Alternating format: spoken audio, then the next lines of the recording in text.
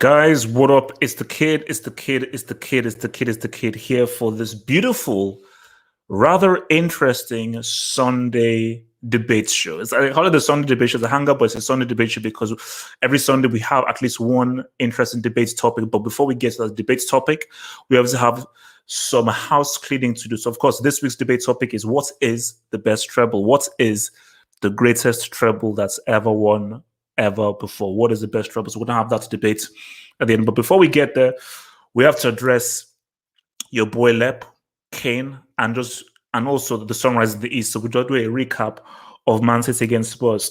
Then afterwards, Barcelona and how they're looking in a post-Messi era. So we're going to talk a goal to it.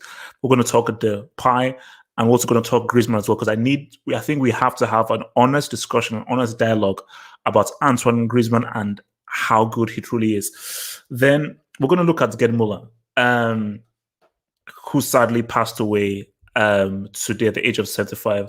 We're going to ask ourselves whether, in fact, he should actually be called a horseman and become a horseman. Then now will lead us kindly and beautifully to our final topic, which is our debate topic for this week, which of course is which team achieved the greatest treble, which team achieved the greatest treble, 2010 Inter Milan, Mourinho.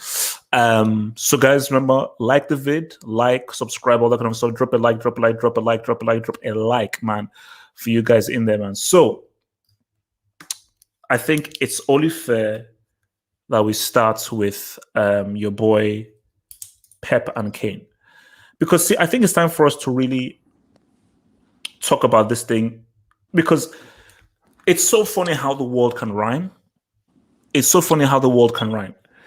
Because you look at Kane not turning up for training. You look at Kane not being fit enough to even be part of the squad because he was chilling out in Disneyland with Mickey Mouse and Goofy.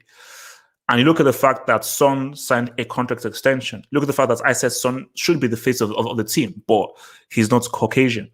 You look at the fact that Son scores the winning goal to beat Man City. And I also want to add in, because there's like a video now going viral where Mika Richards compares the Kane situation to the Pogba situation and says, wait a minute, you go on about Pogba and so forth and other kind of stuff, whereas Pogba always turned up. He always turned up. Whereas our dear friend Kane, you did turn up for training. You're actually under contract, but did not turn up for training. So there's so many different aspects of this to go to. So let me first come to my main man, what's it called? Zeman. What do you make of this whole situation with, first of all, Kane not being part of the squad, Son scoring? Do you think this should just be a case, specifically with how Tottenham played, they should sell Kane, screw off, or do you think that they should still keep your boy Kane? For me, it's they should sell Kane, if anything. For me, it's like the team looks more fluid, even though in the first half it took them a while and their transition wasn't good enough. But with Kane, I feel like he slows down their pass play. I feel like they wouldn't be playing as well with Kane in the team. I think they still need a couple of additional forwards, considering that, if Son's out, who do they really have in terms of goal scorer? So for me, in terms of what this Spurs side needs, if they were able to sell Kane and get 150 and like invest that in the squad, I think that would be great for them. They need to move on from Kane. Clearly, Kane doesn't want to be a part of the Spurs' future. So you say that they should get Kane the hell out of here. Yeah, they should. If the right price comes, I don't know. Unless like Man City are going to be desperate after this game, considering that they don't have any forwards, and they're desperate for a number 9. I mean, you could have all the midfielders in the world, but you need a number 9 in order for your team to be clinical. So for me, if they get 100 plus, I think they should just let him go, considering the fact that that's the best you're probably going to get for him. And the fact that you could use that money to invest into your team. So for me, it makes sense for Spurs to let him go.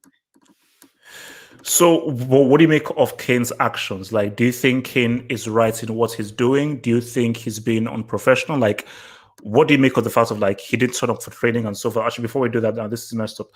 Amity says, "I've seen the lights. B9, and I think you're going for Braithwaite over Larry Lane. Our hero. MC, Yeah, relax. that's our hero, bro. MC, relax, relax, relax. Go away shows up in tough times. He's not Harry Kane, bro. He's better than that. Now that might be true. That might be he might just be a lot more clutch than Kane. So yeah. So what do you make of Kane's actions though? Like the fact that you were chilling out in Disneyland with Mickey Mouse, you were eating hamburgers and so forth, and you couldn't even turn up when your team needed you. Yeah, here's the thing. I understand it from a certain standpoint, Kane's frustration and wanting to leave Spurs and not seeing a future. But at the same time, like unless you know a team is coming after you, unless he knows there's a team that wants him desperately and they're willing to put up a good amount of money for Levy to accept, then it wouldn't make sense for him to do all these, to not show up. For me, it's like if this was turned around, like Paul Pogba, I mean, how much articles have we seen written about him, like not him not being locking heads with the locker room, not being a good guy, being a menace to society. But when it's Harry Kane, it's like, oh yeah, he's he's just a player. He's practicing his powers as a player, and it almost feels double like standards. Yeah, it's in double standards. For me, if Harry Kane, listen, you made a dumb mistake to begin with. The fact that you signed this contract, so you have to live by it. If nobody comes for you, you're gonna have to show up and apologize. Which for them, it's like, do you really want that? That's the real question. Do you actually think there's any point of any return from him? You've just seen Tottenham play supremely well. Son score a superb goal, and these guys look really good without you. Do you think there's because if you're an owner, what you're weighing up is, man, this guy is a stats merchant that scores loads of goals. He could still help this team. Or he scores loads of goals. He could mess up the dynamics of the dressing room. So what do? Keep hold of a guy who you know scores you lots of goals? Or say, no, I believe in Santo and believe this new team, and I believe in giving Santo 150 million to build a totally differently new team. Yeah, if you're Nuno, you want him gone. If you're Nuno, you want him gone. You want to focus on the team you have and you want to build on from there because your team is performing well. Harry Kane doesn't know how to stay in position and he just slows down the whole team's momentum. So if you're Nuno, you want him gone. But the problem is Daniel Levy. How is he? It's about Daniel Levy versus Harry Kane. It's no longer about what's best for Spurs. So for me, it comes down to Daniel Levy. Is he going to let him go? Is he going to let him go for any price, or is he going to stick to his guns? That's the real question. For me, I would let him go. What's it called? Your boy Red Devil, talk to me, man. What do you make of the game? What do you make of this Kane situation, bro? I'm just glad that it wasn't Pogba, right? Because I just, I mean, if Pogba not turned up for training this summer, being linked to PSG and professional, then sorry. Well, yeah, no, sorry. Oops, maybe throwing a few N bombs in there. I don't know, so they'll get real. And it is what it is with Kane. He's not fit for training. He's not ready. Whatever excuse that you make, and somehow it's like, well, I mean, but it's funny how it's like if they think that was stupid. So you want us to believe that because he's England captain, there's no explanation. This is Dimitri Payet's Van Dijk. You see the clip of Micah Richards? Yes. Micah Richards is a City fan, so like it's not like he's not support. He's obviously probably support Manchester United. And even he's like calling as soon as I'm like, listen, like. But then they may say, it's black, stay sticking with the blacks and so forth, all that kind of stuff. It's like no, it's not. It's just standard. It's just procedure here. Like the dude has dropped 4 assists. Like, how can you say even whatever you think of whether Pogba wants to leave or not? At the end of the day, he's still been professional by his performance. No, but see, this just shows you how stupid people are. Let's say Pogba was horrible, crap, but he's not been. Let's just say he's been horrible. A contract is still a contract. So you're saying that if you play amazingly well, you don't need to honor a contract. Yeah. No, like people say, oh well, but Kane has been working year and year. No. Who cares what he's been doing? You've just let down your teammates because by not turning up for the training, you've obviously are too unfit to start, which means that one of your team's players are out there. So you let down your teammates. And it's not like, let's be real, like the other English players, like obviously, let's say Maguire and Sancho. Obviously, Sancho delayed because of the transfer, but Maguire and Sancho, all in England squad, were there.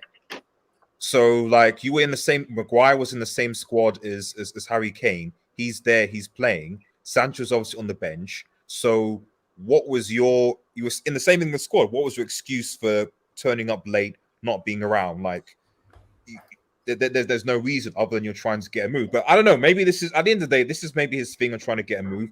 It's not on him. It's not on Kane. It's on the media and press who are interpreting it as the way they interpret. But as far as the game goes, like, shout out to Son, by the way, although he was quite frustrating in the first half. Like, there were times where I was like, oh my goodness, man, the decision making wasn't great. Mendy is a brick. I just no. The guy is just there to cheerlead, man. That's what he's there for. He's there to freaking cheerlead. I didn't really know. I'm still not sold on Rodri as well. I don't know what it is, but there's something about this dude. Man, if he's supposed to be a DM or holding midfielder, he doesn't seem to do any of those jobs particularly well. And Fernandinho was he didn't play today. I don't think he played today.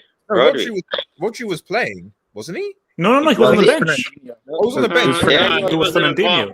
I thought he was playing Rodri and Fernandinho. Oh, sorry, it was Cancelo. No, because I remember seeing Rodri on the bench when a guy was part of common. Yeah, okay. So it was Cancelo. Sorry, my bad then. I guess the one thing I would say last time is that, like, actually, real quick, this. So would it?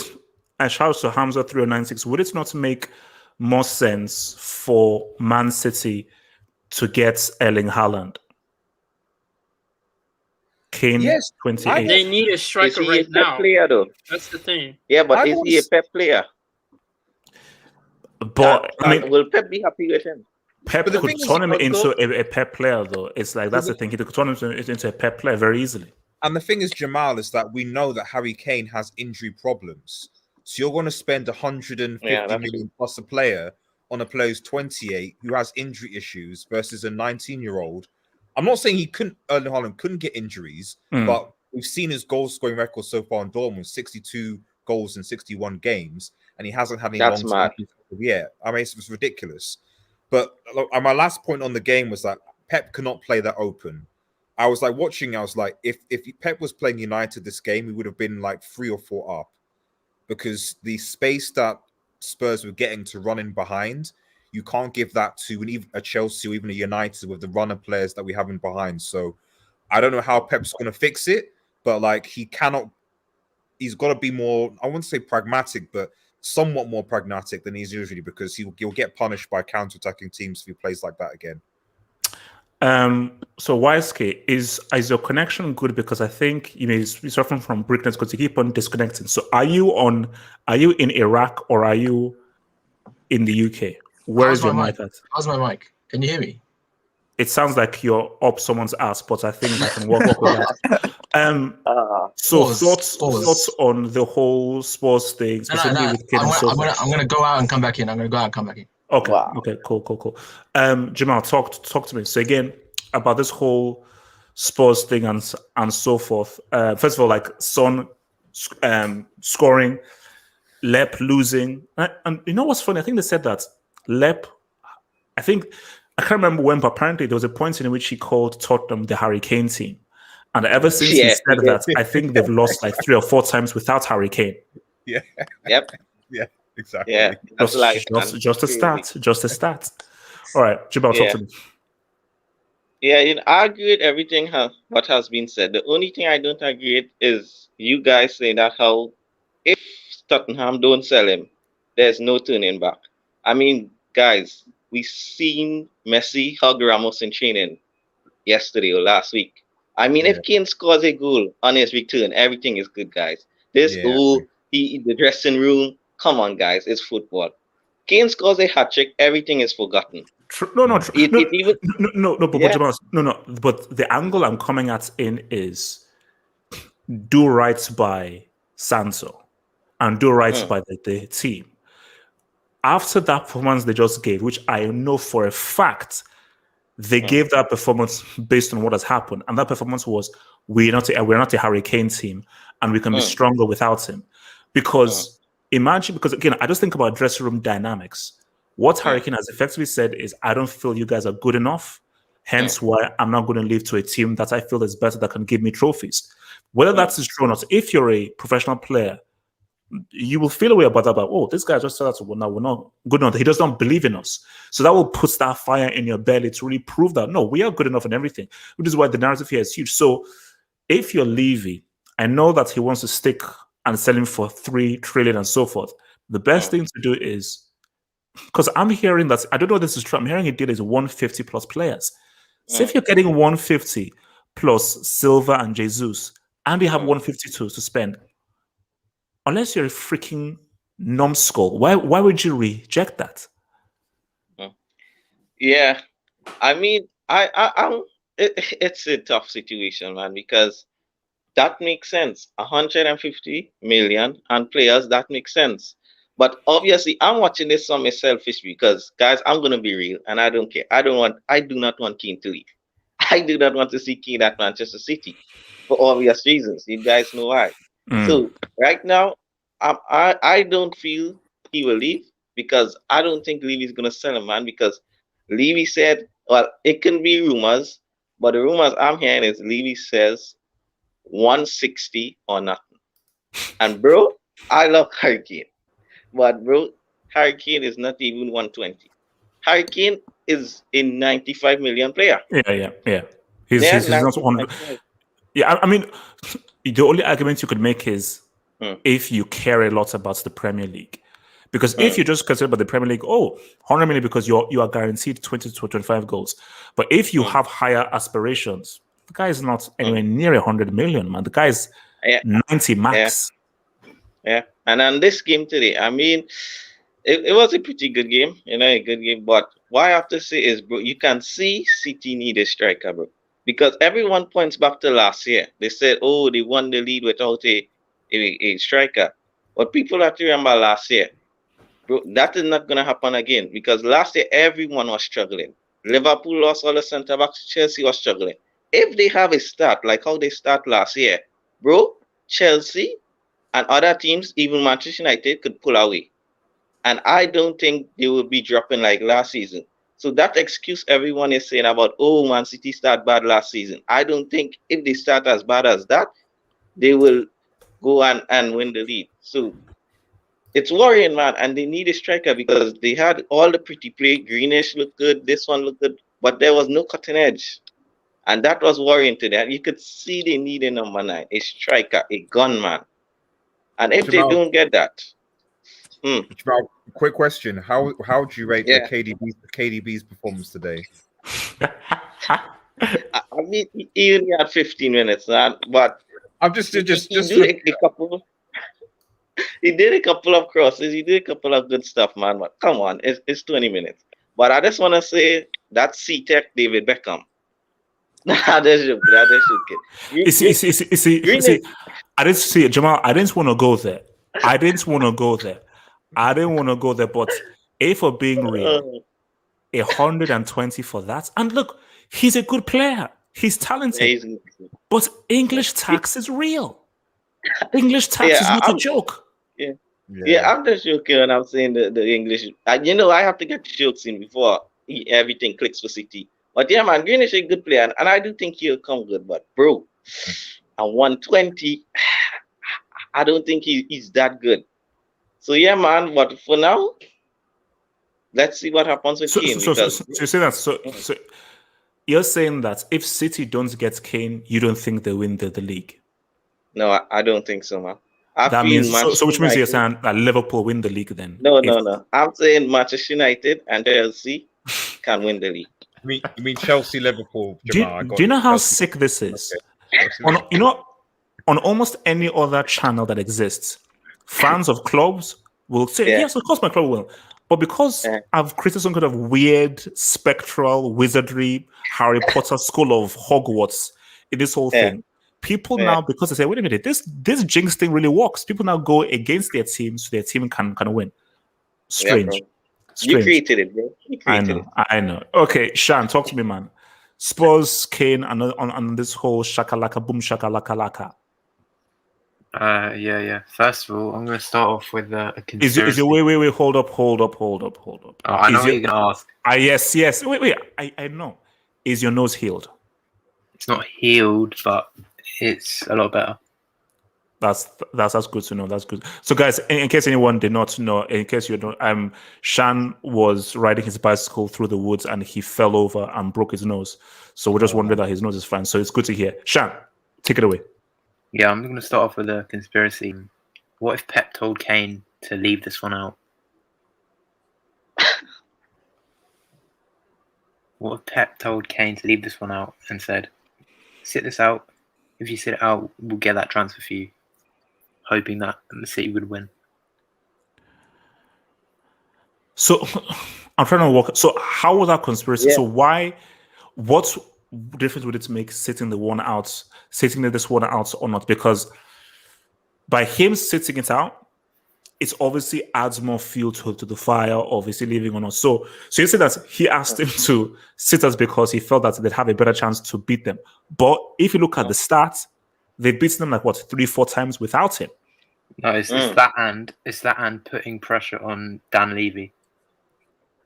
Oh, I see where you're going. So you think that really it's about putting pressure by him not playing and so forth. It's about no look that that makes sense. It makes sense, but honestly what I believe is there's a lot happening behind the scenes.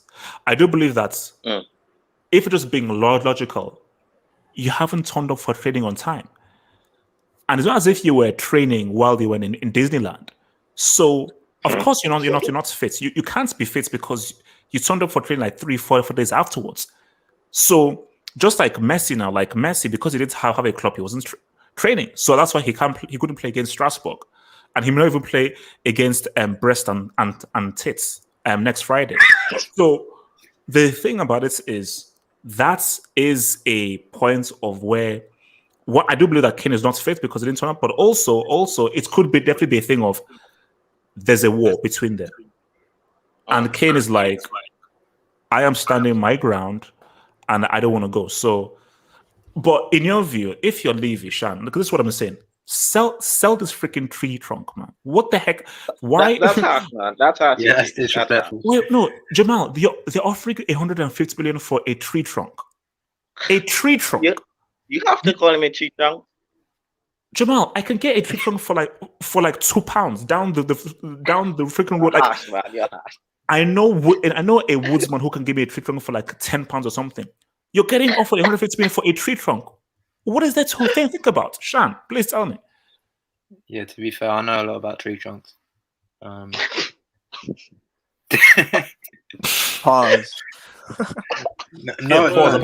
Just pause. Shan, keep talking. Shan, just keep talking. Please keep talking. Please keep talking. Please keep talking. If I'm Dan Levy is a businessman, right? So he knows how to get his money. And the thing is, if City offer anything less than 150. No, I said no about tree trunks because I broke my nose. Okay. No, just keep talking. Just keep talking. Yeah, we heard it before, bro.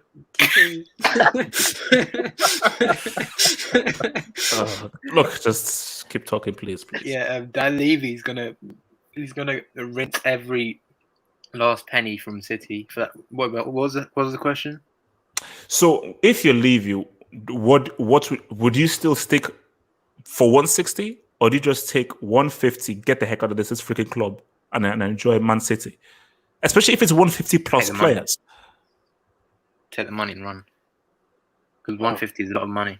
But it's about reinvesting, right? And historically, Tottenham they don't make great footballing decisions.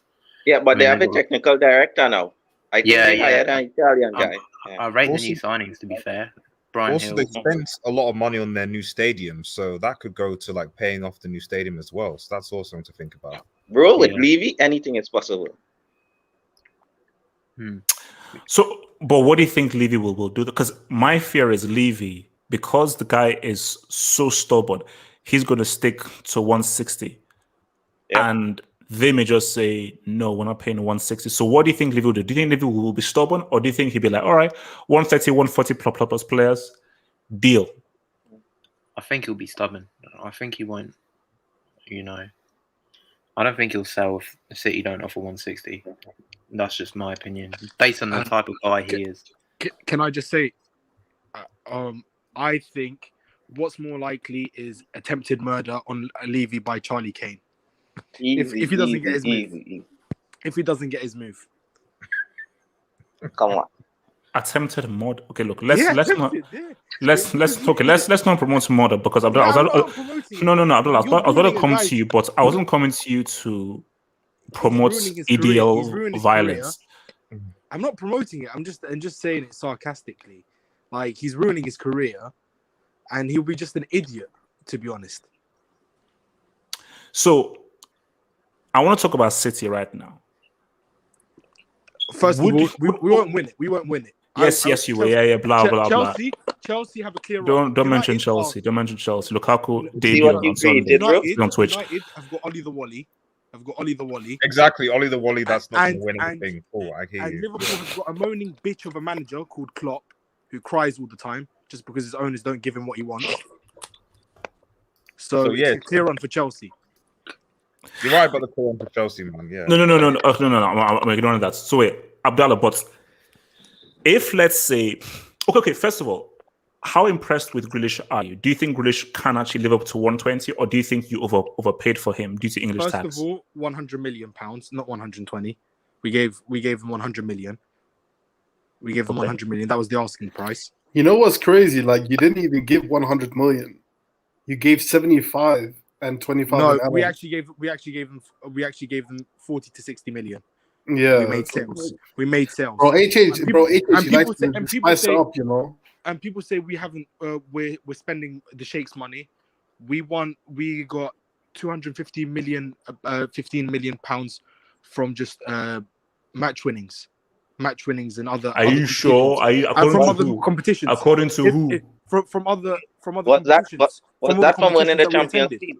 Champions League, Premier Was League money, that from winning the TV Champions League? money. So people don't clearly understand football finances. No. But I just ask you a question. Do you feel Grealish is worth 100 million? Then do you feel it's worth 100 million? In this market, yeah, unfortunately, but realistically, no. Not and second realistically, question. no. Would you? Realistically, no. So, do you think 150 is a good price for Harry Kane? Are you happy with 150 for Harry Kane? Considering his age, and his Injury record. injury record, not really. No, 110 max. 110 max. To be honest, See, Levy, you're such a freaking the guy's so stupid. to be honest, what is he? Is he going to win? Are Tottenham going to win anything? Not really. The Conference League, bro. They might win the No. Conference. Are they going to win any? Are they ever going to win the Premier League? No. Are they No, ever going to win no. the Champions League? No. That's why Levy is so stupid. You are literally staring at a superb deal straight in your face. Yep. 150. Who in their right mind puts up 150 for a 27, 28-year-old tree trunk? Who? He, by the way, he rejected a deal with Laporte and Bernardo Silva in it. He's rejected a That's deal not true. worth I more can't- 100 million plus with Bernardo Silva and Laporte. That's how much of an idiot he is. He could have pulled our pants down, but the guy's an idiot. You're getting a better deal with those two Levy, man. players. The guy is stupid, man. Yeah, I mean, let him ruin his club. Let him ruin his club. Yeah, he's not gonna. They're not gonna win the Premier League ever. They're never gonna win the Champions League or any other major league. And they're a 10-pot club, to be honest. He They're a doesn't 10-pot really club. care They about. have no history. He doesn't really The care guy about. is a Stone businessman. Club. no. But you see, Red Devil just hit that point. Wait, what did you say, Red Devil? Guy doesn't really care about trophies, though. It's There you go. about, There you go. it's about You see, finance. what you need to understand about Levy is he is purely a businessman. So he's not thinking that, Yep. oh, wait a minute, 100 million plus these players could actually help us to maybe win something and we could actually become a better team while just selling off this one player. In his mind is, oh my gosh, we lost so much money through the pandemic. How much money can I get off this asset? So he just views Kane as just this That's piece of correct. assets and he uses it purely as a business deal. So what, 160? Can I get 170? Or can I get 180? So that's That's he's just yeah. thinking that just purely, And there is that's no what- football involved. It's because like anybody with a half a brain is, they're offering you 100 million for a 27, 28-year-old plus players.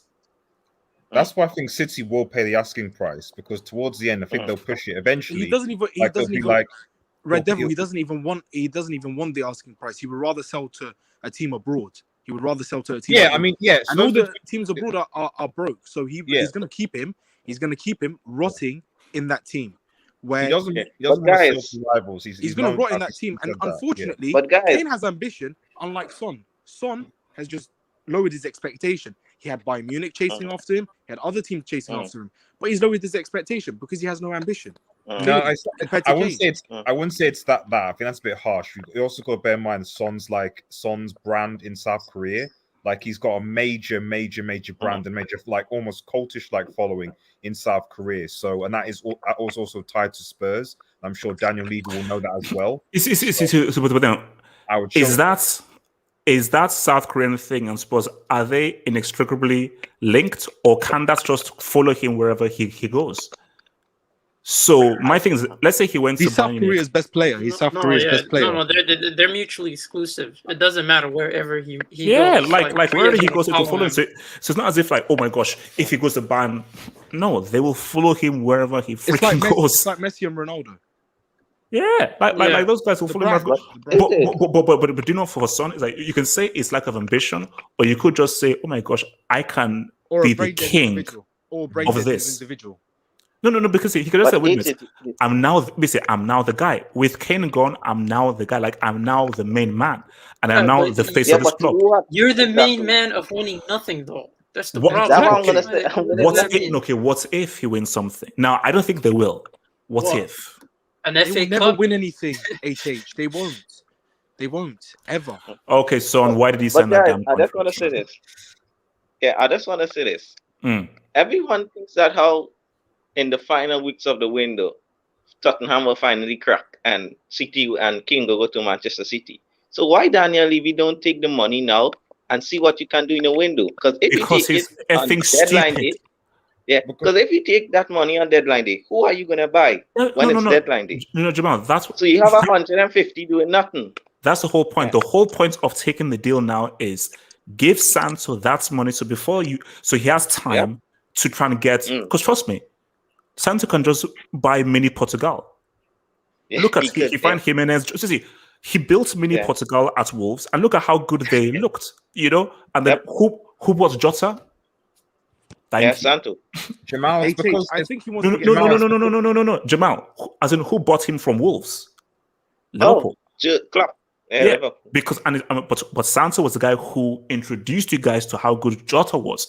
So if you don't give this guy money, I'm sure this guy can go to FC Porto, Benfica, or just find very interesting Portuguese guys that can just make Tottenham look really good and really interesting. Don't you think the reason why that is, and this game goes to Daniel Levy being upstart, is that I do still believe he will pay that City will pay the maximum amount. Why? Because then if the transfer window closes, like, oh, we can't spend the money. We can't spend the 200 million that I've makes got. sense. So, Right there, I'll I think you're on pocket the something. money into my back pocket. And sorry guys. It was You we see, tried that, guys, it is what it is. Yeah, we can try January. That's what you say. You say Yeah, we can exactly. try January again. We'll go with the players in January, etc. Realistically, big players why. don't Simple as that. leave in January. Levy, man. No, Levy's a guys, I think hustler. Levy's the good. Levy is no, a hustler. wait, I think Red he's the Devil. goat. Oh my god, He's a hustler.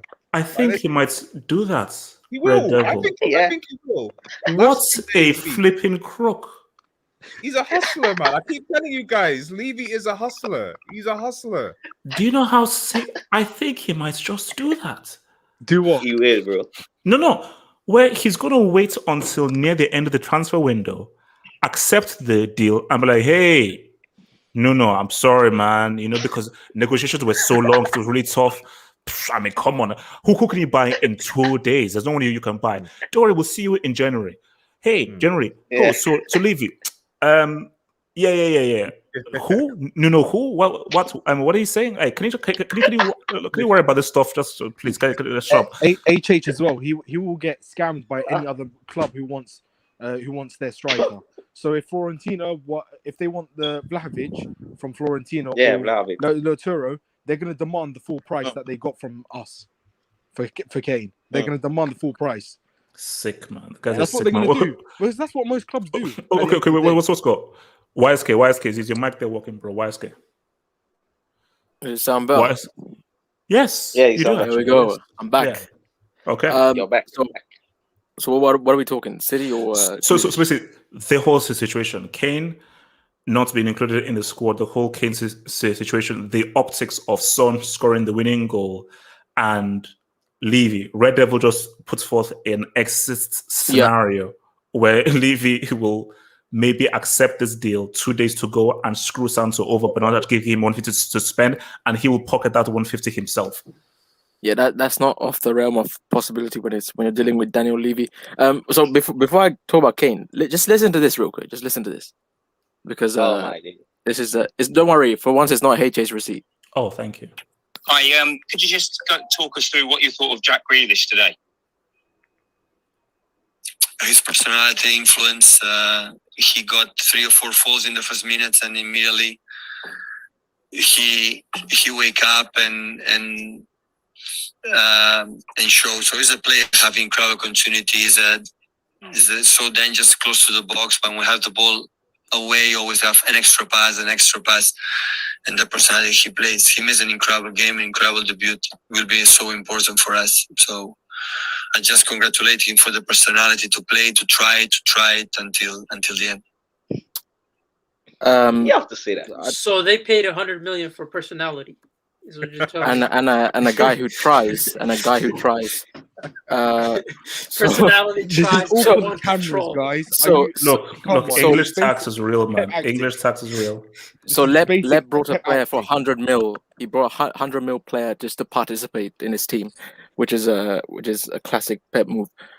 He said incredible game. I don't know what he was smoking, but I remember Sanchez was pocketing for the most of the game. And also on the goal that Son scored, did Ruben Diaz get like shot? Did he get like sniped in midair or something? Like what happened?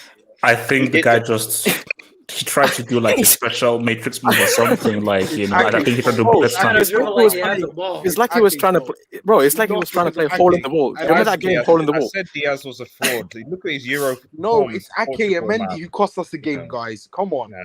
Yeah, Mendy. He's not a footballer. He's up there with Vinicius. Yeah, he still has 3 Premier Leagues to his name. With Kane, it's honestly BT Sports should be ashamed of themselves. Like that whole what's that boy's name? The host, Jake Humphries.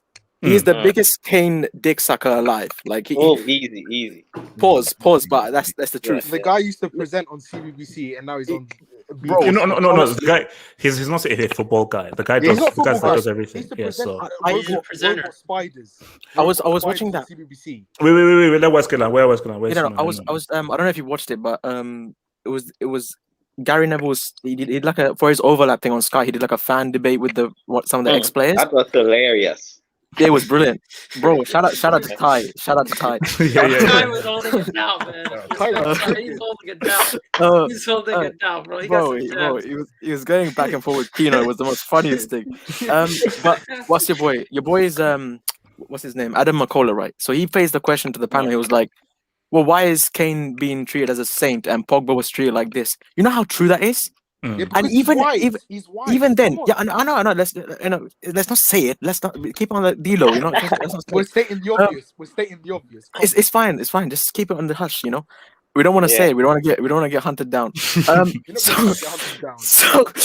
But you know what it is? The sick thing is Gary Neville. I love G-Nev, but he even at that moment tried to spin it in a different way. He never answered the question. Not one of them answered the question.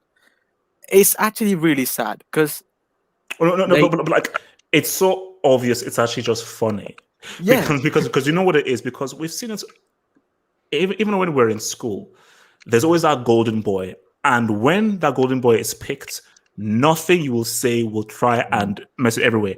What English media have now found is you've prepped up Kane to be this perfect, angelic beacon of hope, all that kind of stuff. And he's shown to be extremely unprofessional. Yeah. And they don't know what to do because, like, well, he's England's captain, he's the face, blah, blah, blah. He's like the role model, but he's clearly shown to be fully unprofessional. And now, when you now juxtapose it with Pogba, you're screwed.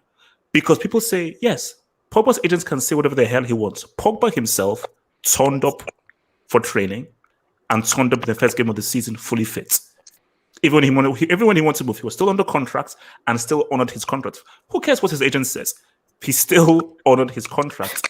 Kane, I don't give a damn what you said to Levy in a secret room. The contract says 6 years. Jamal, he's talking about something they used to do back in the Wild Wild West. Yeah. Where? Wait, hold up. Kane thinks that we're in good, the bad, and the ugly. Few dollars more. Where if you spit on your hand, that's what. But Kane, that's what they did in the 1800s when guys like myself, Red Devil, Jamal, Professor YSK were slaves. So times have changed anymore. We're not in chains anymore. Times have changed. We're now on equal footing. You know what's it called? Like Lil Wayne, Jay-Z, Kendrick. Times have changed, bro. You actually want to be like us. So yeah. Also, while we're on BT Sport, Graham Souness is a racist. We know this, man. 100%. Yeah, he's 100% a racist. No. YSK. No. He isn't. Do you know what he is? He's a troll.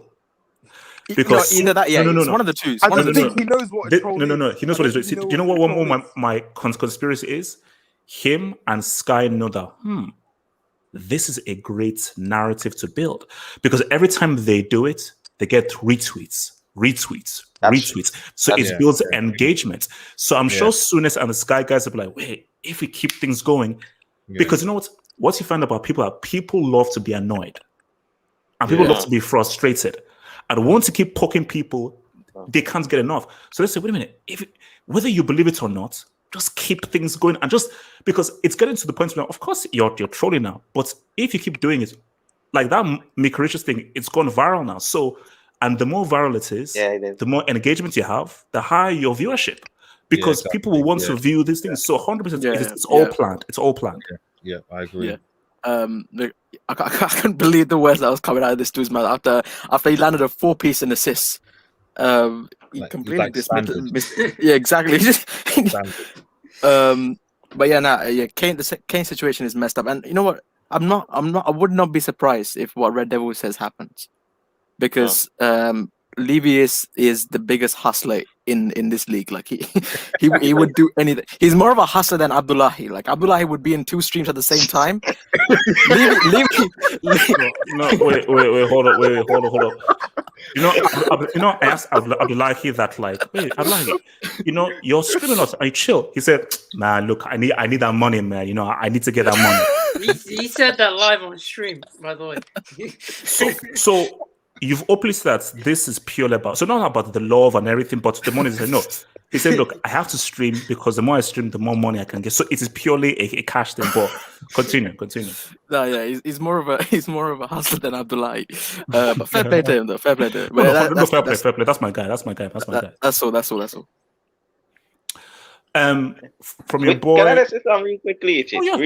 Go for it. Yeah, I just want to say, the guy who's getting leaved out of this is Kane agent. I think it's his brother. Yes, bro, that guy he is lame, and he's an idiot. Because, bro, don't you hear anything about a release clause? Why, when you sign the contract, you just gonna say, bro, put 100 million release clause, 95 million release clause. If Tottenham don't make it into the Champions League, it gets activated. Jamal, that's why Kane and people, you're morons. You have no leg to stand on. Yeah. I don't care what's. I always use this example of in a courtroom. So if let's say we go to court, Kane can say, "Hey, we had a gentleman's agreement. Cool. Do you have a tape recording? Do you have any hard evidence to see what he said? No. Levy, did you have a gentleman's agreement? I don't know what this guy talking about. I never had anything with him. But Levy can say, "Oh, I do have the contract. this. I have this contract here. in black and white that says 6 years. Mm. So you see, obviously, if I'm Kane, you must be like, Levy, you piece of crap. Because maybe Kane is thinking that, wait a minute, you just told me in my face that ... So hence why it's a point of no return. Because Kane obviously feels that Levy has gone back on his word. So he feels like he's in his rights because he feels that Levy has gone back on his word. So Levy is like, oh, so you're actually going to do this and mess up the team?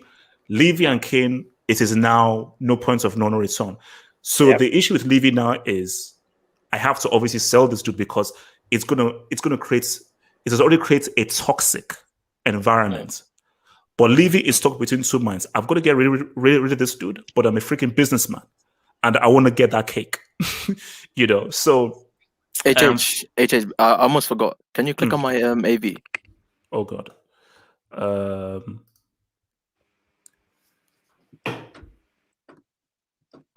Is this real? Yeah, this is Yes. real. Yes, this it's is very real. Really? 37 goals. So is that as of now? Yes. Well, at his time, yeah. For Aston Villa, or? Very true. Is he a bigger legend? Is that what you're saying? Career stats for Aston Villa in 190 games and 211 games. Oof. You don't want me to start on where Ashley Young. As they say, the stats don't lie. Ashley Young was a winger. Dungu Kama says in the Wild West, the handshakes were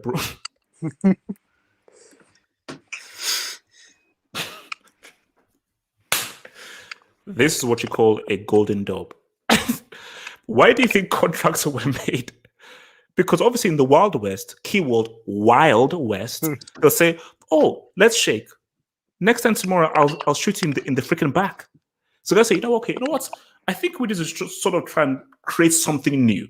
Because this so-called gentleman's agreement doesn't hold any weight. So let's create something like a contract, which means that we don't need to rely on memory or because contract is not he said, she said. This is a contract that cannot be refuted.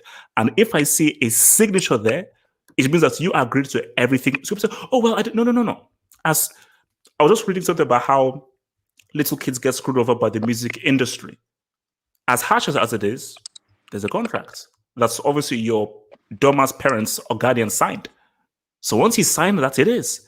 So once you're bound by contract, you're bound by freaking contracts, man.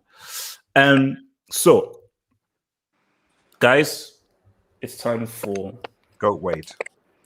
Wait, can I speak on this Kane thing, bro?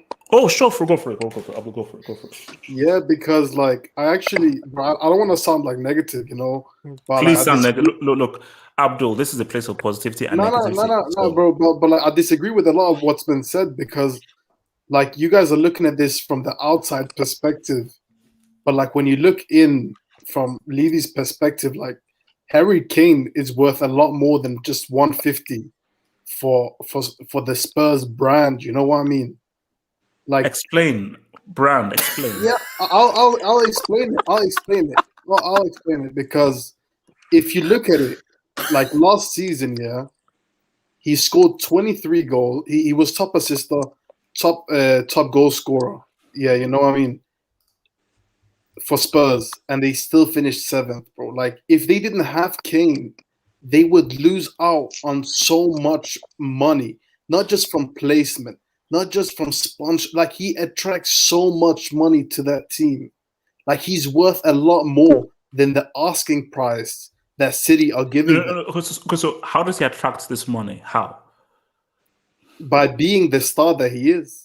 And by performing weekend, like the thing is, like I understand that you call him a stat peller, but the thing is, every team needs a stat peller. Like you would wish Werner was a stat peller. Like H is like in reality, like ask yourself, when was the last time a Chelsea player won the Golden Boot? It's 12 years ago. That's probably why you don't like rate stat pellers. But what do you have to go there? Let me finish, bro. I'm gonna abuse Barcelona when we get to that chat, by the way. So. Yeah, let me finish. R.I.P. Barca. R.I.P. Abdul, how many years ago? 12 years ago. Don't answer that. 12 years. Yeah, but it's But And the that thing 09 is, CL doesn't count. like, 09 CL doesn't count. I disagree with. UEFA Lona cheats. So I have to expose you again. 09 was never rigged. HH, accept it. Cheats. Abdul, go continue. Like, Cheats. and I also disagree with the Kane and Pogba like comparisons because, like, in my opinion, like, it's very different situations.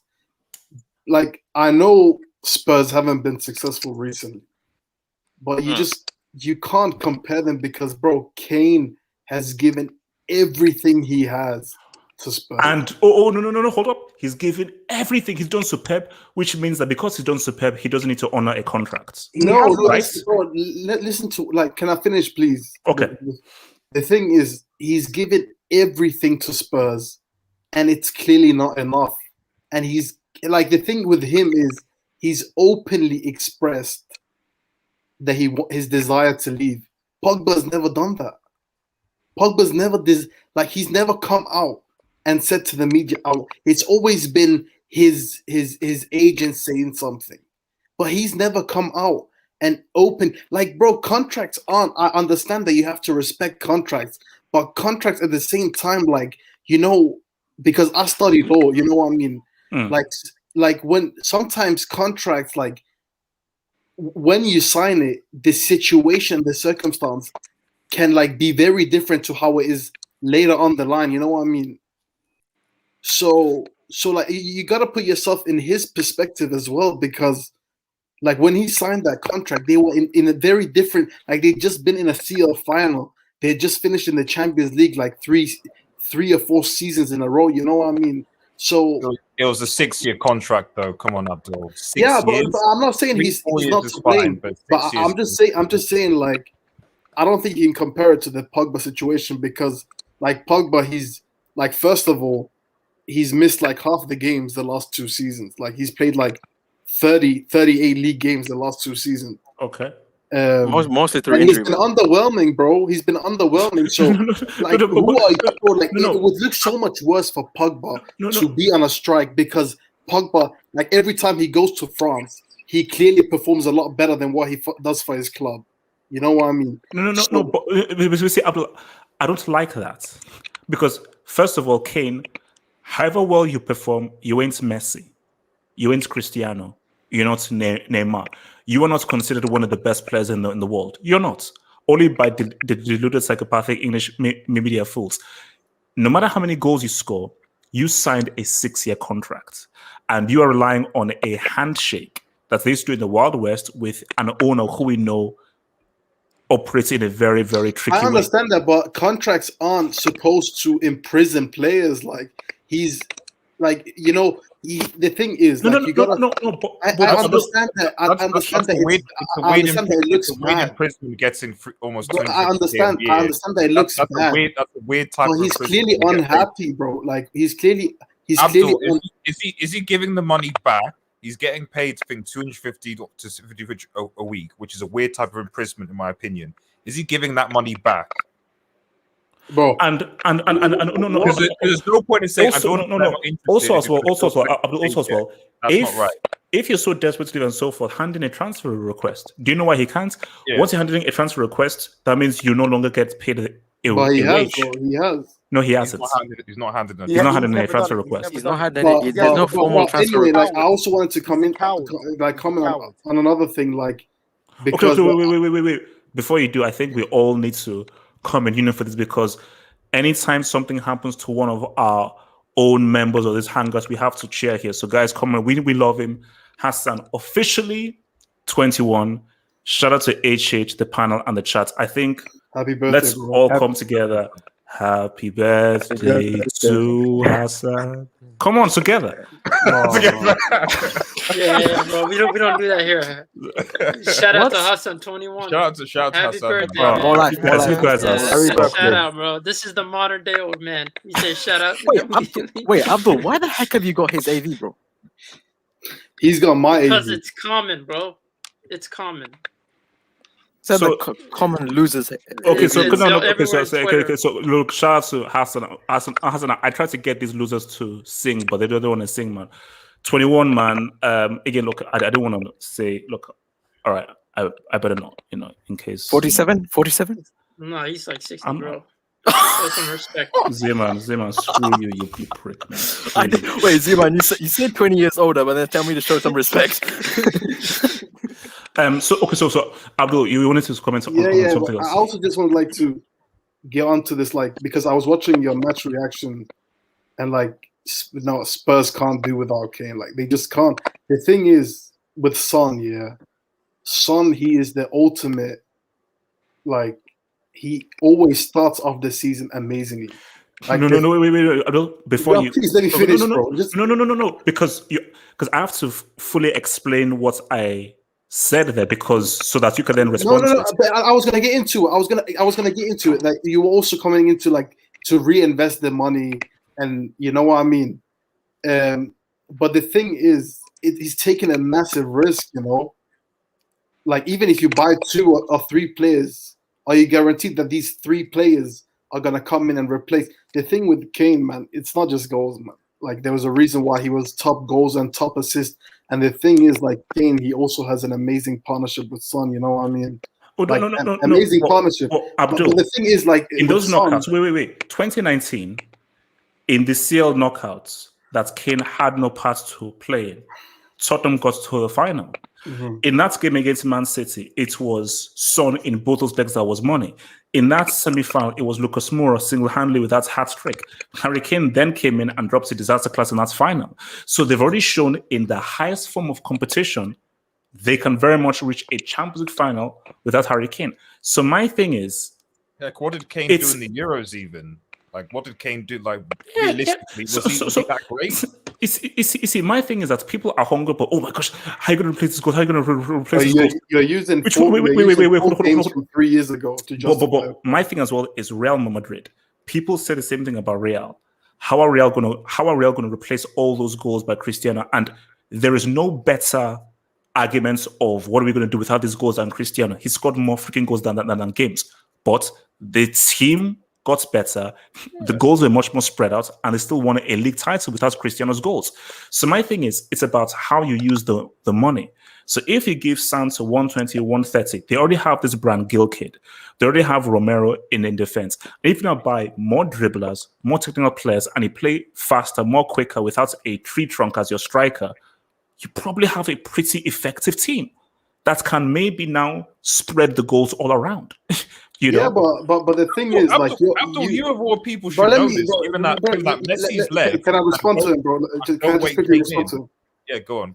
The thing is, I understand what you're saying, but let's be fair. The reason why City they're so desperate for Harry Kane is there is actually no top class strikers available right now. Haaland. No, he's not available. He's not available. Haaland's a circus. He's not available right now. So yeah. Wait, what do you mean he's a circus? Bro, what do you mean he's a circus? Whoever they bring in is going to be a big risk. Oh yeah, that fat bastard. Yeah. God damn. So wait, hold on. Before we So MT says, Levy. Man, everyone is really good with this whole go to it today, man. Levy did a good job. Keep Kane. Don't let Pep spend a dime. If City pull up 160, which I think should be looked into and investigated, but FFP don't really care, he'll sell. Trust me, there is a price. And if they thing about Levy is there is no such thing as not for sale for Levy, because again, he's not a football guy. Yeah. There's always a price. But do you think he's a businessman? Do you think there's a way back for him? Because no. Did you hear what the fans were singing? Yeah. Are you hearing Harry Kane? Are you listening? No. Are you seeing? No. But as Jamal said, football fans can be very fickle. He'll come back. They'll boo him a bit. He'll drop a 3-piece in one game. It'll all be forgotten. Fans are fickle. Can we not forget? He's an Arsenal fan. He has no loyalty to Tottenham. He's an Arsenal fan. There's clear evidence. He's not a Spurs fan through and through. Okay, so what's it called? Red Devil, you wanted to say something? No, I was just saying that, like Abdul, of all people should know that when a player leaves, just because a player leaves, if the team comes together, they can make impact. Because on our next topic, Messi left. What? Oh, bro, you The haven't. League, La Liga's Oh, the league bro. anyway. You know what the League's funny the thing league. is that this is a switch. It was a masterclass. It was a masterclass. Yeah, but Red, 4-2 masterclass. Messi It's who? funny. It's funny. Messi Let me who? just answer the question, bro. You know, Messi who? the funny thing is, like Barcelona, they just played the Spanish version of Leeds. They just played the Spanish He version. does of have a Leeds. point. Well, He does have a Oh, you're point. such a hater. I think that's a little disrespectful. Such a hater. I wouldn't go that far. I wouldn't go that far. Okay, look, look. So this is it's a nice segue. It's a nice segue. I'm already here, man. So look, now I watched this game, man, and look. First off, I want to reiterate what I've been saying for like the past week or so. This is great. Football needed this, and football needed a refresher. I find it boring, where it's Messi, Cristiano, Real, Barca, Messi, Cristiano, Real, Barca. I found it boring. Cristiano moving to Juventus was shocking. Cool. The best thing that could have happened for Barca, La Liga, and so forth, and for football overall, is Messi now moving to a different team. Bro, I cannot wait to see. Not for La Liga, bro. Not for La Liga. Yes, for La Liga. Yes. Not for La Liga, no. Because do you know what this now shows? Is we now have a serious title race. That will now be very exciting and compelling. Anytime you had either Cristiano or Messi there, you have freaks of nature.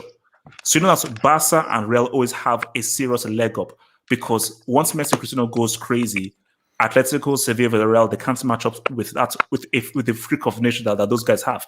Nine article with those freaks of nature, we now have a very interesting title race. Because even if Atletico are defending champions, it's still Atletico. Zard's not a freak of nature?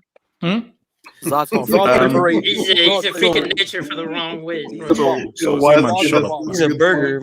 So guys, look, my thing is this, and I want to first start with Depay, then we'll go to it.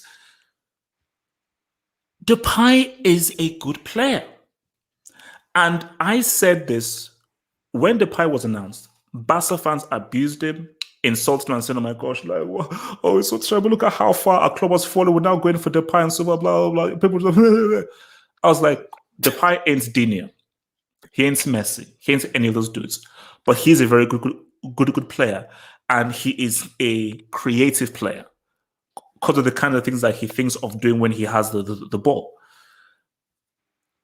And I'm putting this out there, and I want to maybe come first to Zeman on this. I think that Depay is going to end up being one of the most interesting players and best players in La Liga this season. Because I just think that, first of all, he's already a good player that I think has some sauce within him that nobody really appreciated because Uber Eats is Uber Eats. With Messi leaving, it gives him greater agency and greater responsibility.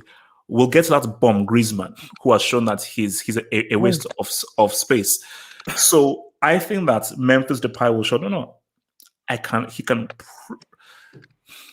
he ain't going to be Dino or Messi or Rivaldo. Those guys are those guys. But I think Memphis is going to do some stuff, man. So Z-Man, seeing Memphis for this first game, what do you think Memphis can do? And could he somehow, against all odds, be mentioned at least in the room of other Barca legends? Or nah, he's trash. He can never touch Dino, Mario, Ronaldo. Legends. Which legends are you speaking about? You have to be specific. Which ones? Sergio Roberto. I think with fellow Sergio what?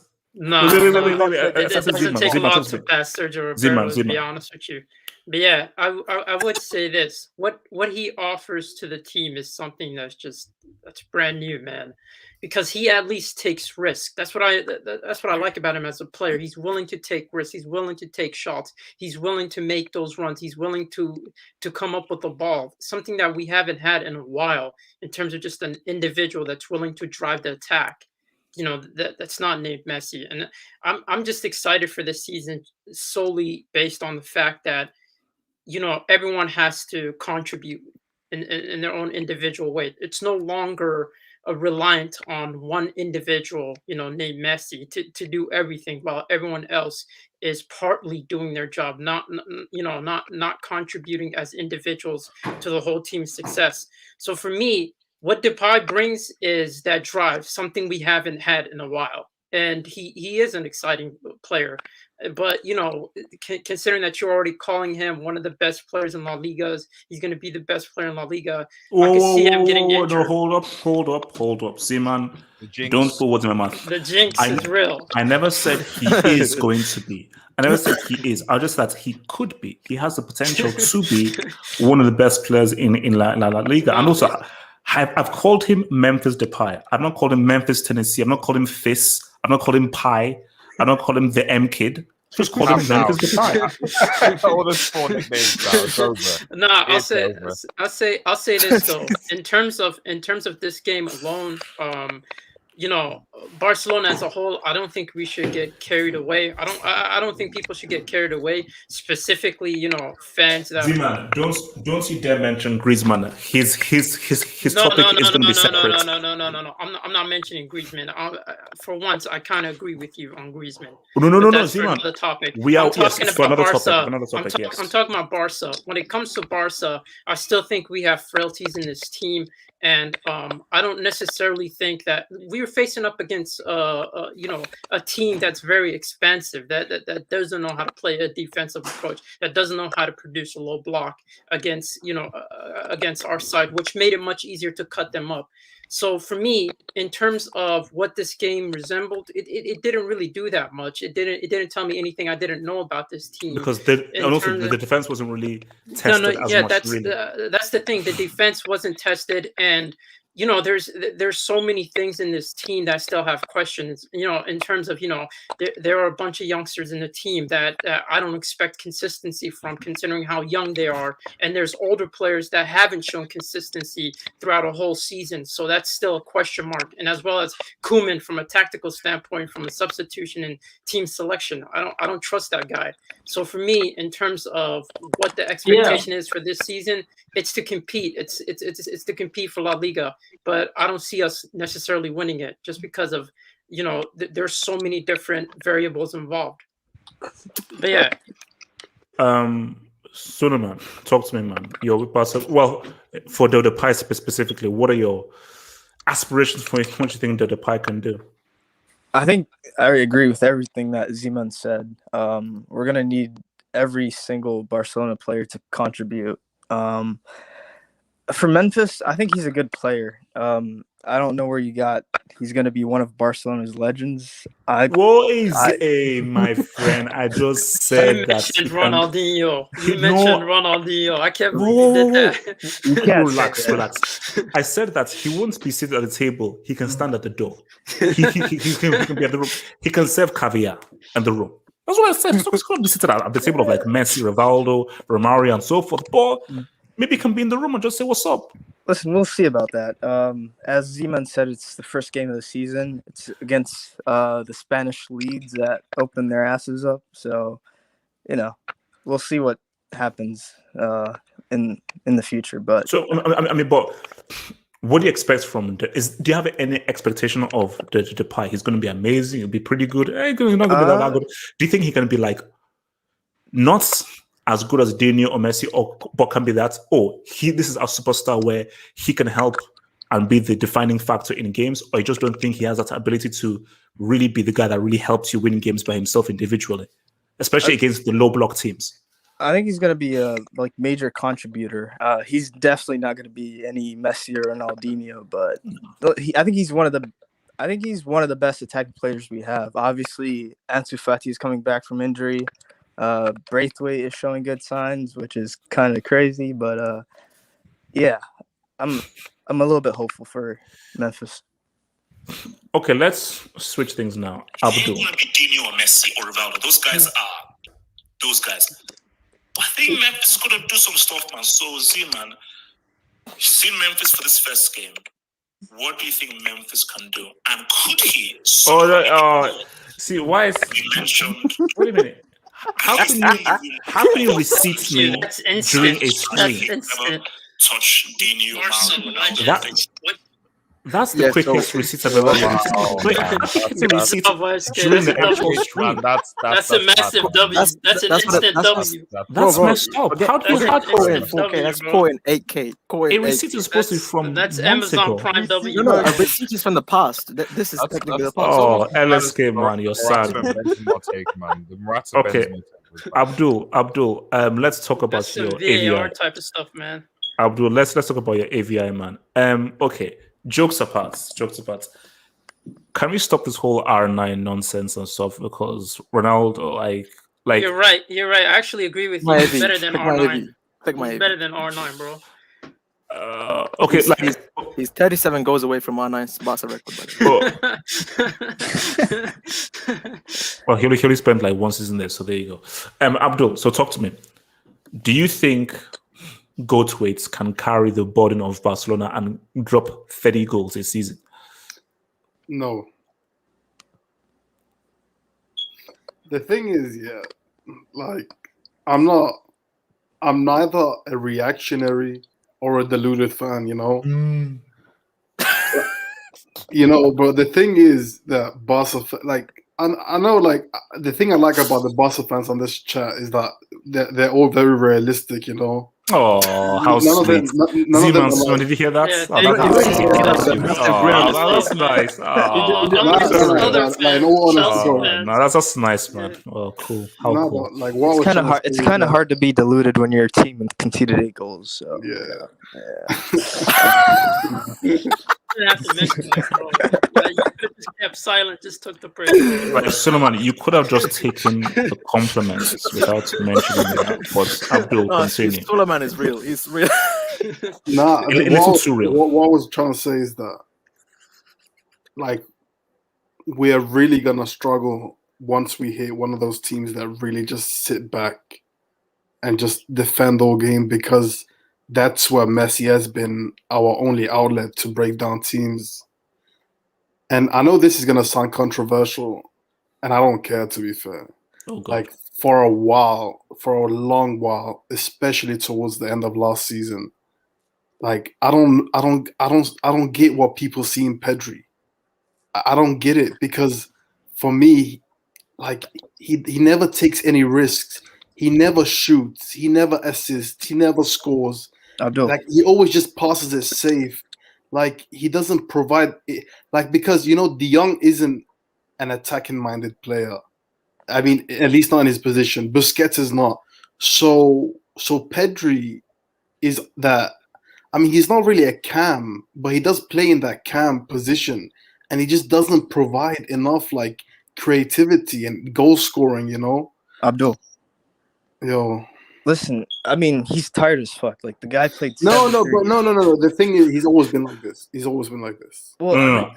Abdul, again, I don't want to use a certain analogy, but if you put one-on-one and think of like colonization, then I think you may know how they're treating Pedri so far. And it's like that. So I'm just saying that give the kid a rest.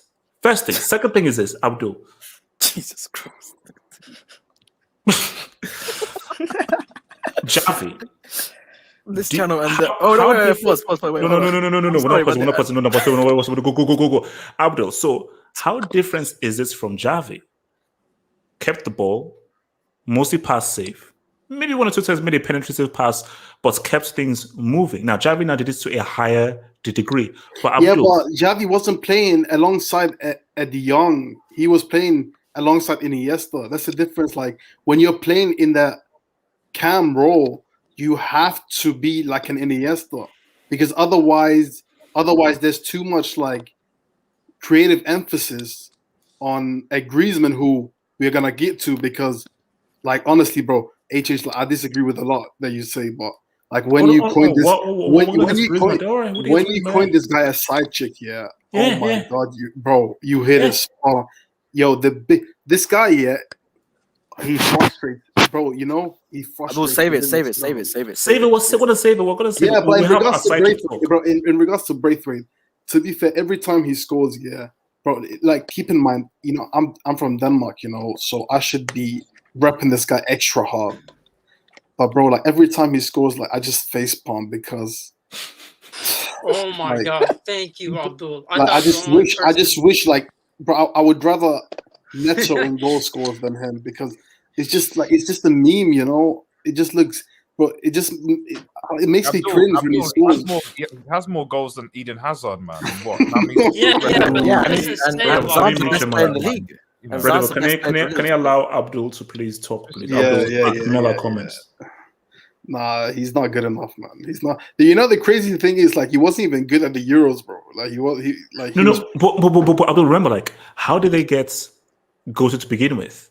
They got him because emergency. Yeah, emergency. And wasn't it from Leganes? Yep. Yeah, Leganes. they're in League 2 now. It was like 18, 16 million euros, something like that. Bro, at best, He was it's an bargain. But Wasn't I he think free? the key thing though is that see what this is about. It was an emergency buy, and I think I get the whole narrative. It's always about, hey man, I'm still here and I still deserve to be counted. Facts, he is not good enough to be a Barcelona striker. Facts, he should not be starting for Barcelona. No way, because he's clearly not good enough. But the fact that Barca are in whatever situation they're in or so forth, when he is there, he does pull his weight. Yeah, the one thing I'll give him, so forth. the one thing I'll give him is he's like extremely professional. Like, even if when he gets dropped for a prolonged period of time, like this guy, he starts like appearing just on the YouTube channel, you know. Like that's what he gets paid for, like for a long period of time. So no, he's like an ultimate professional, you know. No, but at the end of the say day, this. I think he will. I think when Fati comes back, and especially Aguero, I don't think he's gonna be sniffing the pitch. No. To be fair, so will Griezmann. Griezmann won't be sniffing the bench, but that's for another thing. No, he will. He will. I don't think Unfortunately, he should. I don't think he should, bro. I'm tired of this guy. I'm being Okay, honest. so wait, so if you dub from but just like the last thing, yes, because I didn't speak on Memphis. Like Memphis, you know what surprises me the most? Like he's extremely technical.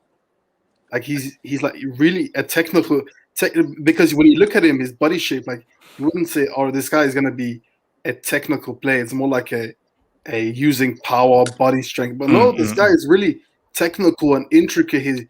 He turns players, he dribbles. He's very creative in the kinds of things that he thinks about. Basically, he thinks a lot about the kind of ways in which he can pass and do things. So he thinks a lot about what he wants to do. Yeah, which is why, like, I think you've got an interesting player, and the key thing is once you now have Ansu Fati coming in and the Us coming in, because see, that's really is the front. Don't talk about the Us. Drop that, bro. Drop that, bro. Drop that guy, man. We're done with that. Drop that hospital guy. room merchant, bro. That guy, Okay. That guy has no brain, bro. I'll ignore that. I'll ignore that. Yeah. Okay, so wait. So from your boy King Gambani, who says public service announcements: Smith Rowe is a better 10 than Mount. # give me a 10. Mason Mount, I don't know what Mason Mount is. He's a CL winner. That's what he is. Yeah, respect to Yeah, I mean, he's allegedly he's a CL winner. He's allegedly a CL winner. Yeah, you're right. Allegedly, yeah. Wait. Where do you rank Mason Mount in terms of your tiers? Where do you rank him? Alongside Modric. In your dreams. And your boy Hakim says Jekyll G's up in Inter's first game before announcement. Now, Hakim is a suffering Inter Milan fan. And Hakim, I'm glad and I'm happy that you're looking at this whole Inter thing and so forth. But Hakim, you got raped. Your team got raped. So I know this might be PTSD and so forth, and I'm great with you. But Hakim is like a recovering. Okay, let me not go there. He's a recovering victim. No, shut up. I will shut up. Analogies, bro. No, shut. Relax. No, just Kim. Good luck to Inter next weekend. Good luck to Inter against. I think it's Genoa. From MT says, Braithwaite most goals and assists in La Liga. Goats. Eden who? The guy who just produced an assist of the season. Respect that. That was no Hazard's assist of the season. Yeah. Hazard's a bum, and in fact, doesn't Goldway have more goals than Eden Hazard has in the last 2-3 seasons? Okay. Yeah, he does. Let me ask them. Okay, before I come to because I need to speak to before I come to Antonio. Barca fans, I'm going to go to Abdul Suleiman and Ziman Beckham and Antonio. So Abdul Suleiman and Ziman, if you could have a chance to swap Braithwaite or Griezmann for Hazard, would you do it? Is he fit? No. Yes. A fit Hazard? Of course. No, I'd man. Abdul, shut up. Yes, No. yes, you would. Yes, you would. No, I no, wouldn't. If On it's Hazard, everything, I Because wouldn't. no. Let's Everything I wouldn't. shut let's look Hazard's at it. finished. Bro, No, I he, wouldn't, he bro. doesn't take the game serious, bro. I'm gonna be honest, bro. This guy's Chelsea bound to get Hazard, injured yes. again. Madrid Hazard, no. And also, Goldthwait is a great businessman as well. So Yeah, I mean, he could probably give us back some what- money. what the Damn, hell bro, does that why mean? is gay, bro? Doing your research on Barca players, bro. Like, surprising to me. it's a I mean, great. he doesn't have Okay. that much to work with. Okay, at okay, Man and United. let me Yeah, what was that score again? 8-2, wasn't it? let me come to Antonio. Wait. When did the last time Man United won a trophy? Antonio, ignore him. Ignore When I him. was been in 4 high years. school, bro. When It's I been was in Antonio, high don't let Yeah, me Antonio, see. why too long.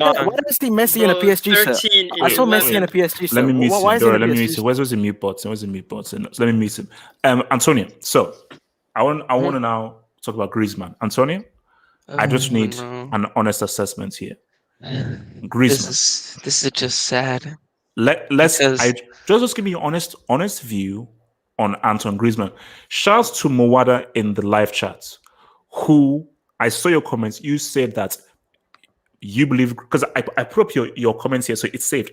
You said that Griezmann will be one of the best players in La Liga this season. And I'm going to come back to that, Mr. Mowada. no. Man. I tell you, Red Devil Namaske, you better watch your United fan, guys. You guys are psychos. Antonio, Griezmann, he's overrated, isn't he? He's overrated. What an overrated buy. I mean, I want him to be good.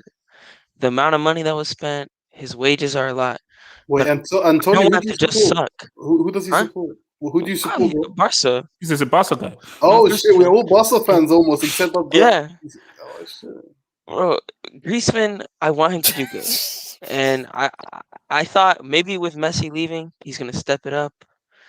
Maybe he'll perform better because maybe him and Messi, because of how they play, since they're so similar, maybe they don't work that well together. And I watched today's game and I was like, this just was not good game. A good game for him. Speak on it. His dribbling was so poor. Like he couldn't even do a simple skill. He said It he was couldn't like dribble in an interview. I know. But like at least that is just poor. I mean that is just awful. Like couldn't he do a simple dribble? But whatever. It just I think you explained it perfectly. He's the side chick. He's number 2, not number 1. He's not that guy. Supplementary piece. Yes. And I also think that he does fit a system because he fits Simeone's system a lot because he can get those goals on the counter and they're very defensive because he does do a lot of defensive work.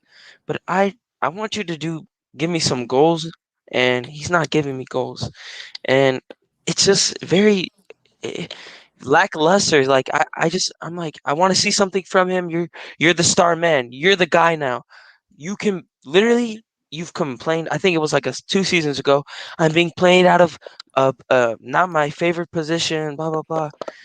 This is now your time. Messi is leaving, and to be honest, Braithwaite showed up more than you. Yeah. Braithwaite, a guy who is a meme. Who every time he does score, I agree with Abdul. I don't want him to score because I don't want him in this team. He's not even a star. He's a scrub. He's a straight scrub. I want him out of the club. But the fact of the matter is, number 12 is outdoing number 7, and it's so sad. It's so sad. Like Griezmann, I don't know what it is. This guy, like, I want to see him do good. But I tell you what it is. I think he makes me want to pull my hair out. It's like, what are you doing? The issue with Griezmann is this, and I think it's like a footballing thing. The pie already bettered, by the way. No. Yeah, 100%. Like when you see Atletico and France, they don't have the ball a lot, and when they do have the ball is recycled very quickly. So you have the ball for 1-2 quick seconds, you quickly make a pass. So it's very quickly. So Griezmann is the guy where I only have the ball for a few seconds, then go. But if in a system where we have a lot of the possession and we now have to do a lot on the ball. Like look at when Ansu Fati has the ball, when De Bruyne has the ball, when De Jong has the ball, they can move with the ball. They can carry the ball. They can beat a man. They can go left, right, and they can walk well in tight spaces. That's one Griezmann's game. Griezmann's game is just give me the ball for a few seconds and let me just quickly release it. But if it's a case of no, we need you to hold on to the ball a bit more and actually do something with the ball and try and find space while you have possession of the ball, he can't do that. So hence why, if you want to now get an interesting front three, do you see it? Because fair enough, people say it's only one game. Of course, it's only one game. But I do feel like if Barca want to play fully effective football and get the best out of the pie, I don't think Griezmann is the right dude. I gotta say I agree with you because this season, listen, it's gonna be a tough one. Because obviously Messi being gone, he literally was like a walking goal machine for us. And the thing is now, okay, we don't have to have just one guy. We need to have goals in many places. So Depay, I think he's gonna get us goals, and if I'm being honest, I'm very pleased with him. Like he looks on the ball very good. He's already connected well with the team, and he's only played a couple games. And Aguero is gonna come back soon. I'm really excited for Fati because last season, if he didn't get injured, he was gonna ball. But I hope And he the comes Euros back as well. better. Yeah, definitely. I think if he comes, I hope he comes back, pretty much the same, or at least around the same skill level. And maybe Dembele, but I really don't want to see him. And overall, I say we gotta mix and match our options. There's also Coutinho still there. Maybe throw him in because he gets paid so much money. Just put him in. Honestly, we gotta at least use him for something. Don't just have him sit on the bench. Let's actually see if he could maybe work now. Maybe with Messi gone, maybe he could do better, unlike what Griezmann's doing. Because honestly, with what I saw from Griezmann, I wouldn't be surprised if I see him not on the team sheet next week. But he probably will be. Knowing Coutinho's Coleman. been offered to Arsenal. No, I don't think he's gonna be sold this season. I've heard nothing. But he is an He's Arsenal staying. level player. Offer to be who? fair. Offer to It's who? not going to Arsenal. To Arsenal. Offered to Arsenal. And Coutinho is rejecting that as quickly as possible. Who in their right mind is going to Arsenal right now? Who? No one in their right You mind. mean Brentwood's bitches? 'Cause Yeah. that's what they are. Well, yeah. The hell, who could- Brentwood? Respect my team. I respect Shout my Brentford massive. Wait, so does anybody here feel that we're treating Griezmann too harshly? Can I That we need to talk give about Griezmann- Griezmann? No, man. He said that he's in the same table as Messi and Ronaldo. So Ooh, he has a good point. No, He doesn't. no. You see, I think Griezmann is a complete garbage player, bro. I'm tired of this guy. This is 100% Garbage? I mean, garbage is extreme. No. Garbage is extreme. No. For me, it's like this guy can't do anything. Fact. He can't do anything. He can't dribble. He's not a great passer. He doesn't have the ability to carry the ball. Like, this guy is just complete garbage. No, it's to the point. It's to the point where Koeman, he was talking about Griezmann's best attributes and what he brings to the table. He talked about how good this guy is off the ball. What does that tell you when the coach is mentioning how good he is off the ball from a defensive standpoint when you're forward? What does that tell you about that forward? They're pretty shit. Trash. Pure that's- garbage. That's my problem. This Griezmann hype. They mentioned 2016. They keep mentioning these moments, and I'm like, listen, Griezmann needs a particular system around him. He can't operate outside of that system because he's shown multiple times this guy can't be relied on. He's not a main man. I don't even think. I just think this guy can't be relied on at all.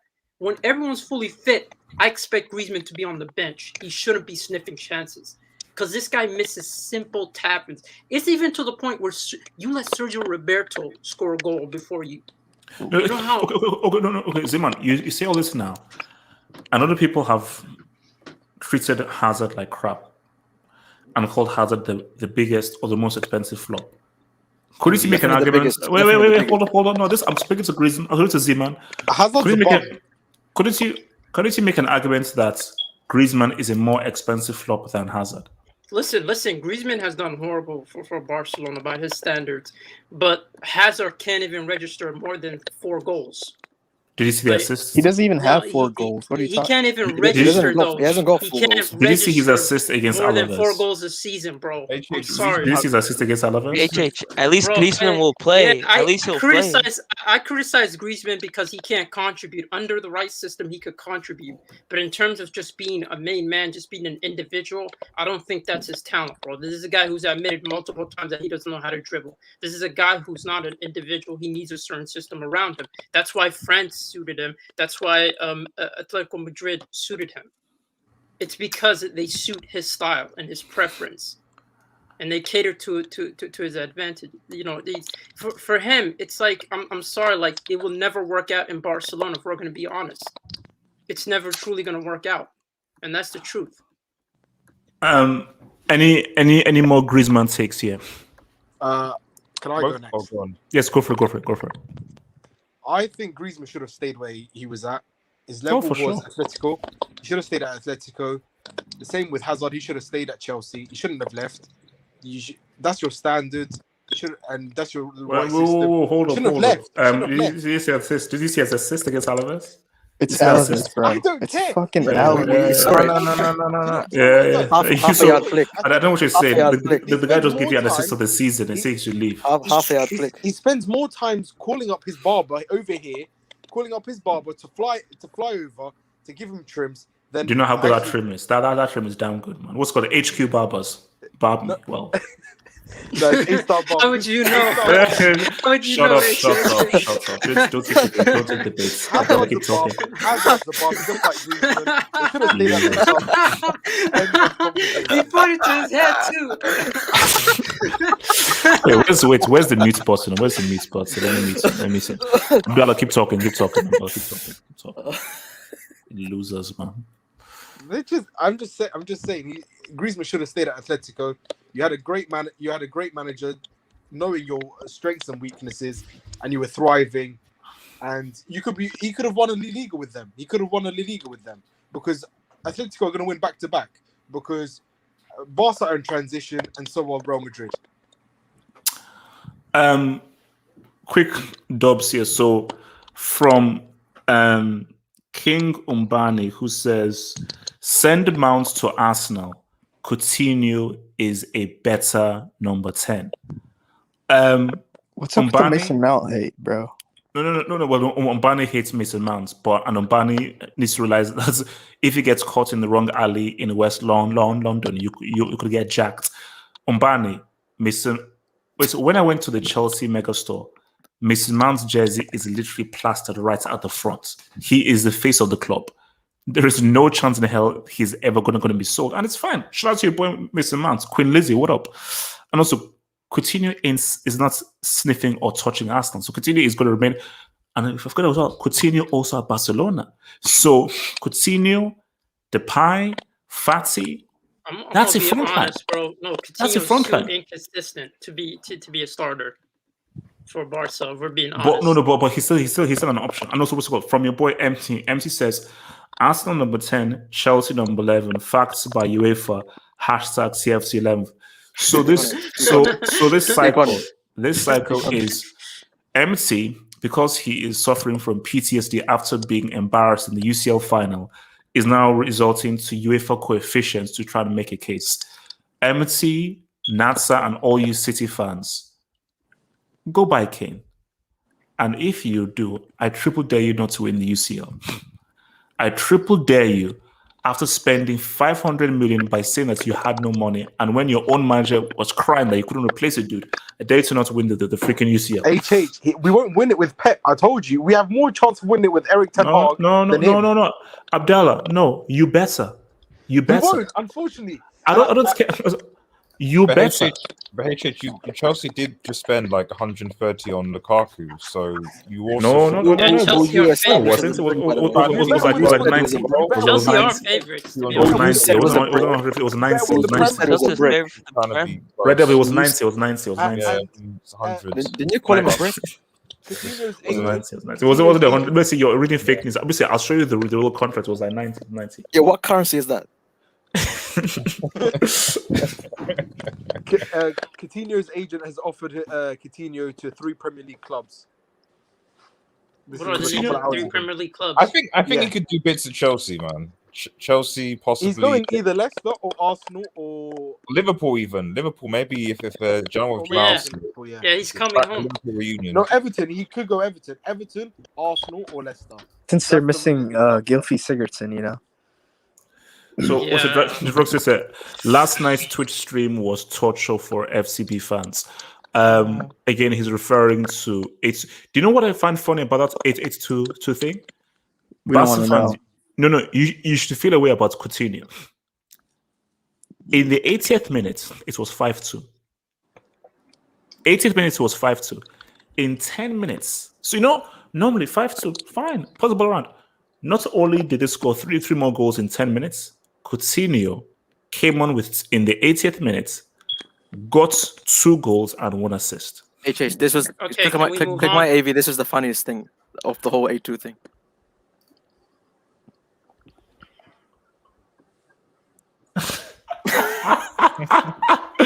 Oh man, that's And didn't he win the messed UCL up, with Bayern? Yep. Yeah, he did win the UCL. So I'm saying respect to UCL. And he was on loan. Like Barca slating all these players, but like He's a UCL winner. Why man. is He's a it? UCL How winner. come you didn't he find the has tweet the where UCL. Barca? Like, I don't understand. Like, Man, How come you Barca are didn't? bums. Yo, Barca are West bums. Gate, did you see Abdullah, the tweet? How is the Barca- man? How is the man? Hold on, hold on. Small clubs talking. Small clubs talking. How is a Man City fan talking about What Barcelona? happened in Yeah, that oh, doesn't wait, make wait, sense. wait, No, West you got Gate, no bro. CL heritage. You're a Come Man on, City. Wait, hold on. You What can't did call this Barca guy? finish. Wait, hold up. What did this Barca are guy? finished. Wait, What hold up. happened in 09 and 11, bro? Remind me. What was that? 09 and Wait, 11. hold up. Yeah. Hold up. Wait, Brickstad. Brickstad, do you have a mic? Yes. Okay, why is your username Brickstad? It just came Hazard? out randomly. I don't know. What? I don't know. I just put 2 words together and just came out with that. Excuse? Okay, so the name is random. It has no meaning. Yeah, no meaning. Okay, Bricktard. You know what? No, I'm not going to do it. Okay, Tad. Tad. What's your view on Griezmann and Barca's situation? So, What the heck? So you can speak up, man. Don't worry, we are friendly. No one is going to hurt you. You can speak up. well, Griezmann, to me, right? Griezmann Okay, is like a system. It's like a system player, right? For me, he's like a type of player who will work in like like a Hansi Flick type of system. He would thrive on that. Like the dude is like a pressing machine, and he works in that kind of system. So, but Griezmann for Barcelona, it just doesn't work. It just really doesn't work because this dude has no skills. He can't dribble. The dude's a tree trunk. No. That's Kane. That's Kane. Yo, mix it up. You could have called him Rick or something like that. You decided just to call him Todd. It's like there's so many ways you could have Yo, played this guy's around. so obsessed with Zard. That's the person that came into his head.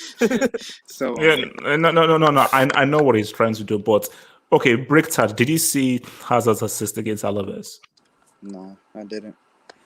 All right, go onto Twitter and type in Hazard. It's not worth it, bro. It's not worth it. Don't Bricktard, don't. Don't waste your time, bro. So next time you try to insult a guy who was voted the best player at the World Cup and a guy who bowled in the World Cup semi, The World Cup in H's backyard. just think about the kind of quality that this guy can bring, because I find it very rude. I'll make sure to appreciate Modric. I'll make sure to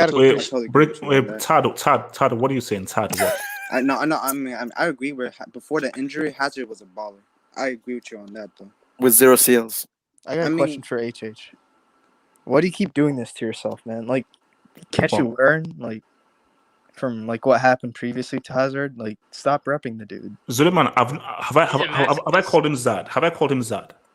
I think yes, you have many times. He did it yesterday. You literally said the Zard lives. I didn't say Zad lives. Yes, you said it on Twitter. I said Relax. Eden Hazard had a decent game. No, you did not. I said Eden Hazard had a Decent really game, good, bro. decent Bro, game. you said he done the greatest assist of all time, bro. I never said that. I never Yes, said you that. you I said. never Do you said want to bring that. up receipts? No, Do I you never want said to bring up that. assists like receipts? that. Do you want to bring up No, receipts? no, don't pull up anything. Don't pull up anything. But I never did. This is true. Shout out Martin, man. Shout From out to Latin Martin. Rosario, someone explained to me how PK and Goatweights have never Oh bowled my in god! a Someone World explain to Cup. me why how PK and Goatweight have more goals than Hazard. More Can I goals read than this for the Hazard. audience? So Yeah, when no, you clearly can't read, so let me read it for you. let me read this for the go on. Someone please explain to me how PK and Floyd Goatweight Mayweather's have protege. never bowled in a World Cup semi. Floyd Mayweather. Have never bowled in a Floyd World Cup taught him. semi and have not been able to produce the kind of assists that he did against He's Alabama. reading a whole paragraph. Well, PK Martin, and in Goatweight response have to more you, goals than Hazard. Martin, in response to your comments, first of all, how goes the OnlyFans campaign with Juve's women's team? Is it going well? That's the first thing, because I hear that you guys still need help buying Locatelli, and you still have a 45-year-old Cristiano Ronaldo as your striker. So shouts to Juventus and so forth. And second is that when last did Juve win a UCL? 1999. 80. I think it was 96. I think it was 96. Third thing is 96 years. So before some of you guys were actually born. Wild. So Old and lady lastly, for real. and lastly, Martin, unless if you didn't see Hazard's assist, I think Hazard is trying to say something. So especially for haters like you, Hazard is coming for you. So Martin, how about you sort out your own club before you start attacking a potential goat? Potential goal. Wow. Potential What? Where? goal. Depends on A what. goat for McDonald's. Burger King, McDonald's, KFC. The goat McDonald's sponsor. Come I on, wanna. man. So Zad the goat. I like that name. The HH burner account. So Zad the goat. Talk to me about Griezmann. Watch HH mute himself and then That's what Zad the goat. Prove that I'm not a clone and you are your own man. So Zad the goat. Please talk about Griezmann. Zad the goat. I just want to say family, the Torque and the Eden, the goats of football. Respect Zart. He's being forced to say that, bro. He's yeah, bro. reading, Are you bro. being He's held reading. captive? He Are you has being the held script. captive? He has the script, bro. No. Zad the goat. Can you mute and unmute your mic if you're being held captive? Give us a sign. HH's got him next door. Oh wait! I swear, if he wait, what? HH's got him next door. I'm telling you. Bro, he paid an actor. Okay. Look. Let's. So basically, we'll agree that Griezmann is trapped. Okay, last few things. Where do Barca finish this season in La Liga? 5th. You guys are trash. Hold on, let me say something right now. Hold on. Okay, wait, hold up. So live chat as well. What do you think they finish? So Abdul, where do they finish this season? Abdul, where do Barcelona finish this season in La Liga? Oh, I think Abdul may be doing I some. can go. So Suleiman, while he finishes his Scontariga, where do you think they finish this season? I hope we finish first, but I don't think that's gonna happen. I'm gonna go with a runner-up second. Ooh. Wait, did you ask me a question? Yeah. Wait, have you finished sniffing coke? No. If you're not finished, please carry on. Right? Cool. Wait, remember to wipe away the white things and stuff. Right. Do this just very quickly. So, where do you think they finish this season? Where do you think Barcelona finish this season? Bro, you know that's the truth. If any feds are watching, this is purely for entertainment. Hold up. I knew it. 5th. You want me to be realistic, right? Explain. What? The thing is, I think a lot of people, they don't really follow La Liga closely, you know.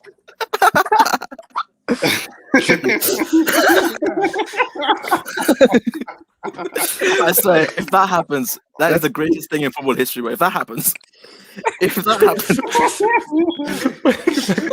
imagine if it happens on the, like on the my last God, day, that's like hilarious, basically man. on the last day of the season, everyone basically puts up like a number 10 line of messages. Or everyone claps because we ended up in 10. Yo. Okay, Abdul, No, explain. it's gonna be a rough season, bro. It's gonna be a rough season. The problem is we have a shit manager, bro. Oh, No, okay. that's fact. I agree with the shit manager, but not the placement. No, let's not be harsh on Koeman. He's a good manager. He's a decent manager. Nah, Who's he's this not, guy, bro. He lost every big game last season. Yeah, what is he good at? Explain to me. Good at eating. Ooh, true. That is true. But yeah, no, That like was honestly, like unnecessary. no. Like for me, I got into a point with Barcelona, yeah, that I just set the bar so low that I can only be positively like surprised. You know what I mean?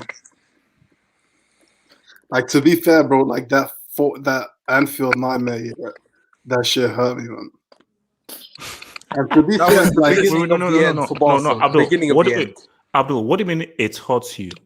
It's caused Court to go to 3 different clubs. Yeah, Abdul, no. Abdul, hold up. Not only did it hurt you, I'm still looking for Egg Boy Hero. I haven't heard from Egg Boy Hero ever since I was playing Red Dead Redemption 2 on the day of that whole thing. And I'm worried about him. Egg Boy Hero, where the hell are you? Call me. Say something. The heck? You know what's wild? I went to an old stream and I saw like him commenting in the live chat. Just him saying like, "We're gonna win. We're gonna do this." That's wild, bro. I feel for the dude. No, you have to understand. Like this guy was fully sure. He was like, "Oh, come on, H. There's no way." I said, "Well, you never know." He said, "H, come on, it's 3-0. Well, we're gonna win. It's fine." But Egg Boy, you never know. I said, "Oh no, there's no way." Ever since that happened, and this guy was on my Twitch streams every single time, so he was irregular. Cut off. What happened to Just Beston as well? Like after I would have thought you. No, like honestly, bro, I Where is Just Beston, man? This guy was a Neymar fanboy to the No. Wait a minute. You know, the last time I heard from Josh Beston, he basically said that, LOL, this guy thinks that Messi is going to win Copa America. I can't wait until Neymar wins it. And so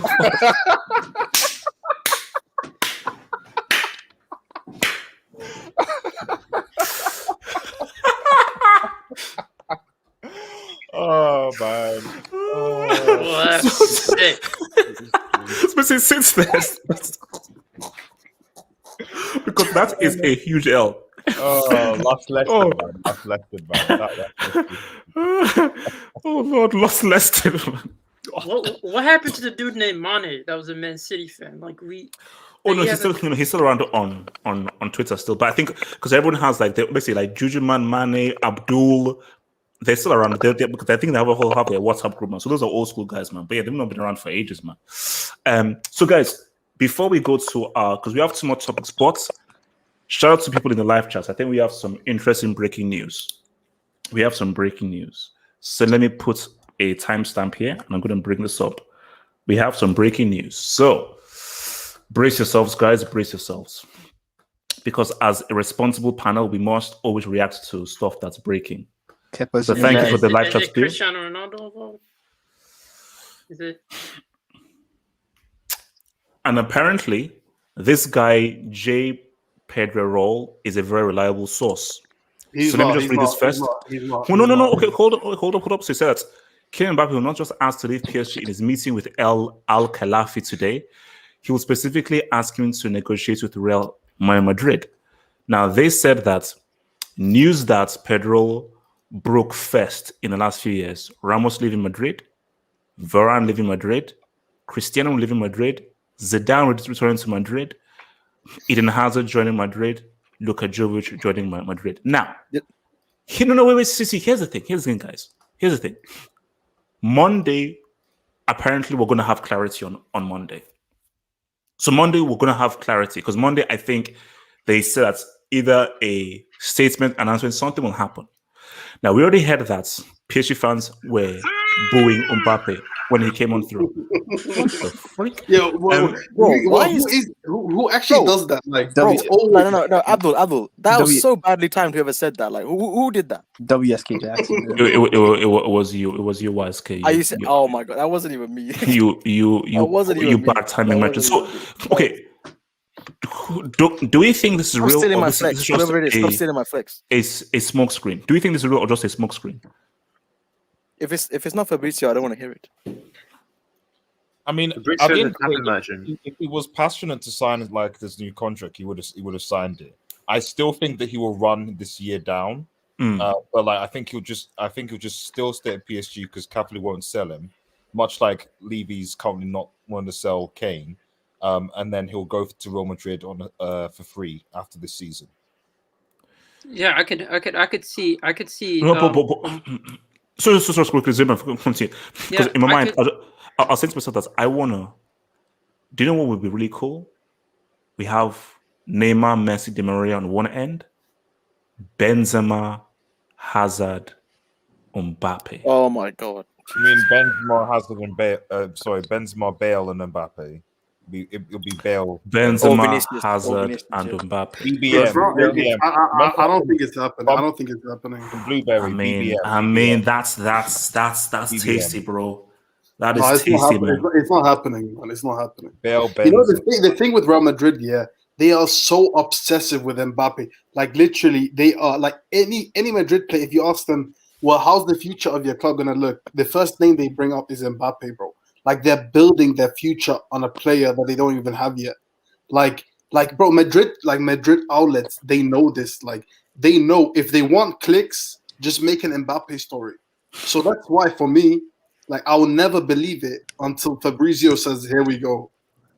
And like I think this, I'm pretty sure that exact same, like I'm pretty sure it was him in June. He tweeted, "Varane is signing a new contract at Madrid." So like, I wouldn't believe anything he says. So does no one here believe this? I don't believe it. I believe it. Okay, no. It seems so fake. Okay, who thinks Mbappe will go to? Does anyone here think Mbappe goes to Real Madrid this summer? No. Nah, I don't see it happening this summer.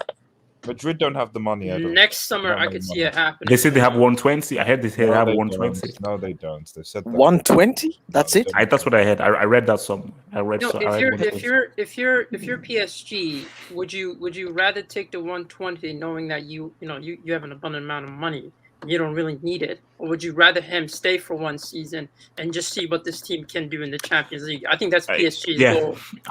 Basically, my thing is, if you're PSG, you're like, maybe this M&M can win us this year. We listen for a free. We're rich. We don't need the money. So, okay, we'd like him to sign and so forth. Okay, we lost out on a potential 120, 150. Big deal. We're rich. We have the money. Whereas we can maximize the marketing of M&M, Mbappe, Neymar thing. You really fully maximize it. And then if you want to go for a free, cool. Have your go. And who knows? What if they click, they do really well with it? Mbappe will be like, you know what? Maybe I want to stick with this a little longer, So that's the, but it would be a big move if Mbappe, like, nah, it's not gonna happen. It won't. I don't think it will happen. Like, I think the Messi thing is too big enough. Messi and Mbappe living in the same summer, nah, that's too high. But it would be massive if he was to move this summer. That UCL will take a whole different slant, bro. It will take a whole different freaking slant, man. You just want to move because you want a dud argument for Mbappe on the CL. That's pretty much it. Whoa, who? What? Okay, guys. Now let's talk Horseman thing, man. Gerd Muller. Sad news, man. 75 years of age. Sadly, passed. Sorry. Before I do this, so MC says, didn't Lothar miss a penalty costing France the Euros? No. He scored a goal in the World Cup final. He's the second teenager only to score a goal in the World Cup final. Empty. Yeah. So there you go. Like, it's only Pele and him World Lost Cup. the He won the knockouts. World Cup. So back here. So Hazard is the horseman. Hazard is the horseman. How much did you pay him, HH? Nothing. He's just speaking facts. So 20 guys, quid. no, Gerd Muller. Let's get back to Gerd Muller. Sad news. 75 years of age. 75 years young. Sadly died, passed away. Amazing legend, German legend, and one of the true great strikers. I think it's only right that we sort of investigate Gerd Muller, because again, people have said that, wait a minute, half hope. Shouldn't he be a horseman? Because you see, my thing with when I was doing the whole thing before I did like that video, I obviously knew about him scoring in the European Championship final, winning champion. Well, I don't think he ever won the European Cup. I don't think he won the European Cup, but European Championship, scoring in the final, scoring in the World Cup final, and his goal ratio, 68 goals, 62 games. But what I forgot were the records he held and how long he held those records for. Wait, did you say he's never won a European Cup? He's won two of them. He's won three. He's won. I'm sure he's won three. He's won three. Because when I looked on Wikipedia, UCLs. it said Cup Winners' Cup. It said Cup Winners' Cup. I don't think it said European Cup. Yep, it does. I'm fairly sure he won three in a row. He won 3 European Cups in a row with Bayern, wasn't it? It was part Okay, of well, that. let me see. So honors. 73, 74, 75. Yes, you're right. Yes, you're right. So yeah, and he scored in a. I think he scored in the final. 74, 75. 4-0. Yeah. This guy. Wow. No, come on. Look, There's man. no case, man. Yeah, look, this guy don't has. Yeah, I mean, look, this guy's. There's no. It's just. I don't know what. Very easy. Red Devil, relax. Let's talk, man. Let's talk. Because look, it's difficult to be a horseman. Okay, you need to. But my thing is, what surprised me was the records he held, and for how long he held them. Because I didn't know he held that goals in a calendar year record, and also, like Messi only beat it by 6 goals or so forth. Because Messi was 91, and I think he was 85. So he got 85 goals in a calendar year, and that held on till all the way through the 70s, 80s, 90s, 2000s, and then only in 2012 that Messi beat it. And then the Bundesliga single season record held all the way until freaking 2021 this year for Lewandowski. So I forgot how many records that the guy held. But HH, before I leave, can I? Yes, sir. Can I just quickly say shout out to Martin Rosario? Oh, wait, also, how did you get a shout out? And also, Montaha openly said he would rather have Jamie Vardy than Muller.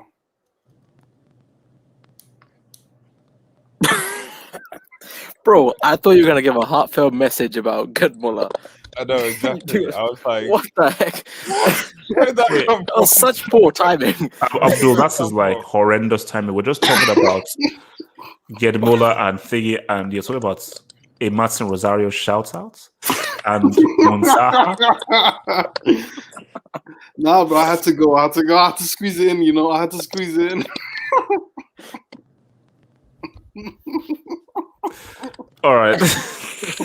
Okay. Peace out, man. Look, this is great. So look, I mean, Red Devil. If you are being fully critical, should he and does he deserve to be a horseman based on what he's done? 4 Bundesliga titles, 3 Champions Leagues, European Cups, back to back, in which he scored, I think, in the fight in 2 of those finals. One of them was a 4-0 to Atletico Madrid. 1 European Cup Winners' Cup, which is even more challenging competition. Won a World Cup, scored in the final in 1974, and a European Championship. Ballon d'Or in 1970. Football Player of the Year for Germany twice. Golden Boot, obviously, win a 1970 World Cup. FIFA All-Star Team 1970 as well, man. European Championship top scorer 1972. He's a horseman. He's a horseman. Like, I don't know. I mean, we would have people have no debates with the likes of Messi and what have you. But like, I've literally told you, guys, basically won everything there is in football. There's nothing that he's won a Ballon d'Or. He's won back-to-back Champions Leagues for Bayern Munich, multiple titles and domestic trophies, a World Cup, and a European Championship. I don't really like what more. And he's obviously set the records that you've said. What more as a forward do you have to do when your record was just broken by obviously Messi and his ability and what have you? I don't get what. And also, and the thing is, because one of the things that I hear a lot, and I don't like this argument, is that a lot of younger fans have not watched football like, oh well, back then he was probably playing easy opposition, blah blah blah blah. Okay, fine. If that's the case, then why, if you look at the top 10 scorers and assistants, why aren't there more of those types of him in that list? Why am I seeing a lot of players post 1985, 1990, etc. in the top 10 if it was so easy to do the things that he was doing back then? Why is there a Gerd Muller and then the rest of the list is Ronaldo, Ronaldinho, Messi, etc.? But easy, then how come he's the only one of that time period amongst one or two other people that are actually there? If it was easier back then, it clearly wasn't easier back then, and he did it and he achieved everything. So no, he's a horseman, surely. No, but bro, so I don't think you're listening to the accolades that have been put forth. We're talking about a guy who held several individual records that was held for decades. We're also talking about a guy who led guys to European Cups, scored in a European Cup final, scored the winning goal in a World Cup final, and has an amazing goal ratio. Okay, So it's like, to be fair, Iniesta's playing career isn't over yet. He's still in Japan. The Japanese You treble. don't know. He could be. yeah, he could win the Japanese. Japanese treble. Can I just say one record? Juju man. Hey, what's up? What's up? No. Hold on. Juju man, you told me that you are busy trying to earn money and so forth and being rich. So what are you doing here? Oh, look. By the way, I graduated. But look. Hey, congrats. No, wait. When did you graduate? Wait. When did you graduate? It was the 5th, August the 5th. It was like 2 weeks ago or last week. Well done, man. Well done. Congrats, bro. Well, hold on. Oh yeah. But what's called? Yeah, guys, I'm here. Like I'm hearing this. I just wanted to say one piece. I'm hearing this. I want to have it on record. Because I'm hearing this Madrid to Mbappe rumor. Like, and I'm telling you, like, I'll get people upset, but this will be a terrible decision. Like, honestly, because this guy he's not ready. He's not ready for Madrid. I've watched him, and look, he's not ready for Madrid right now. And I think this is. Oh yeah, thanks, James. Thanks. Oh yeah, he's not ready. Yeah, thanks, guys. Yeah, thanks, guys. I'm telling you, he's not ready. Like, he's going to get abused. Like, if he misses. Like, he's not ready for Madrid. I think this is. This is the worst decision. But yeah, that's just what I want to say. Yeah, continue. No. So wait a minute. We're having a Gerd Muller retrospective. She just came in here to talk about how worst time. Yeah, it's literally like it looks like I'm looking at the rumors. It looks like it might be real. Like he might be asking to go. But if it happens, I mean, this is a terrible decision. That's my opinion. That's my take. No, Juju, but he has to. No, Yeah. but let's get back. Let's get back to Alright, Muller. Jojo man, never change, bro. Never change, bro. No, wait, Never hold on. change. So there's a what? No, go on. You first. No. So Abracadabra says it's official. Gerd will be the second horseman after Zinedine Zidane. Well, if he's a horseman, he'll be the sixth one. The currently 5 horsemen. What is it? What do you base like being a horseman on, though? Before I say, that's a great question. Let me just hit this from Martin Mazara. Martin says, congrats to Jujuman. Drinks are on Half Hope the Great. Thanks, Matt. Look, Jujuman, do you know how much you are loved in this. But Do you yeah, know- the crowd. Yeah. like, You know, do you, double no, watch the show. do you appreciate the love that people have for you here? Do you? Yes, Juma, yes. I want a speech. watched- I want a speech. I I want a watched- speech. Hey, you know, guys, like I watched the show. I agreed. Like with the one comment, because I watch the Hangout sometimes in the background, and I hear I agree with, like, for example, the one comment Norman made about the Barcelona thing with Messi being made up. I agree. I thought they made up this stuff because they knew, like, beforehand, like they were not going to sign up Messi, so all this was just made up, and like in the one Hangout. So definitely. I listen to the Hangout. I like my free time. No, but I said, do you know how much you are loved here? People love yes. you here, even more than me. People love you more than me. You know? No. I like the hat. No. Yeah. And the guys are cool. Yeah, the guys are Okay, so Shant, to answer your question is, World Cup is bare minimum to be a horseman. Bare minimum. Without that, you can't even be considered. So you need that. Your individual, your skill, how good you were, and the key thing, impact. How did you impact the game as an individual? What did you do, either in a revolutionary sense or just in an impact sense, did you do? Pele, 17 years old, teenager, prodigy. Maradona, what he did with Napoli, and the greatest goal ever scored in what he did in '86. Beckenbauer redefined how we viewed defenders. R9, Ronaldo, perhaps one of the most gifted players we've ever seen, but specifically what he did in '02 in that World Cup, what is the greatest comeback story and done we've ever seen. Zidane, what he did in the '06 World Cup as a 34-year-old. Iniesta is 34 and saying what's up in Japan and Tokyo. So you see, that's bullshit, HH. I don't like the way you bring up Iniesta. You don't bring up his accomplishment, what he did, what he's been doing in Euros and World Cups. Like, you always have to mention the 34 and went to Japan. When in fact, HH, before, like, Zidane was 24 or whatever, he was a nobody as well. He was a nobody. Before what? Like, he was a nobody. But Shan, I don't care about what he did before 24. All I care about what did you do over your career. yeah, Zidane is a World Cup winner. Iniesta's done a lot, and then you just keep mentioning the Japan. No. Iniesta is a legend. Iniesta is right on the cusp of a horseman. But for me, for Iniesta, is he doesn't have that individual impact that the other individuals have. Hence why we now come to the whole Gerd Muller thing, because this is a really interesting debate.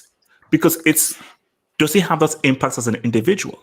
That's what I was gonna ask you. I was gonna actually ask you, what's the difference between Gerd Muller and the other horsemen? What's the major difference? I'm not sure whether he had as much impact as an individual as the other five. But how much is impact rated? Is it rated really high? Is that pretty high? It's pretty high. It's pretty high. Horseman. It's pretty high. But that's that's what the Ballon d'Or for me is for. So if you win a Ballon d'Or, that is almost a symbol of the impact that you've had for your particular player, team, squad, country, whatever. So that's where I would say you put him in that category, because unlike an Iniesta, did Iniesta ever win the Ballon d'Or? No, he did not, because there were other players around that were making bigger, more impacts than him. By giving the Ballon d'Or, what you're saying is this player for this particular year has made the most impact in football, has been the best player in football, and so by that logic, on top of all the other stuff he achieved, I think you've got to put Gerd Muller in the Horseman conversation. Has R9 won a Ballon d'Or? Wait. Yes, he has. Why is K Jackson? Talk to me. So the thing about the R9 dud in 02 is absolute bullshit. Like that's yes it is. No, that's true. His knee exploded. Hold on, no. You don't give any regard to other players' knees exploding. So, and his injuries wasn't as bad as some of the stuff that, for example, your boy Van Dijk even suffered. So, with Gerd Muller, the one record that you guys don't mention is this guy scored. He's the only player in history to score in a Euros final, a World Cup final, and a Champions League final. There you go. European Cup final. Speak on it. So did he score in Champions League final? How is R9 ahead of him? Explain bro, to me he how scored in R9 is two. ahead of He him. scored in two. He scored in two He scored in CL two of them. finals. Yeah, He scored this the guy break is in the ahead of best Back to R9. back, We're bro. talking about Back impact. to back. Back to Oh back. wow, yeah. If a guy who's not won a CL in his life, not reached the final in his life, is on there, Yeah, no, that's 100% then fact. Can you How's leave R9 Ronaldo ahead alone? of him? Can you leave then- Ronaldo alone? Well, please? then Gerd consider him Muller a is a horseman, horseman. bro. He's a horseman, bro. I agree Oh, with wait. you, Wesker. Ahead No, of that's who? facts. Ahead That's of who? facts. Going by your logic, HH, he has We to be could a horseman. we Ahead can of balance who? this out by removing R9 if you No, want. no, no, no, for no, Gerd no. Miller. I The- think we can look. we can do a democracy here. Bro, if you think about it, Gerd Muller actually like put Bayern Munich on the map. Like Bayern Munich wouldn't be the power horse that it was without that foundation. What about Beckenbauer? Yeah, didn't Beckenbauer play with each other? Okay. Yeah. Or did Yeah. they play before? Did he play before him or after him? I think they were both in the same youth academy. Youth academy. But I think But my thing that did Gerd Muller have as much of an impact as an individual as the other five? I mean, he's had more of an impact than R9. But Yeah, that's there's not even a debate about that, to be honest. that's not debatable. I mean, we can have that debate. We can have that debate if you want. You're gonna lose. So he's played in 5 finals. So he's pretty much been how many The key is how many finals did he play and did he lose? That's the question. How many finals did he play and did he lose in? Because we know, unfortunately, R9 did lose in one of those finals. Yeah, no. His impact is Bayern Munich, the club. If you really think about it, that's his impact. Their relevancy is down to his contribution. So, like, you have to give him some credit. No, look. This stats are compelling. So, from MT, MT says Iniesta is the only player to be man of the match in the Euros, World Cup, and UCL final. Speak on it. Which UCL final was he man of the match in? 2009. No, 2015, I believe. What? Was it? No, he wasn't. Was it? No, he was. Iniesta was never man of the match in UCL. No, he was man of the match in a Euro and a World Cup, but never in a UCL final. He was never man of the match in a UCL final. No, he actually was. He actually was in 2015. Yeah, 2015. That's what I just said. Is it? I'll check it. I'm not sure that it was. I'm not sure. By check it, he means he'll find a way to discredit it. Yeah. I'll check. He'll look back on the tape and he'll be like, he didn't score, bro. I'll check. So look. I mean, it's something. It's something like I think when you just look at how he puts Bayern on the map, and I think it's the facts of World Cup final, Continental Cup final, European Championship final, and European Cup final. Those records that he held. Yeah, I mean the resume is pretty damn good. The resume is pretty damn good. You talk about Cristiano's club record at Real Madrid. Why are you bringing this guy up? Wait, I think wait, relax. The real Ronaldo has more goals than games played at Real Madrid. So, and you say international football is like the dud, right? It's the most difficult of football tournaments. This guy scored 68 goals in 62 games he played for Germany. That's sick, actually. That's sick. I mean, let's be honest. How many of them were penalties? How many of them were penalties? Oh my god! How was R9 in this list? How many? Ask a question. Can I ask a question? Can I ask you a question? A question? Who missed the penalty that knocked France out against Switzerland in the Euros this year? Mbappe. The guy who has a World Cup. The guy who won a World Cup. No, look. I mean, can I? Because I think we should have a vote. We should have a democracy. No. Democracy is overrated. Yeah, no. We should do democracy, bro. What? No. Democracy is overrated. Okay, HH, what is your based on your criteria? What is your argument for him not being a horseman?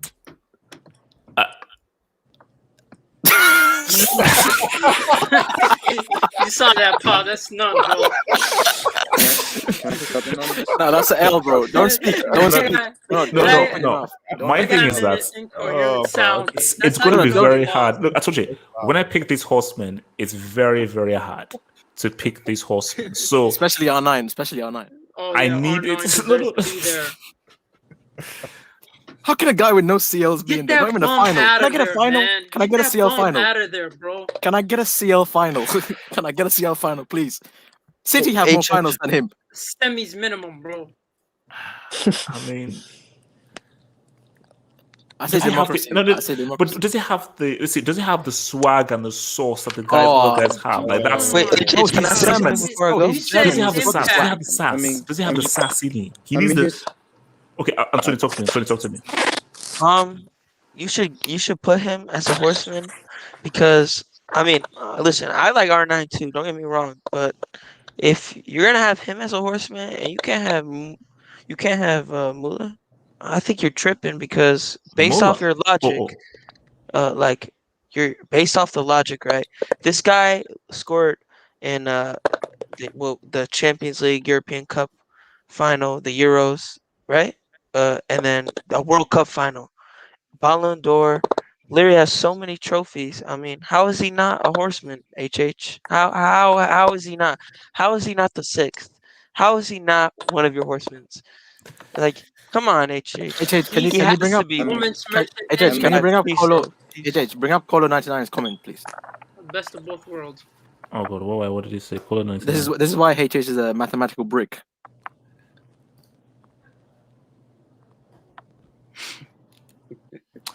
I've redefined it. I've redefined it. See, it has nothing to do with the four horsemen of the apocalypse or the four horsemen in WCW.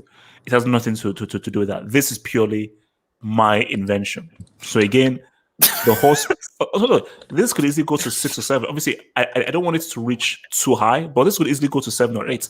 Like the main thing is, and there is somebody who is going to be the 6th horseman when he retires, but he needs to retire first before I make him the 6th horseman.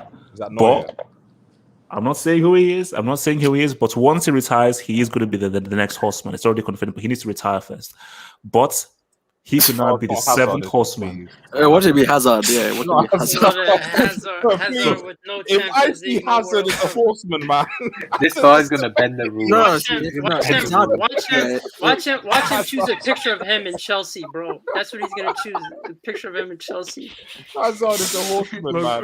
Guys, are there like already 2 horsemen right now playing? I think the 2 horsemen right now are still playing. Who? You know, I mean, Messi and Ronaldo, they are horsemen. No. Juju man, to be even considered, you need a World Cup. No, that doesn't matter. It does. Juju man, it does. Doesn't matter that much. I say Cristiano and Messi has achieved the CL exchange rate for a World Cup, so I think they should be on there. Yeah, I think is the horseman is like I'll say my list, but sorry, I'll just say it's Messi, Maradona, and what's it, Pele and Ronaldo. This is the horseman. I think that's consensus or what? Wait, so no Before. Zidane, no R9. No, like Messi No and Beckenbauer. Ronaldo have like they've accomplished a lot. Like we can't throw that under the rug. Like literally, like these guys have. Why do you not 15 years rate? at the Why do you top. not rate consistency? Why do you not rate consistency? Overrated. that is like- okay, this is overrated, man. No, these guys are- no, consistency is cool. I'm about Dodd. I'm all about Dodd. Like Dodd is critical. So let's just get some of this Dodd. So from your boy King Gubani, who says Kanse is near horseman status, the defensive Messi. Who? I mean, Conte? No, stop right Oh there. my Nah, God, bro. stop right there with Smoking that crack. bullshit. Whoa, can Mbani? right Can you respect if my fellow Chelsea fan Mbani, please? Can you Yeah, please? maybe one of the show some greatest. respect. Yeah. Mbani, don't mind them. Mbani, you know what? Let's see what Kante does from now to the end of his career. Because if Kante wins another World Cup or wins a Euros, I'm just saying. No, he's not considered, bro. If Yeah, Iniesta sure. isn't considered, He's that a man horseman. can't be He's a considered. horseman at London Sure. Blues. I'm sorry, bro. From MT, who says, LL, remember what Iniesta did to your number 11 club in 09? No, I don't actually. No. Wait. Hold on. MC, I don't. But MC, I do remember what we did to your trash club this year. We know what we did to your club this year. Do you want me to bring out that shit again? UCL. MC, you spent 3 trillion winning nothing, man. So, and from Hamza 3096 says, styles matter. Of the 5 guys, more sorry, of those 5 guys, they are more than penalty box players. Horseman isn't really gonna now detract him because he was a tapping guy on the penalty box. See, styles is something different. If it's about style, bro, Okocha is right up there. Okocha, Dino, these guys are right up there. If it's purely about style, this is about Wait, achievements why and isn't done. Dino in it? Oh no, Dino, 100%. You know, start. See, No, why isn't he a Dino, Horseman for you? 06. He had to say what's up in 06. Like based off 06.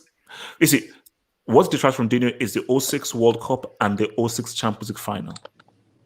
Hey, Chich, one quick question. Yes, sir. How many? Just I clarify because I'm generally ignorant. I don't know. It's not a joke or anything like that. How many league titles did R9 actually win? And I didn't win a CL. I think one. World Cup. I think I one. think it was like 3 or 1. So I think it's somewhere 1 or around the 2. range. 1 or 2. With Real Madrid. Red, I'll personally research that for you right now. YSK. Yeah. No, I think clarify it is that. actually one. I will confirm that in a few minutes. Okay. So are we trying to just discredit a Horseman? No, I'm here not or trying. I'm legit just asking a question. Like, I just want to, because obviously we're talking about You guys are differentiating. strange, man. World Cup is important. If you're in the CL, then obviously I assume he did well in the league and did multiple titles. But how many league titles did R9? 1 for Real. So you're saying R9 only won 1 league title and then the World Cup, and that was his trophies. Exactly. The Europa League. So You won Europa League. But he had a haircut, Red. He had a revolutionary. No, haircut, he won a bro. European Cup with Inter Milan. European Cup with Inter Milan. King Gabani says no DM has ever led a team to a CL and a dud at Leicester City. Bro, he Guys, can't be a DM by himself. First and foremost, let's get that wait, straight. Even so at Leicester City, you're going to he put never no was respect an on his alone name. solo DM. He's never. I mean, solo more DM. box to box for Chelsea. Huh? Yeah. HH. In your personal opinion, who's the GOAT manager? Very his name. hard to say. Mourinho. No, I want you to be biased. It's not about being objective. I just want your personal. My personal bias is Yeah. Mourinho. Uncle Moore. Yes. Just listen to this. There is a huge difference between a player that keeps consistency and a player that has moments. And that is what makes a difference between a top player and a player with the top potential. That was your GOAT, acknowledging the importance of consistency. So to be fair, he does have Ronaldo R9 as a real goal. So no comments. Me and Mourinho, as much as we love each other, sometimes we differ. Sometimes we differ on our viewpoints. So because Mourinho says one thing, I don't agree with everything Mourinho says. It doesn't mean that I don't love him any less. Casey says Muller is the greatest goal scorer, nowhere near a Maradona talent. You should put Leviashin as a horseman. He revolutionized goalkeeping like Beckenbauer did with centre backs. Nah, I don't think he did. Nah, that whole he was a spider stuff. Nah, like let's keep it real. He was a decent keeper and so forth. We know who the true goalkeeping revolutionary is. Neuer. We know who that is already. So, and it says Lev Yashin, and he. David De Gea. Who said Kepa? Who said Kepa? Ter Stegen's pretty good, isn't he? Yeah, David De Gea is incredible, bro. Who said Ter Stegen's He can't easy. So that's my thing is that David Muller is okay. He may not have the kind of talent or the je ne sais quoi that the other guys have, and that may be the thing that is missing from him, that he doesn't have the kind of quality or technique that the 5 horsemen have.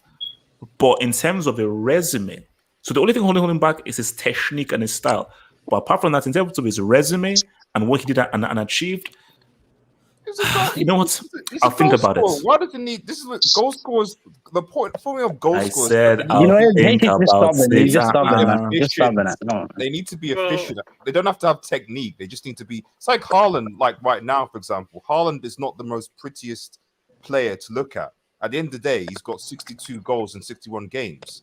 Like efficiency, ruthless efficiency is the most important thing for number 9. Not like leave the prettiness for like support strikers and wingers. You get to be pretty as a number 9. Are you efficient in front of goal to score goals? If you're not, it doesn't matter how many people you nutmeg. Are you actually scoring those goals? And if you do that and you do your job well, that's it. That's the law of any number 9. Simple as that. From your boy Umbani, who says Kante won the CL with Mount and Limo, and an EPL with Waterman. So, guys, I mean, are we going to put some respect on Kante's name? Did he win a treble? No. Did he win a treble? Hmm? Did he win a treble? Man, you and this treble, you are so obsessed with this freaking treble, man. I'm just saying, it's just a question. No. It's just a Red question. Devil, you can't. That's a great question. That's an unfortunate segue. That's an unfortunate. You can't talk segue. trebles with a guy who's not even won a double yet. So that's unfortunate. Segue. So, guys, let's talk treble talk, man. So, welcome to our debate. Yay! Hello, the debates. So, what is the greatest treble? The best 20. treble win? 15.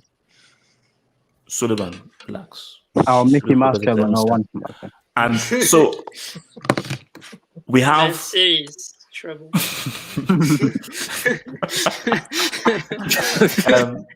So we okay. Look, before we go, let me just quickly hit this, man. So your boy Shane says, "Is it Dodd if he took a second division club to the Bundesliga for the first time in their history, and then to a European Cup three-peat on 563 Gs?" Wait a minute. Did he do that? Yes, sorry, that is I've literally, yeah, he's a horseman. They won 3 in a row. Whoa, hold up. Did he take Bayern from the second division? Yeah. No, I need to research that. No. He's that can be talking right. about gold status right That can be right. Shane is tier 1. Tier 1 source. That can be right, man. That can be right. If that's true, then he must be. He's got to be having Maradona now. No. He's fighting for gold status. He's getting Maradona, isn't he? Yeah, bro. Okay, wait, hold up. Barney, so I think R9 got to go. I think R9 got to go. He's overstayed his welcome in this horseman list. Bro, R9 can't speak to him. Wait. Yeah, he's not that See, bad. I have to make sure if he took these guys and promoted these guys. Yeah. That's Horseman. Nah, see, okay. I've got to research. Look, see, if he did that, bro, they didn't have a Bundesliga title before he did that. There was no he basically won Bayern their first Bundesliga titles. Who is the GOAT? We need to have this discussion. Whoa, relax. Forget about Okay, chill. Okay. Who is the GOAT? Okay, relax, chill. We don't need to know go. the goat is. Go wait. Go wait. the The goat. Hassan, you saying who's the GOAT is actually legendary. Like, man, I think you might have to remove R9, man.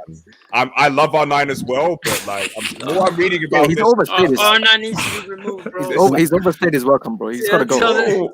Guys, tell this that guy is he needs to go. No, this was about Gerd Muller. This is not about this No, discrediting the horse. It's now become about how I know, and I'm trying to get it away from discrediting thing. Claude once said you gotta go, so he's gotta go. It became personal at this point, bro. Because see, Wikipedia is so crap. I want to know, was he with them in the second division? Why do you use Wikipedia? That's he was. Yeah, why do you look at Wikipedia, bro? Okay, that no. can be changed, man. Why do you use Wikipedia? The club which could go on to become the most successful young club was then still in the Regional League South. Yeah, Regional South. Yeah, so 1964-65, he was the Regional East South. He was with them. 26 appearances, 33 goals. Then he got promoted the following in the 1965-1966 season, and I think they went on to win the league in that season.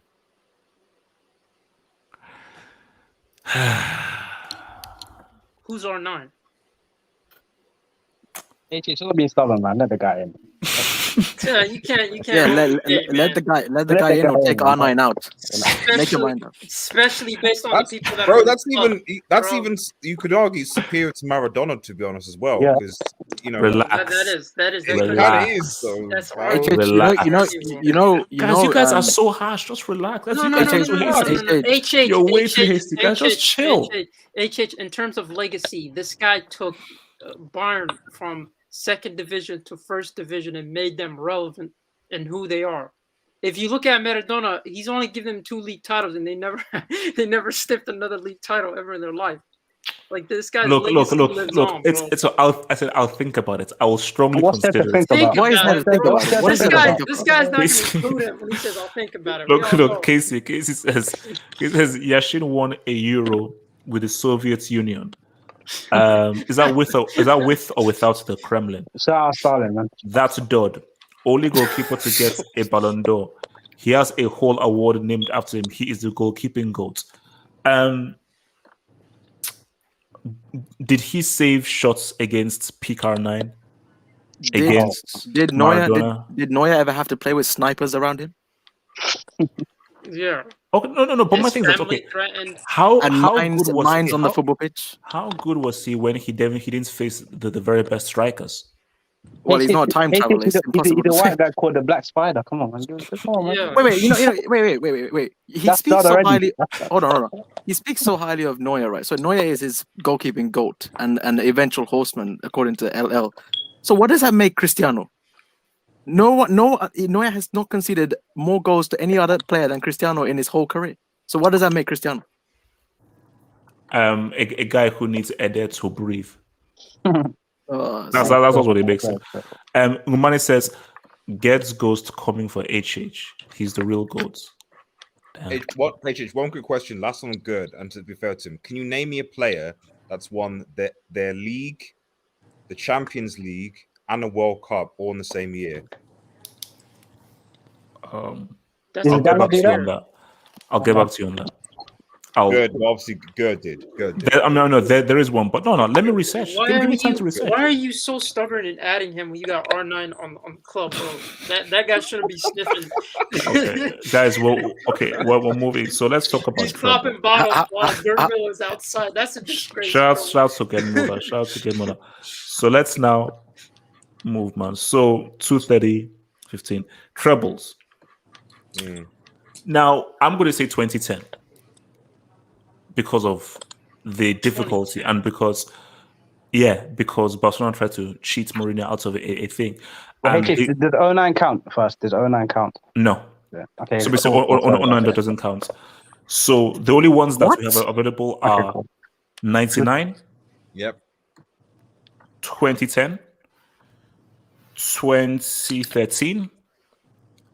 And 2015 and 2020. Those are the only trebles that we're going to talk about. Because also, we're also doing this based off the Champions League era. 09 doesn't count. Click on my AV, please. Oh God. Where's it? YSK.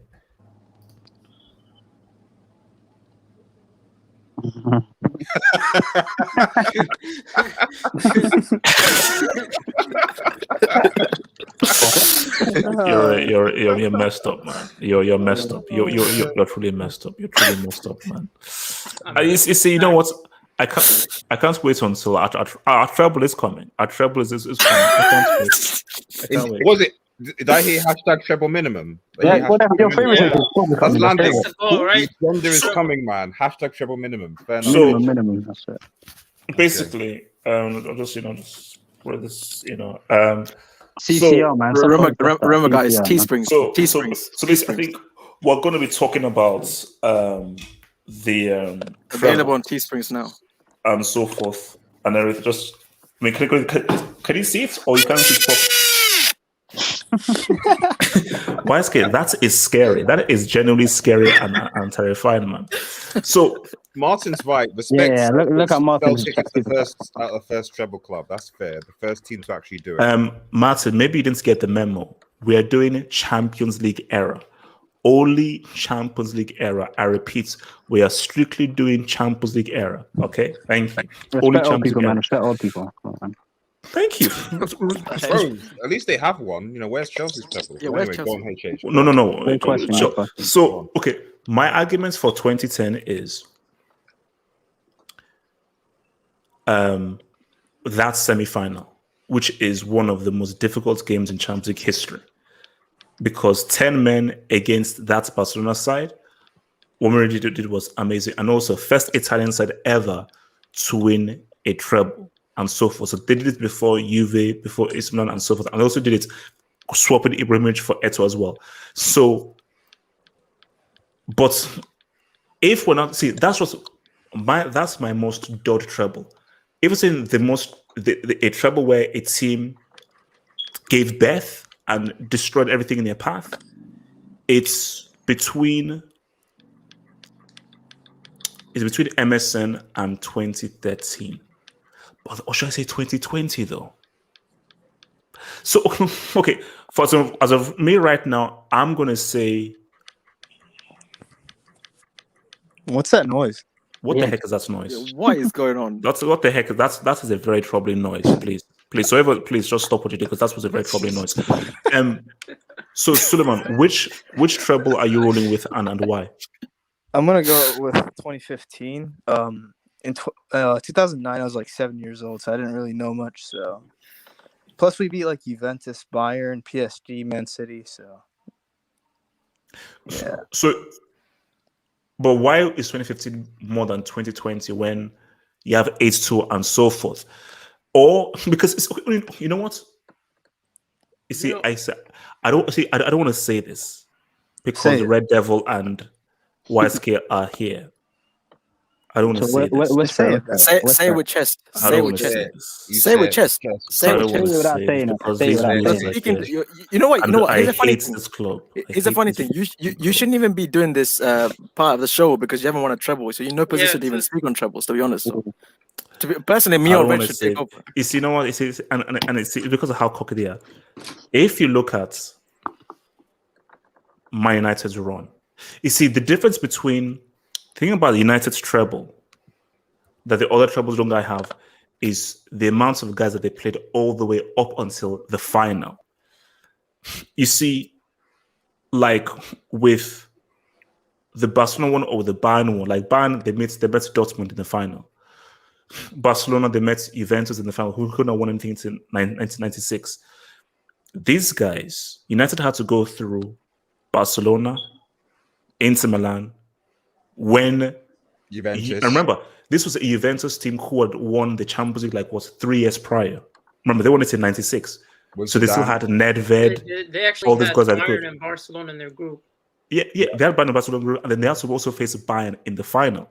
Yeah. So to be able to go through all those teams who were pretty much sledgehammers all the way through, like that treble is pretty crazy. And also remember, it's not only doing that, it's also being in a very competitive Premier League.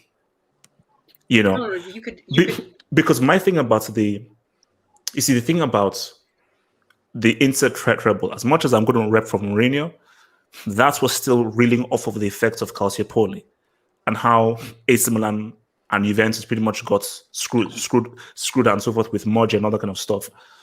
La Liga, again, because of the TV deals and everything, it's lopsided. So Barca and Real are always going to be heavily favored in a La Liga.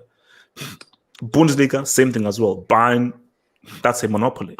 But the thing about the Premier League is, see, I prefer La Liga football to Premier League, but what I'll say, that Premier League is the most competitive and it's the most difficult.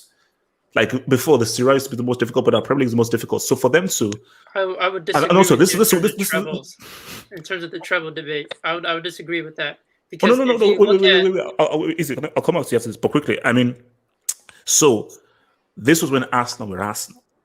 Not this Arsenal that we know now. This is when Arsenal were very good, and they took them to the last day of the season, where I think they beat Villa, and then I think United beat Tottenham in their game. So, if we're being fair and taking everything into account, remember this is treble. So this is not Champions League specifically. Yeah. So this is how hard was this to win your league? How difficult was your league? You go, how hard was your domestic cup trophy, and also how hard was your Champions League? So when you put everything into account, I think United, is the right answer. But Zeman, what say you? You said how difficult the league is. If you look at the league for 2015, you would notice that Barcelona had, I believe, 94. Real Madrid had 92. So they push us towards the end. And then you also look at the Champions League. In the knockout stage, we faced up against the champions of their league, literally, throughout every single knockout stage match. So in terms of what year is it? The 2015 treble, that's what we're talking about. Yeah, that's so. So if you look at from those perspective, you talk about how competitive the league is. But then if you look at Manchester United's trouble, I believe that Manchester United had 80 points. They won with 82 points. They weren't severely pushed to the point where Barcelona was pushed by Real Madrid with only 2 points behind them, and both teams going to 90, which means they didn't drop that much points in the league. And then you look at the Champions League, and you look at the fact that in the round 16 we had I believe Man City, then we had Bayern, then we had PSG, Bayern, and then Juve at the final. Okay, but Zeman, then, objectively speaking, would you say that La Liga that season, top to bottom, was more difficult for Barca to win than in 1990? See, now the difficulty here is that because I'm old enough to know how difficult it was, the Premier League in 1999. Yeah, I don't. So my thing is that La Liga is pretty tough, but Premier League back then. I've got the Premier League standings for 1999, and literally it was a point. Manchester United finished on 79 points. Arsenal finished on 78 points. And also the key thing to that is look at that points total, 79. What does that show you? The games were hard. So it's not a case of where City and so obviously it shows you that United were not obviously this amazing supernova team that can just completely destroy a league and get to 100 points, 98 points like Pep can with his checkbook. So that's 70-something points shows you that. So that 70 points also shows you that it's even more credits that they did well in the Champions League, because it shows that it wasn't that amazing.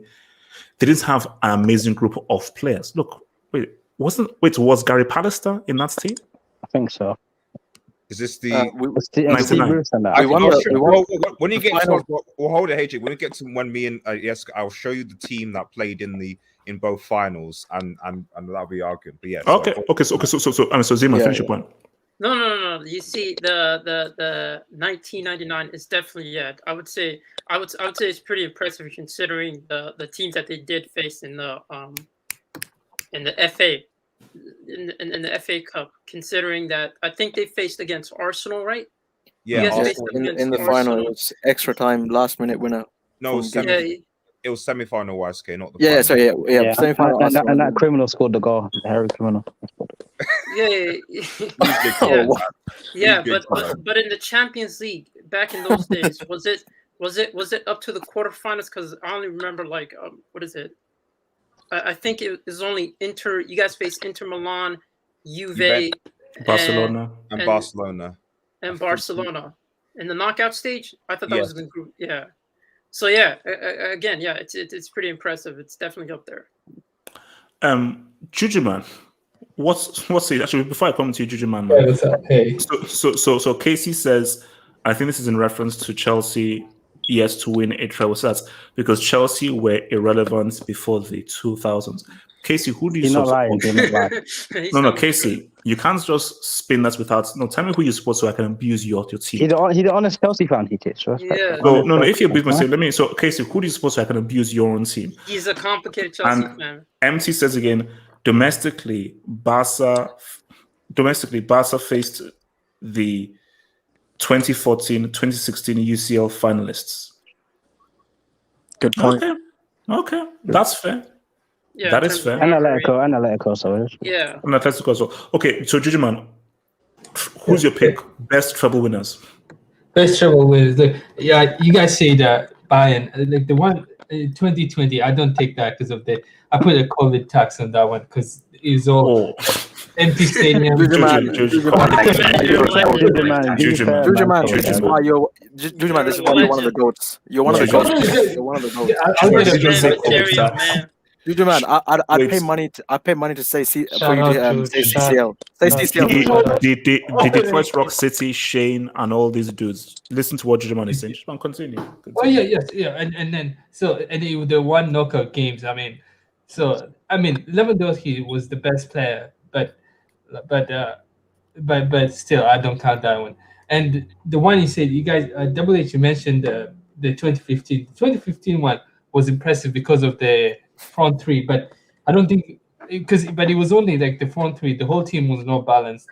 So like I say based on I know they beat the hard teams, and if you look at their run in 2015, a lot of teams were injured. I think PSG didn't have a full team, and I'm not sure Bayern.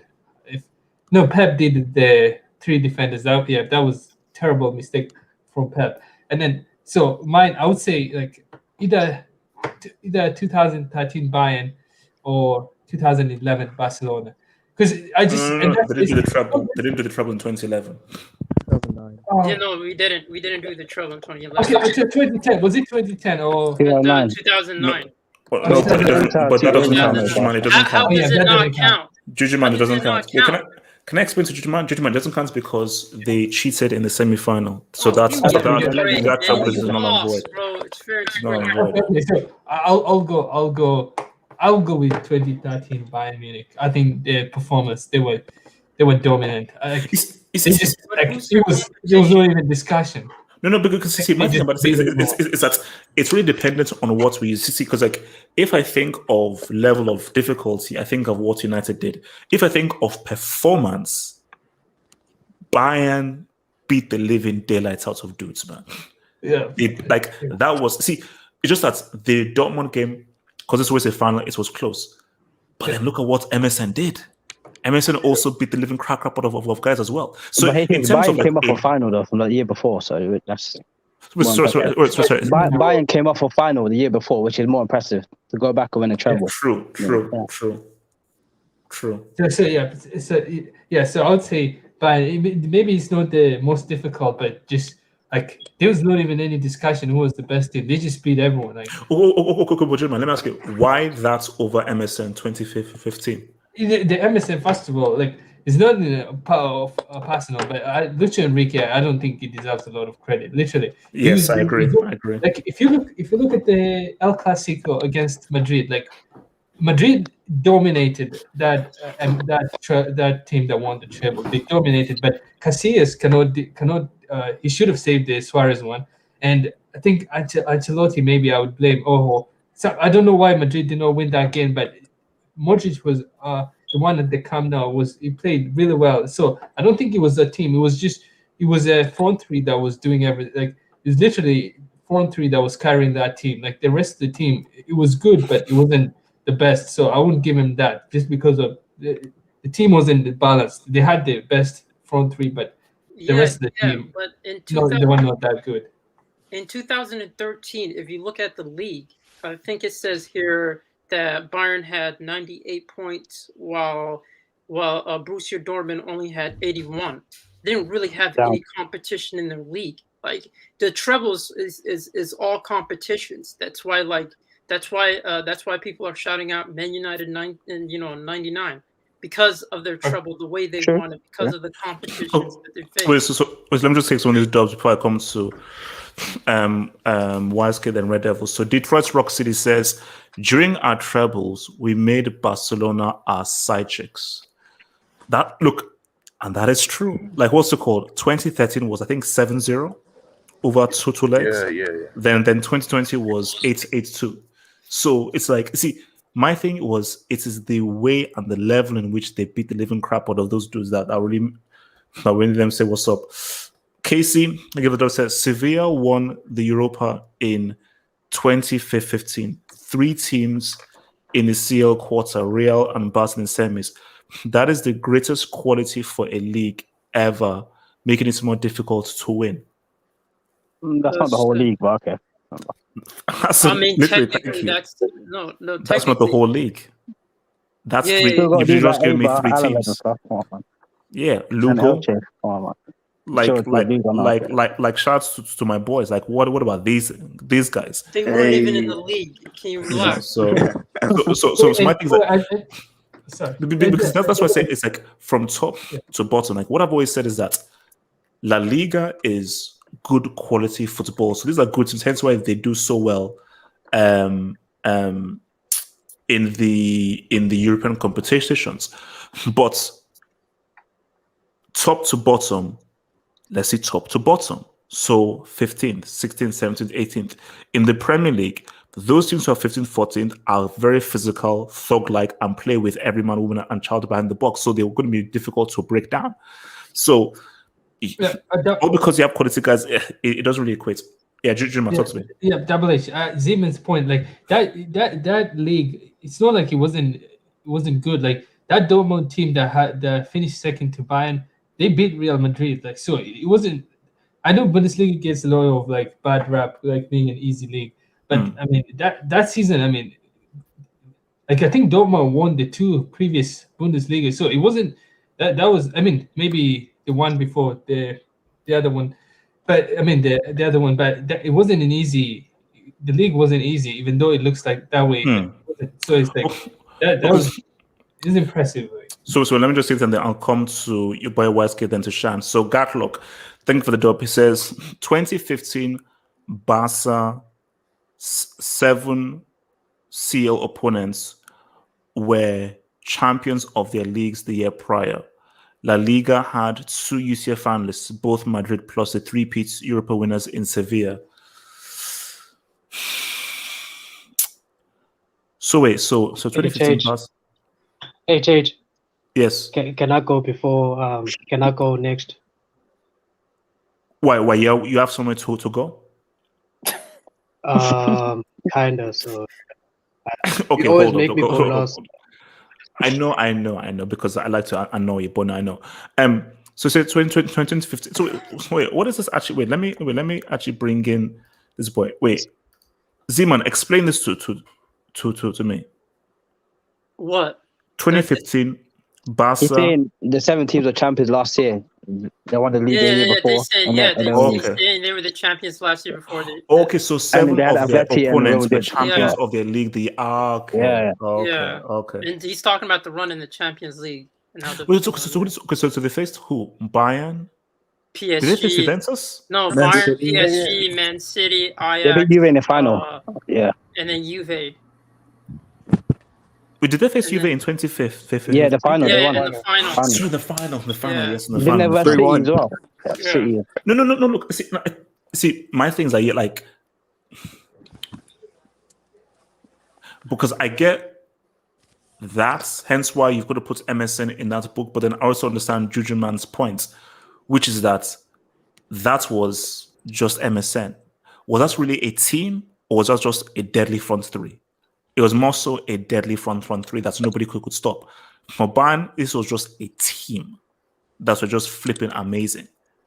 Which is why I just wish that what have made this so much interesting is if we didn't have someone didn't eat a freaking bat, we had no COVID, because I believe that Bayern team would have still done the treble. And then seeing that, because see, the issue with 2020 is it's not over 2 legs. I still think they would have beaten the crap out of guys over 2 legs still. Okay? Don't tell me that, if it was over 2 legs, Bayern wouldn't have. No, they would have won. They did. They beat Chelsea. They beat out Chelsea. That is true. So. I'm Ham. Talk to me.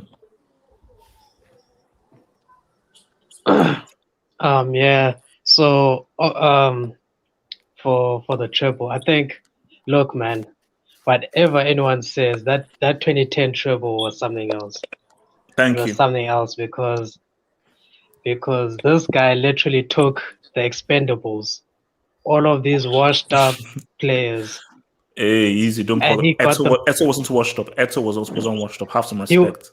Everyone was saying he was washed up. When Eto left Barcelona after 2009, everyone was like, "Yeah, he's done." Everyone was like, He's done "What as are you well. doing? This is dumb." No, yeah, everyone was actually mad at Pep. I They were mean- like, what are you doing? After he left, he literally went to Russia. So, I mean, after he was done with Inter, he went to Russia. So, yeah, man, that team had like freaking old people like who's this guy, Zanetti, Stankovic. Like, I don't know, man. Like when you look at Mourinho, that's what you call a Mourinho like show. Like he literally beat Barcelona, a team no one thought could even be touched at their peak. Just after they made like one of their biggest signings ever, and this guy just like brought them back to the levels.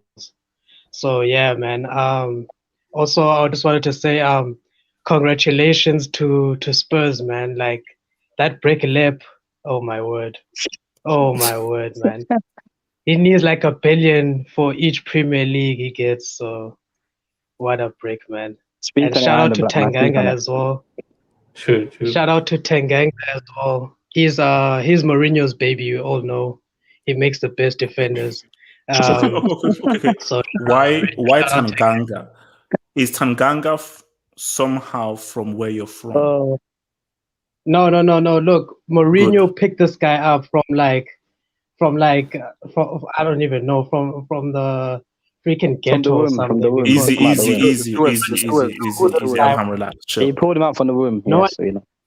No one even knew who this guy was, man. Like, and then Mourinho was like, "Look, stop washing people's football shirts. I need you to play here." And ever since, this guy's been putting in stellar performances and doing something else. And also shout out to Nuno. He's doing it for the niggas. Is this guy You know just what I'm giving saying? a shout out to people? Like, what's Wait. Yeah, man. Because man, what did you say? Speak up. Okay. Shout So out then, to- So and because he's you don't doing for the speak, niggas. you're just using this as a Oh my shout God. out. No. Keep going. HJ, you did not hear what he said. Repeat what you just said. Repeat what you said. I said shout out to Nuno. He's doing it for the niggas, man. He's doing it for the niggas. That's how the niggas do it. Whoa. That's a hard one. Okay. It ain't. This is why you go last. This is why you go last. This is Sure what happened there. Oh my God. Nah, this guy's a hazard, HJ. This guy's Jesus, man. Oh my days. It's how it's peak. That dude needs help, bro. That came from the heart. Okay. Stay black. Okay, Waske Jackson. Let's keep this moving through. Waske, talk to me, man. Talk to me. Yeah. So obviously, mine is going to be the United 99 side, but speak on it. Be unbiased. No, I am. I am being unbiased. On that though. Let me actually bring this dub up because this is really to say. So Casey says 1999 Premier League team doesn't even come close to 2015 La Liga. But we're not. The thing is, we're not talking about. Sorry, go Waske, but no, you go. I was just gonna. Yeah, go. Specifically, treble, not like the team. Of course, the team. That tournament is clearly better than 1919. But we're not talking about comparing teams. We're talking about the nature of the trebles themselves. Which actually dud as well. So if you think about it, that United team, specifically the Champions League final, you have to remember we played without Kino and Scholesy in that final. We didn't have either of those playing in the final. We had Nicky Butt running the midfield for us against that Bayern side, and for me the victory itself remains arguably the greatest Champions League victory of all time. Relax. Wait. So quickly, hold on. Who won the Premier League in 97-98 season? Was that Arsenal or was that United? United, then three-peat. No, it was United. It was United. That was the first three-peat. Okay, so Arsenal won it in what, 95-96? I think the double in 97 or 96. Okay. Something like that, yeah. So and also that whole season, you had the league. We've already touched on it. It was, last final game, and it was basically it was you had to win it because Arsenal had a better goal difference than us going into the final game. So they had to get the job done. And then the FA Cup semi-final with Arsenal, that was the Beckham missed the penalty. No, Bex missed the penalty, but then the way the game ended with Giggs' goal, probably the greatest FA Cup goal of all time. Relax. It is the greatest FA Cup goal. Stevie G Breeze. Listen, why are you bringing Steven Slip out? Didn't he lose to a whole title? Okay, guys, let's not get into Relax. Stevie G have a league title, doesn't really. But anyway, go on. Yeah. Mostly of the R9, I think. Wow. That's messed up. Hassan, just no lie, because you're 21 doesn't mean that I can still treat you like a 12-year-old. So You're like my granddad, like 80, you're like boy, you're like Wow. Wow. Wow. Okay, Torch, you're like 40 minimum. Easy, Wow. easy, Hassan. Easy. Go on, Rasky. He's a little bit tipsy, man. Wow. Waske, keep talking. Waske,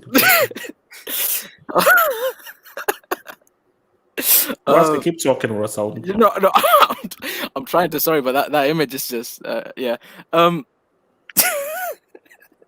Bro, you need to stop biting your bottom lip like that because it's really distracting. So no, the only thing is, with that Bayern side that demolished Europe into their treble, Juju man, he brought up a great point. It was absolute CCL tax without a doubt. I think that's horrible. And besides the competition was not the same. It was played out on one game, 90 minutes.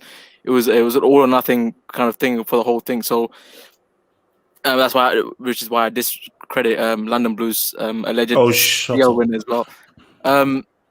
So no, all jokes aside, I think that 99 team, based on just how the whole season panned out and the way the league was won, the way the FA Cup was won, the way the Champions League finished with the last second goals, it is, and also you talk about the degree of difficulty when it comes to the league.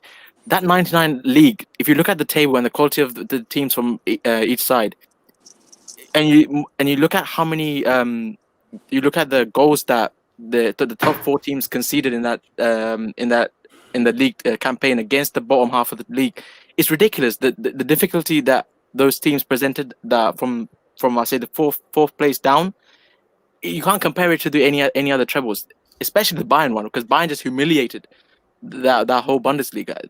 They were like 15 points ahead of Dortmund.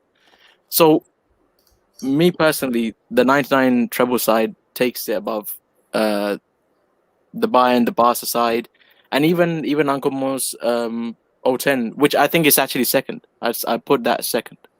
I put Uncle Mo's 010 triumph second, because he did it with a bunch of retirement merchants. So. No. That's what he didn't, because they were not supposed to be that Barca side. Like, that's Barcelona's side. We're supposed to illegally go back to back, because again, 09 doesn't count, but they were supposed to be the first team to somehow go back to back. So what Inter did was huge, and in the way that they did it was amazing. I keep forgetting about 09 because you've actually convinced me that it doesn't count anymore. I keep forgetting about it. That was a decent. I'll mention Amago. Don't worry about it. I'll mention Amago. That was a decent treble. I keep forgetting because this guy keeps. No, and also let me keep convincing you, it doesn't count. It doesn't count. Don't worry, I'll mention Amago. Don't worry. This channel is so toxic, man. So before I come to Red Devil, Martin Rosario says, "I am Wham the goat," with fire emojis. I'm not sure when next we'll be seeing I'm Ham or open this piece, because based off the words, he obviously can't be trusted. So I'm not too sure when next. He's going to rehab, man. He needs to be sent to somewhere deeper than rehab. Pause. Musical Thurman, thank you for the dub, man. He says, Man U had to fight tooth and claw to be declared the title winners. Arsenal were red hot. Chelsea was good. Man U won by 1 point. Considering what Man U had to do the entire season across all competitions, FA Cup and CL. As much as I hate United, as much as I've hated United, I say hate is a strong word. Yeah, hates. I remember that, because you have to understand. Because my thing is, what was the most impressive? What is the most impressive treble? And it's not you're taking away something from a team that's good. Because if you're good, you're good. But I remember in all of those games that United were in, I was like, man, these guys are the weakest team. These guys are the weakest team. These guys are the weakest team. So you expected them to lose to Juventus. You expected them to lose to Inter Milan. You expected them to lose. Remember, this is Barcelona who had freaking Rivaldo. I think Inter had Ronaldo. This was Juventus when they had freaking what's it called? Zidane. And What's that Czech dude? Conte was there Nedved. as well. Yeah. And Conte was there as well. If you was, Yeah, Conte. So Juventus were Juventus, and I think and Del Piero. Del Piero as well. So, and Bayern Munich were very good. Like, and even when you look at that game, they were losing the freaking game until like the 90th minutes. You know, so and although what's it called? Go onto YouTube. The best strike partnership goal ever scored was that goal that Cole and York scored. I think they did like 1-1 to like about 4, 5, 6 times, and they ended up scoring. Crazy goal. So, I mean, look, my thing is how you're viewing it, because I think people are viewing it in the sense of, wait, how are you comparing Gary Neville and all these yardmen to the likes of Neymar, Messi, freaking Ribery, Robin, and so forth? But I think the thing, when we look at 2013 or Emerson, we're focusing solely on how impressive they were in the Champions League. But we have to look at how did they do well in their league and how difficult was their league. That's also a key thing as well. So, Red Devil, hit it. Talk to me. Just bring up this screenshot Yes, for sir. a second. Can someone explain to me what a Blomqvist is? What's a Blomqvist? Dennis Irwin. What's a Blomqvist, guys? In the chat, guys, what's a Blomqvist? HH, you have to respect Owen. Like Owen is arguably one of the most underrated players, certainly in United's history. Absolutely. Yeah. But Where's Scholes? How good was Scholes really? because Suspended. Scholes and Keane was suspended, so that even adds more dud to this team because Okay, so this was the final. this was the Yeah, it's final, the this was the lineup for the final squad, and obviously Sheringham and Solskjaer, further road runners as you call them, came on to score winning goals. This is the starting lineup for the CL final, and I want is there a well? No one has said to me in the history of me being this channel that any of the players that you see on that screen are world class. Stam. Wait, hold on. Wait. Michael. You mean world class at their best? Yeah, Stam, I think. Was. Yeah, world class at their best. Yeah, You could argue Schmeichel, Stam, and that's probably it. And maybe no. You could argue Schmeichel and Stam. Yeah, don't say Bex because you said some shit about Bex. So Oh no. I would say see, Cole, I think, is a very underrated strike. When you look at Cole's strike rate, is very underrated. Giggs, I think, is pretty underrated. But when you just look at on the world level, Schmeichel for me was one of the best keepers in the world at the time. So because really this was Buffon's early days. Yeah. Can. So really, it was really back then. It was Can, maybe Pagluka, Peruzzi, and Schmeichel there. Stam maybe hit his peak at Milan, but Stam was still Stam back then. So Stam was the original alpha. Alpha. But anyway, so just a glimpse. But almost going to what YSK said, we're talking about. I can obviously fess up that team as a team doesn't compare in comparison to Barca 25 or the Bayern teams. I've got no doubt about that. We're talking about the nature of getting the trebles or the trebles themselves. So as we already said, in that league, in that Premier League, like Manchester United won by 1 point. And that went to the final day. 1 point, 79 points. That is close. That is clutch. We actually had the worst goals conceded in that out of the top four, and that includes Chelsea and West Ham. So we can see less. Arsenal's defense. Arsenal only conceded 17 goals in that league. They had the best defense. I think people forget what that Arsenal side had. That had Vieira, that had Petit, obviously Seaman, Overmars, Dennis Bergkamp. That squad actually almost rivaled the Invincible squad in the talent that they had. Obviously, big up to my man Kanu that was peaking that time as well. Nigerian Kanu was doing bits, and then even that Chelsea team. I looked at the Chelsea because Chelsea finished third, and only about 3 points off them, and you had Zola. You had Gospoye,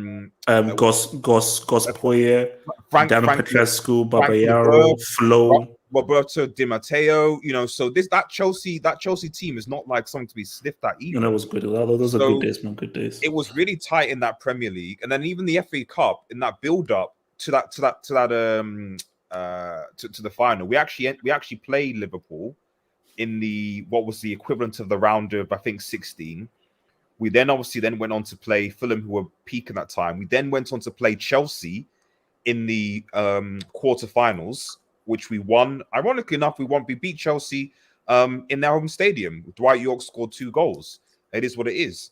Then in the semis, so Chelsea were third, and we beat them. We put York put 2 past Chelsea in their own crib. Then we went on to the semis, and my goodness, like if anyone watched that semi-final, that was insane. This was a peak Arsenal side. And bear in mind, back in the day as well, these were home and away games. So it wasn't just one game; they were legs. So we played home and away to Chelsea, and home and away to Arsenal. So we drew 0-0 at home to Arsenal and to Chelsea. Then in the case of Arsenal, we went basically to Arsenal's ground to the I don't think it was Ems, it was Highbury, and we beat them in extra time. And obviously, we went on to win the final as well. And everyone already knows our Champions League run. In my correction is that we only played Barca in the group stages, home and away. We didn't lose any of those games, but we did go on to place Inter, Juve, and then Bayern, obviously with Keenan, Scholes being out. So the dud in that team, with respect to this, is one of the reasons why I say this is one of Sverton's greatest moments, because to do that and to achieve that with that squad and to build that is something incredible to compete in competitions. We are still the only English side, despite the fact that Pepper spent £1 billion. He still has not yet matched that treble. No English side has won a treble since Manchester United or before Manchester United. Whereas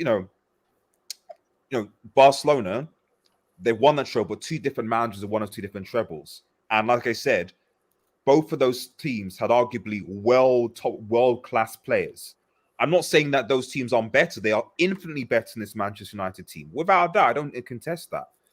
But the degree of difficulty that these trebles were achieved and the competitiveness that they had with the type of players that we have, for me, that's the difference. It's that we had no right to win the treble in that season with the squad that we had. I'm not saying we had a garbage squad, but compared to the Bayerns, the Barcas, etc., like you can say, looking back, yeah, fair enough. Those teams could compete for a treble. Those squads could compete for a treble. They deserve the treble. That United squad had no right to win a treble in 1999. It really didn't. It was more. Sorry, it was more of a team. There was no individual stars there. Schmeichel, you can argue Schmeichel, but there was no that in terms of outfield players. There wasn't that star player that these Barca sides, but these Bayern sides had going. These current stage of the CL and what they've done in the leagues and how they dominated the league. We didn't have no great front three. Respected Dwight York and Andy Cole. They were very underrated in what they were capable of doing up front. But they were no superstar players. Nobody regarded them as world beaters in their position, even at that time. And you have to bear in mind with the league as well. This is peak Wenger. This is Wenger's Renaissance kind of period where he put a challenge on Fergie's reign in. I don't understand when people say it's more difficult. It's like, did you look at the table? Like 1 point within winning I don't get difficulty means point difference. So yeah, that's what it's like. It's like when people say City, it's a difficult league now. Like if City are winning the league by 20 points, that's not difficult. It's like, not if you're winning the league by a point. Yeah, because my thing is how much you win it by and what's your points total. Yeah. How much you win it by shows you how competitive it is, and your points total obviously shows you how difficult it is to win games and to go through winning games. So it means that, okay, yeah, like we're not just going on a crazy 20, 30, 40, 50 game winning runs because it's very difficult to amass these wins and amass these 16 and so forth. So you see, my thing is it depends on where you're viewing it. When you pick United, it is degree of difficulty. When you're picking 2013 or MSN, it is how outstanding the teams were and just how extravagant those treble wins were by them just being such an outstanding team. So you're like, wow, you conquered all 3 trophies in a truly extremely amazing fashion. So you're like, okay, wow, that's amazing. So, but it's like when you just say impressive, and the key word, when you use the word impressive, it depends how you want to define it. Impressive. Is it at least like, as a general consensus in the panel? Is it is that the United treble at least in the top 3 of trebles? No. Why has so? So what are your top 3 trebles? I'm biased, so no. You see, do you know what it is? It's definitely an age thing. If, let's say, you're 18 or 19, 20, even if someone showed you footage of the 99 treble, you'd be like, what is this? You had to be living there at the time to experience it, to know how crazy that treble was. But because since it then, was like, but since then, the only 2, okay. Would people watch the Inter treble? Would they be that? Yeah. Can I? Yeah. Yeah. Okay. Fine. Go on. I don't know. I'd hope so. Unless they're like 5 years old, how? So put it this way: a lot of people, because I'm looking at other ages. I think I'm hearing a lot of I was born 2000, 01, 02. Okay. Wait, if someone is 18, what's that? What year were they born? If someone is 18, 2003. 2003. So 2003. That means 2 or 3. You were like 8 7. or 9 for 2010. Would you really? See, when 7 or 8, math break, come on. You see, 7 or 8, you have generalish knowledge of maybe what's sort of happening. I think. I think really 9, 10, 11 is when 7 or 8 you may have. So 2010 for an 18-year-old, but if it's like 21, 22, 99, oh my gosh, a 21-year-old has no idea about 99. No way. They're like, that is no chance. So 99 always gets lost in the sauce. Easy. Relax. No, but it's true. 99 would always get lost in the sauce for a lot of the younger people because they're like, wait a minute, how am I putting Blockfist and a lot of younger people don't really know what treble is because they barely see it. So that's the problem. So, Pep convinced them it's the domestic treble. Look, Pep is sick, man. Pep is okay. Wait, let's get some of these whole things. From a boy, Solid Chief says, Job's Bayern destroyed Europe in 2013. No, look. That's 20. Do you know what that 2013 thing was? It was because of Chelsea. What they did that based off of because I remember after the 2012 final, they showed like Robin, like they had like dinner. And literally, this guy Robin was like slumped in a chair like this because they were like at the bottom. So they were like, you know what? Like he didn't miss a penny. So there we go. But they were like, you know what? So we're going to react to this and we're going to say what's up. So they had like an amazing kind of determination to go out and go crazy because look, the key thing about the whole 2013 team, obviously, you have to say to your mind that here's the key thing. Here's the key thing, guys. Who were they facing in their Bundesliga? I'm not getting a cup. Dortmund. Who did they face in the final? Dortmund. So what guys can say that the team who were doing battle with were a team who were the second best team in Europe. And they could use it as an argument over United and say, okay, cool, Arsenal were good, but how good were Arsenal in Europe? The team who we're facing in our league made it to the final, beating Real Madrid in the semis. So we had to really be at the top of our game to outlast this team, which ended up being the second best team in Europe, who we then had to face in our final in a close game. So that could be the argument there. The boy Casey, who says the 08 Man U side was better than 99. They could have done the consecutive CL double Premier League, and Real fans should thank Barca. And Real fans should thank Barca for stopping that. Oh yeah, for sure. Like the 08 team was a very good team. We're not comparing teams, just the nature of the trebles themselves. So yeah, I've said that they're better teams than the 1999 United team. Obviously, so. But okay. So if they'd won, because they won in 08 and we won the champ. No, in 08-09 we won the Champions League and PL double because that's an actual double. But we lost the FA Cup. Was that? That was 07-08, wasn't it? Sorry, 07-08. Sorry, 07-08. 8-9 you got to the final and I won the. Wait. So 09, did you win the Premier League and FA Cup in 09? No, I think they won the Prem and lost in the final. Yeah, we lost. HH Red wants to be added.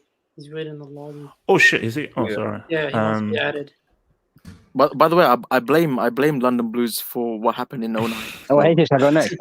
Okay, yeah, you have some good. So women's got thoughts. So he says, look at the competition and what the teams had to do. With Ferguson's handwork paid off by winning a treble with the class of 92, greatest treble United, but best treble is Barca 09. Whimsical. Yes, I agree. I've said it again. 09 doesn't count because they cheated. Okay. You see, and the reason why I can't take 09 seriously is because that semi-final game is stained. It's stained. 99, 2013, 2020, the matches are clean.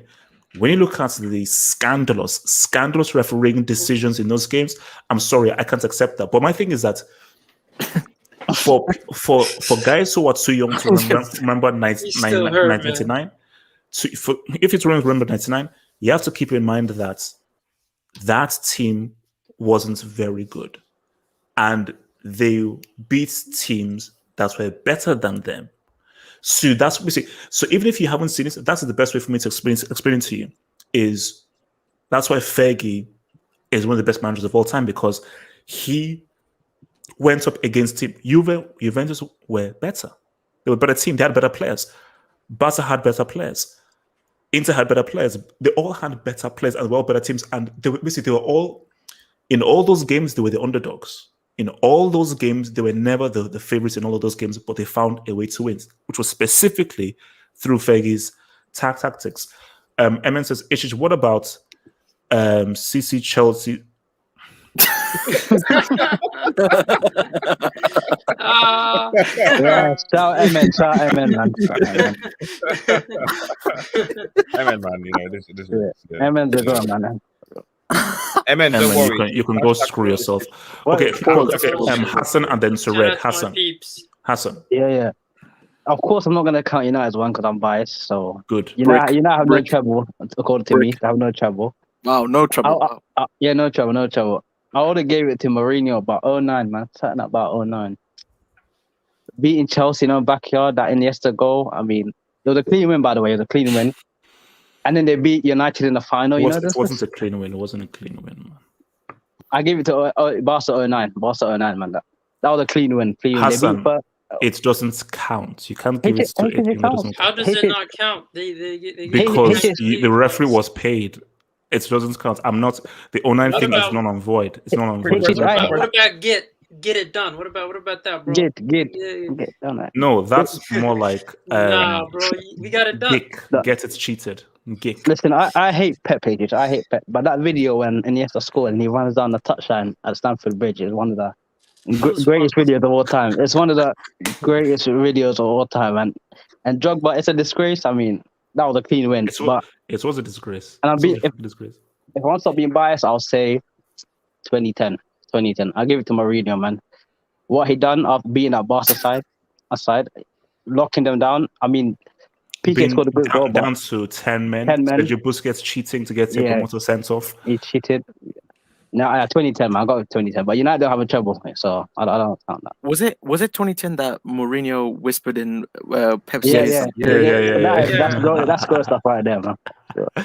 Okay, Red, talk to me. What is the best trouble, man? Oh man, the best trouble for me personally, like in my lifetime, because I lived through 2009, 2010, 2013, 2015, and obviously 2020. Out of all of those, the one that I remember was the most dominant, the one that was the most impressive, the one that like really ushered in a new era of football was 2013 Bayern. People forget like Bayern weren't considered that great. Like it's all thanks to Chelsea. Chelsea woke up like they after beating Bayern in their home backyard. They reached the final though. They reached the final. A very good team in 2012 though. But it's just, when you guys beat them at their own home ground, I feel like Bayern had to fix up, because people forget like that Bundesliga win that they won was one of the most dominant Bundesligas ever, because they had the most point tally, the most wins, most away wins, only one loss. They had the fastest time to clinch a Bundesliga title. They were just they broke like 30-40 records that season alone. Bayern Munich, like they went off. Not only that, what Bayern did that season that was very notable is Bayern single-handedly ended the tiki-taka era. Because like what Barcelona did, which I think Barca 2009 is the second greatest treble of all time, because I feel like one, people forget the fact that Barca built up that team with youth. That was all youth. Like that was like a core, the core of La Masia, which they all promoted. And there was Speak on it. Zeman, can you mute your mic, please? Like even if you look at there wasn't really many big money signings in that Barca team. Even their coach was from the youth. Pep Guardiola was not even a world-class coach.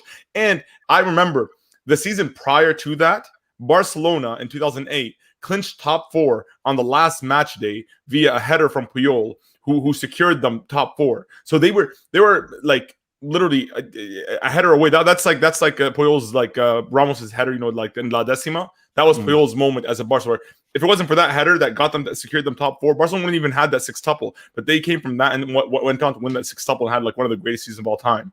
But for me personally, like I said, like Bayern, I feel like just because of their dominance, the records they broke, they ushered in a new era because like nobody had a solution for tiki-taka. The only person who had ever came up on top over tiki-taka was Jose Mourinho, which the only reason why I don't put Inter higher is that I always rate progressive or attacking football a bit higher than defensive football. Even though I rate what Mourinho did, how he can stop teams from playing their game. But when a team could do it with a bit more style, they just get aesthetic points, in my opinion. This is just my own. Okay. So, well, Red, you're happy to reveal your age. How old were you in '99?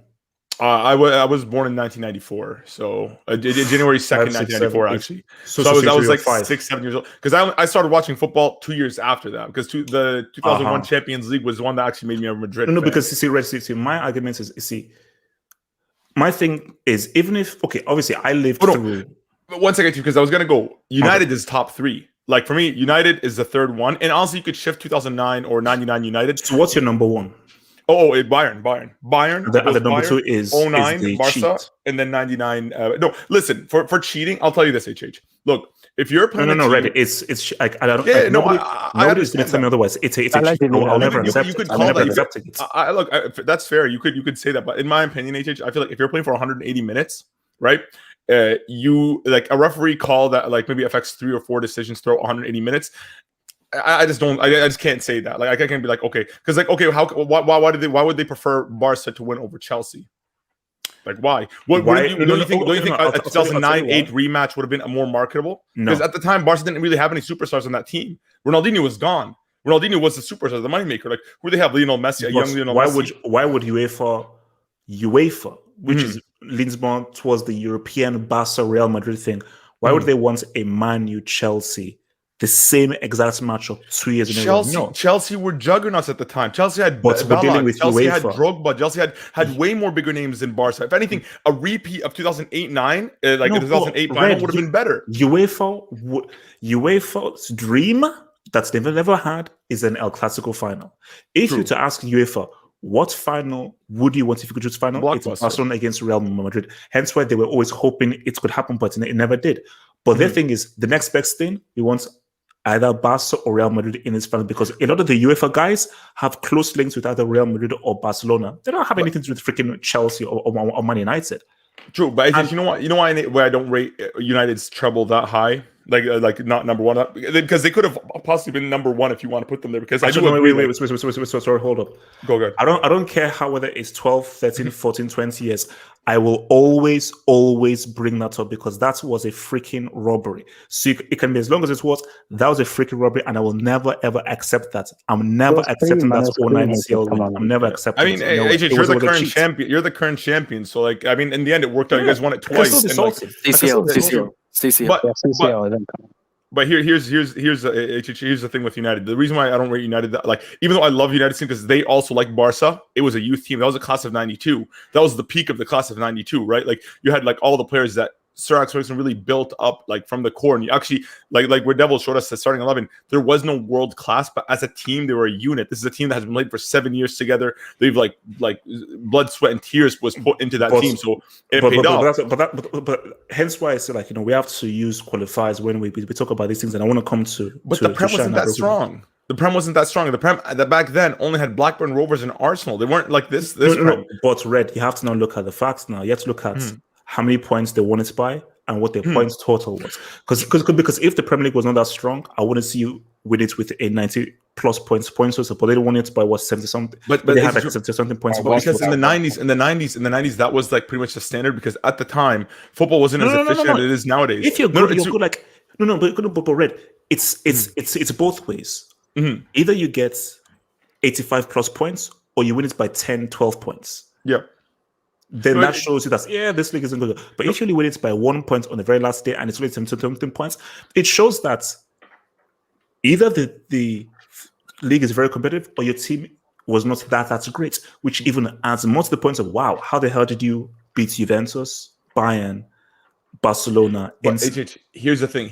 Like this is a whole different debate because like I can all bring out like there's a bit of a discussion about like how football, how the gap has increased between the top clubs and the bottom clubs over the past 20 years because of the inclusion of more money into the sport. Where like nowadays it's very rare that you see teams win a league title with 80 points because the bottom teams really can't compete with the Cities, the Barças, the Real, the Liverpools. Like they really can't. It's very rare that they beat them. Like the teams, like top league winning teams, usually lose 3 or 4 matches. Whereas back in the 90s and 80s, because the gap was like much closer, you had teams like in Serie, you go look at it, you see like Roma, Parma, like AC Milan, Inter Milan. All of them would lose to everybody. And same thing in the Prem. Like anybody could lose to anybody. But nowadays, top clubs have the gap has gone so much wider. So that 80-point gap, it's kind of hard because it's almost in a different era.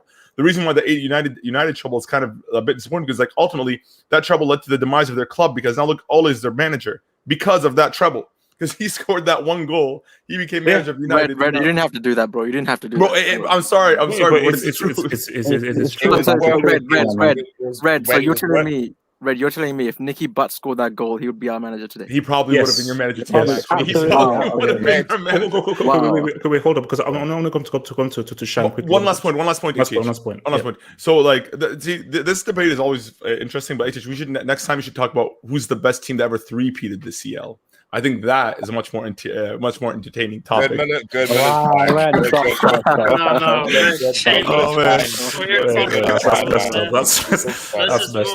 messed up.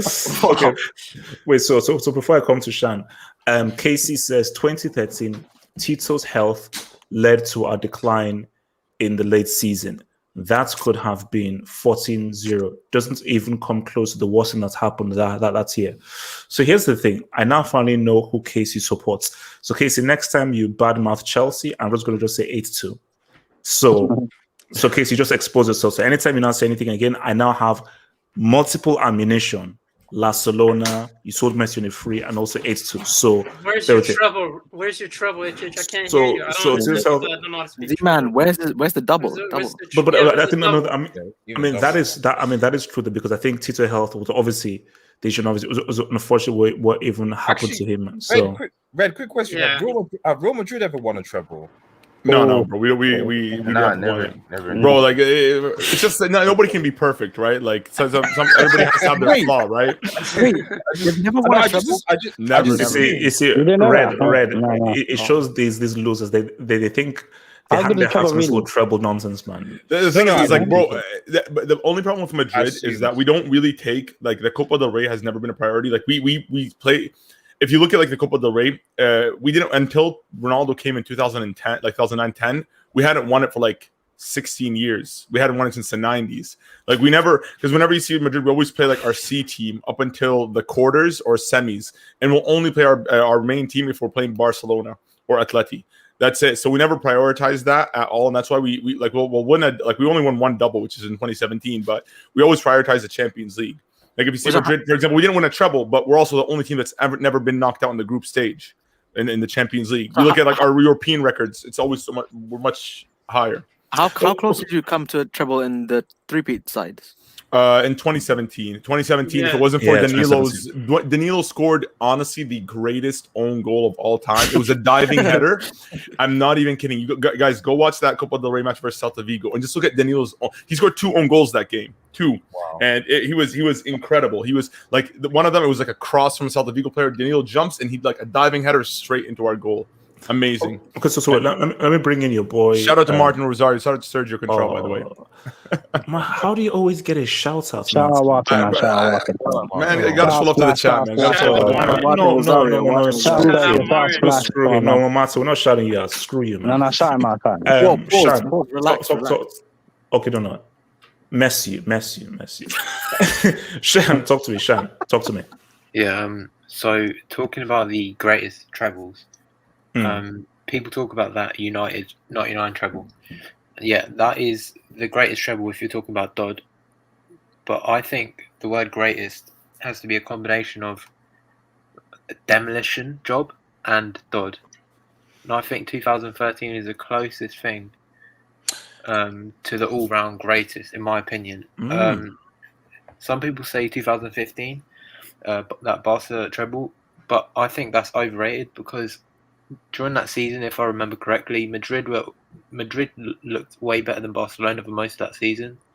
And in my opinion, if Modric didn't get injured like that close to the end of the season, I think Madrid would have won the league, won the Champions League. In my opinion, they just looked a lot better than Barca that season. So wait, so expand on why you feel, because I think you're getting to a very interesting point. So expand on why you feel 2013 sort of ticks the box of how great it was in terms of the quality and also Dodd and difficulty.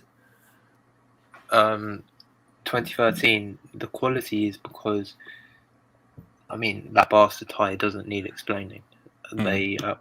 Barcelona just came off of that 2012 season where, although they only won the Copa del Rey, they were dominant. Even against Chelsea, they were dominant. They should have won. They should have went through, but Torres struck. 2013, they were dominant in the league. Bayern Munich, they just literally just destroyed everyone. No, because I think because you made a point of like it showed the quality and also the difficulty, because this is where I now bring in the whole Dortmund thing, because the team that they were doing battle with was Dortmund, and Dortmund reached the final of the Champions League.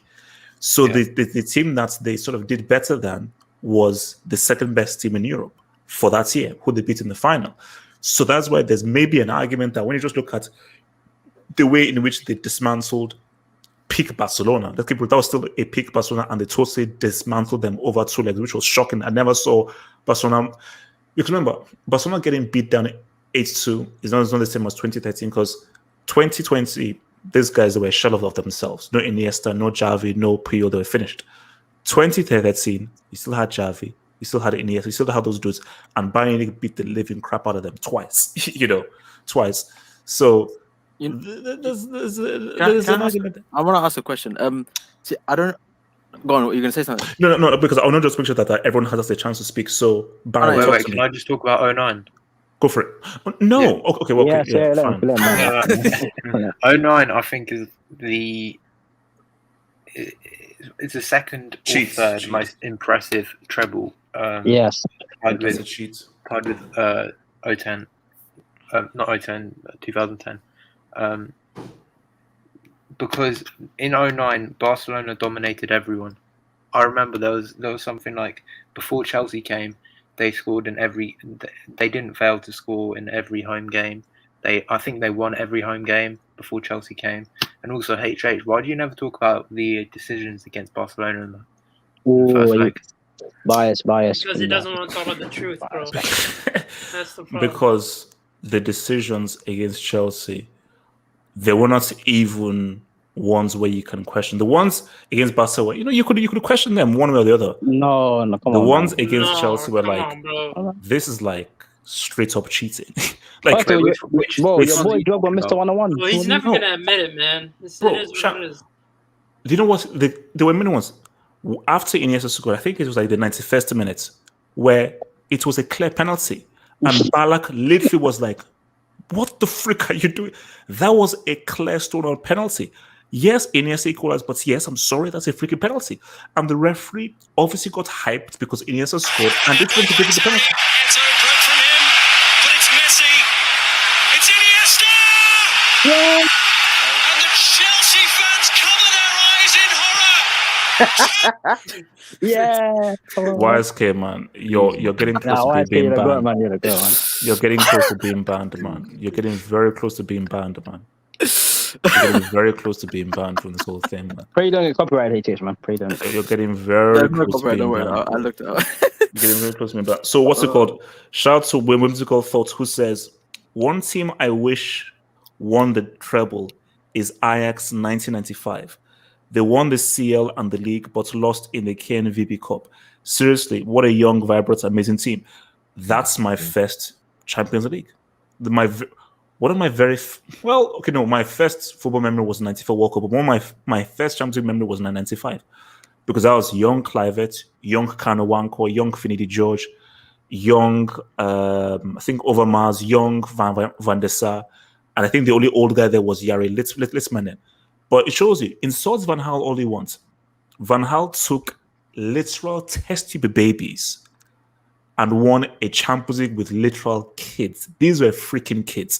Like, that's Ajax. But see, that's for me that is the most impressive Champions League win. It is. Because FC Porto, as good as it was, they didn't face all the big teams because all the big teams lost. That's Ajax team. I think they beat Milan in the final. So to beat... Whoa, relax. Opan's there, relax. Bro, they had kids. At least Gerrard is an old guy. Listen, we played Juve, we played Chelsea, and you played Milan. What do you want? They had kids. Did you have testy babies? They had kids. Did Okay, Gerrard we had Smitsa. What do you want? Hassan, did Gerrard ever win a league title? Excuse me? I'm sorry, but you're breaking up. Hello? Okay. Wait. Let me come to your boy Barry. So Barry, 26 years. Hello? Who's your treble best man? As much as it pains me, I think I'm gonna have to say Inter 2010. Why does it pain you? Because I'm a Barca fan. Oh, good. I feel sorry for you, bro. So that's interesting. So you're a Barca fan, but why would you say Inter 2010 over the cheats in 2009 and 2015? No, because the thing is, I don't like Pep that much. So, okay, like the 2010, like, it wasn't a dream team or a super team, you know. Most of the people of the team, like most of the football fans, like, you don't know about them, like Montari, Cordoba, Pandev, like nobody knows these dudes, you know, and they somehow, some way managed to beat peak Barcelona, especially in the second leg, you know, when the Busquets, Peekaboo, you know, like I was like, bro, Barca are gonna destroy them now that it's like 11 versus 10, and somehow, some way, managed to go to the final and beat a very good Bayern team. Even like before the final, I was like, yo, Bayern was gonna beat them, but somehow, some way, they won. And this is all credit to Uncle Mo, because he really made sure that he took the most out of them, unlike that dude Pep back in Manchester. Look. I mean, Mourinho did his thing, man. 2010, he did his thing, man. Homeboy did his thing. So Suleiman, what's your treble pick? Subjectively or objectively? Objectively. No, objectively. Let's get to some truth. I'm gonna have to agree with the previous guy. 2010, objectively. Subjectively, obviously 2015 Barcelona, but yeah. So why 2010? Besides Etso, Panda. How old was Panda? 2010, like what? 47, I think. Exactly. I think it's 20. He's in 20. 30, no, 30, I think. 48, I think, or something. They're probably like 26 or something. I don't know. So yeah, that's why 2010. Lucio as well, by the way. Lucio was a dinosaur. Mr. 7625 with a small e. Your treble pick. Who do you think has the most impressive and the greatest treble? I'm not trying to follow the trend, but I also agree with the Inter Milan treble. How much did you pay these guys, HH? Be honest. No, these guys are coming with their own free edition. So why do you think Mourinho's achievements is the GOAT achievements? I don't know. It's Dodd, basically. It's the ultimate Dodd. Nah, he definitely paid him. He definitely paid him. He used the same terminology as Bro, Yeah, he tried. He did the gave you the longest script. time he gave him a possible, and then script. He gave him a it script, was man. well, Come on. basically done. Bro, he's giving all of them a script. They No, are no, practicing this in the is background. They're Okay, practicing. okay. no, no. 765. Can you please tell these guys that I have not influenced you or coerced you in any way to say this, please? Of course, he'll say that. Come on, man. Of course. See, I mean, there's no way I would. I have integrity. Guys. Yeah. Come on, guys. I have integrity. I would That's never what they do. all Wait, say. Oh, wait. Oh, so wait. So you think that you're going to put up an Ava and I won't expand it? Explain this. Explain this to me. What is this? oh man, that would be. No World Cups. That's That what would be the best. Damn. That would be the best thing for football. I mean, just like right before they retire, just to have them all on one team, and then imagine they win a treble. It will be chaos. There wouldn't be. It would be chaos. It would be chaos. Messi I think would realistically, go it would be a after problem. those two. I don't think Ronaldo would. I don't know. It's just I don't If- subscribe if- to the idea that he's super arrogant, but I do subscribe to the idea that he wants to be the best in his own team. Even like he doesn't want to be outshined. So PSG will sign Ronaldo and Pogba on a free next summer. That's what they're going for. ooh, That's what they're Pogba. going for. Hmm. Pogba, No. I mean, I think no. Pogba is. What? I think Red, I Pogba agree, is likely I that he agree, yeah. goes.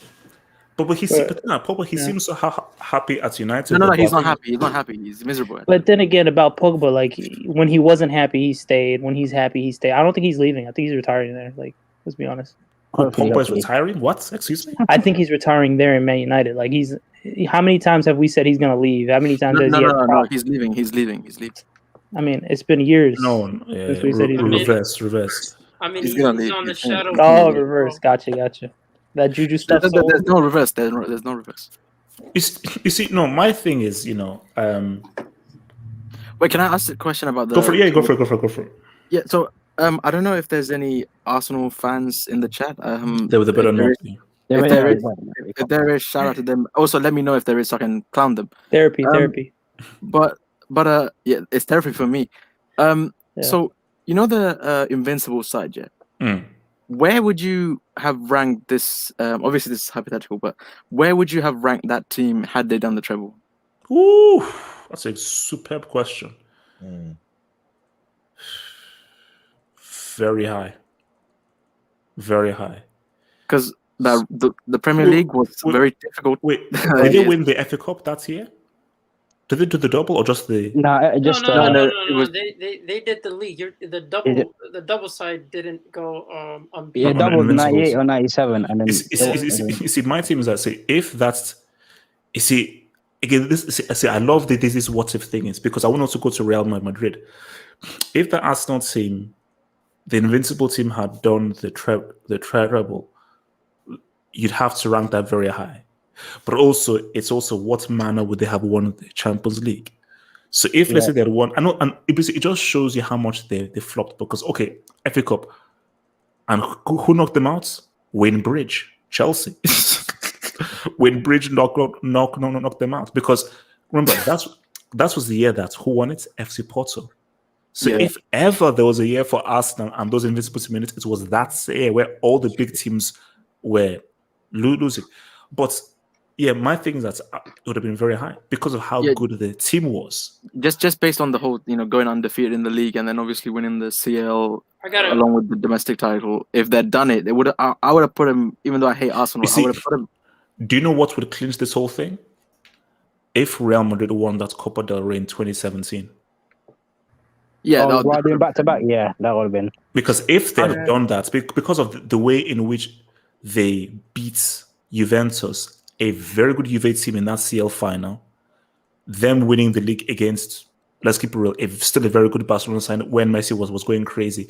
So if they had just done the Copa del Rey, especially them defending their UCL title previously, that's for me, I think would have maybe clinched the whole. I have another question.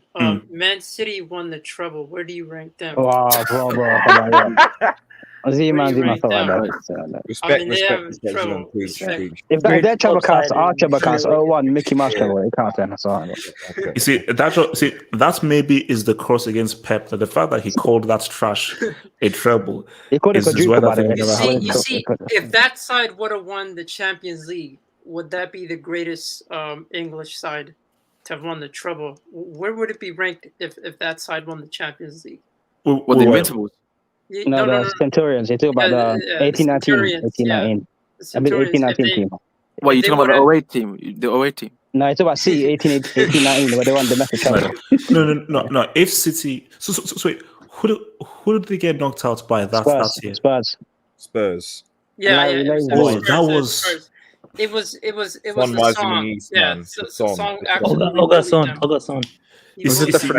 No. See, if City had won the Champions League that year, oh my god, man. Yeah, that's the year we got 97, they got 98, so it would have been the competitive league as well. So that would have been crazy. I mean, they're definitely the dominant Manchester, obviously. See, Ziman, thank goodness, because thank God, the Pep narrative would have been very, very messed up. So thank you, Fernando Llorente. I don't think they would have beaten Liverpool in the final though, even if they'd gone through Spurs. That's the listen, Pep don't want that smoke, man. You don't want that smoke. So, yeah. You see, that's the thing. I don't think they beat Liverpool in that final. Yeah. I don't think they do. Like, Klopp just had Pep's number, and especially in a final, because Klopp has already beaten Pep in a final when they were in Germany. I don't think City beat Liverpool in that final. You know, I don't think they beat him in that final. But let's say if they did, that takes Pep into a whole different stratosphere, because 90. So who did they lose to in the 100-point season? Was it Monaco or no? That was the first season. Liverpool. So we beat them. Liverpool. No, we beat them 5-1. That was 2018. 5-1. That was Liverpool. Yeah. You see, so let's say they had beaten Liverpool, then that means they would have faced Roma. Well, Boston didn't F up, you know. Pep is still top 3 for you, right? Top 3 what? Managers. He's top 3 spenders. Yeah, top 3 spenders. Top 3, right? No. At least. Pep billion in Pep 5 was years. top 3. He may have been top 3 before the UCL final. After the UCL final, So Tuchel is I don't ahead know. of him in your opinion? well, there's a guy called Carlo Ancelotti. There's a Uh-huh. guy called Vincenzo Del Bosque. There's a guy called Fergie. There's a guy called Mourinho. Those guys, I put them ahead of him. So this is from MN, who is a Barca fan who cheated to win the 09 thing. He says, LL, you couldn't beat 10 men Barcelona at EDL crib. #6, #CCL. You're not lying. MN, I mean, it's the truth. no, and this is for MN, and this is for all Barca fans. So this is for all Barca fans. Did you or did you not allow Messi to go on a free? Bro, you need him, bro, because he's our main man, not this Messi dude. I don't know what Ziman, you're you kind talking of about. cut off. Ziman, fix your the mic. goat weight show now. No, it's the goat, bro. It's the goat way. No, seriously, you cut off. Yeah, no, I know. He actually did cut, like it was like from Bible. But he actually cut off. I couldn't hear what the hell you were saying. So Red, what's it called? What do you see Real Madrid? Oh, wait, Red. Can you tell these guys about Hazard and his assist? Did you guys see his assist? No. Is that the greatest assist of all time? Is that the greatest? Have some dignity. Look, guys. I'm just gonna say this. When Mbappe inevitably comes to Madrid this summer, last week of August, and Real Madrid go on to win the treble, this will be the greatest trouble of all time. This will be the greatest trouble of all time. So you're telling me, wait, Clip this. Red, I'm glad you put that into the universe. Like, honestly, guys, like, this is actually perfect because, like, what we did essentially, giving Messi to PSG, like Barca giving Messi to PSG, essentially they weakened themselves, and PSG are going nowhere anyways. So, like, Messi's just gonna waste 2 years of his career too. So wait. What makes? I have to respond. I have to respond. We'll get the easy. We'll get there. So Red, what makes you so convinced that Mbappe moves some? Because Red, for me, I told you, I am following Mbappe's career very closely because I need that infinity stone. And I want Mbappe to move this summer because I feel for football, it would be superb if you have Mbappe at Real Madrid this summer and you now have Messi, Neymar with PSG. I think it'll be great. But what makes you think that Mbappe moves this year? Here's the thing: it's one. If you actually notice Mbappe, he hasn't really been active on PSG social medias at all. Like even when it came to like when Messi signed, all of them were congratulating Messi. There was nothing from Mbappe. If you look at him in the training, he's been a bit separate from everybody. Multiple reports have said that he's essentially asked PSG that I'm not going to renew, and he's asking Al Khalifa. There was apparently a meeting between them today that happened where he asked him to let him go to Madrid. He wants to go to Madrid ASAP, and the reason for that is like we have to understand like. For the people that are hating on Mbappe making this decision, like, look, Mbappe is not a fan. Mbappe is a competitor. One second. Here's the thing. Mbappe is a competitor. If Mbappe were to stay at PSG, his chances at winning the Ballon d'Or are none. Like, he does not. There's no way you're going to be able to outshine Lionel Messi on his own team. Because any goal you score, no, it's impossible, bro. The only way, look, there's one player. The focus will be on Messi and Neymar, and not only that, it's just because like Messi overall, from an offensive point of view, there's no player complete like Lionel Messi. Lionel Messi can dribble, pass, shoot, he can do it all. So no matter what Mbappe does, scoring goals on that end. Because Messi's creating for him and making all those chances, Messi's going to always have a higher rating than Mbappe. The only way you can combat a player like Lionel Messi is we already have the blueprint. Ronaldo gave us the blueprint. You combat Messi by being more decisive than him in big matches. That's how Ronaldo was able to win Ballon d'Ors over Messi. That's how Ronaldo was able to compete with Messi for the past decade. Not by being a better overall player than Messi, but by matching his decisiveness. Right? When if Mbappe were to go to Madrid, not only that, this isn't a top Madrid side. He comes to Madrid. He makes Madrid competitive again, like amongst the top teams in Europe, top 4, top 5 teams in Europe. He will get way more credit as a player. His chances for the Ballon d'Or increase because now he's the talisman of that team. So for us going, sorry, go ahead. Wait, I have to respond fast. First of all, Red. With Mbappe to Real Madrid, I have the opposite view.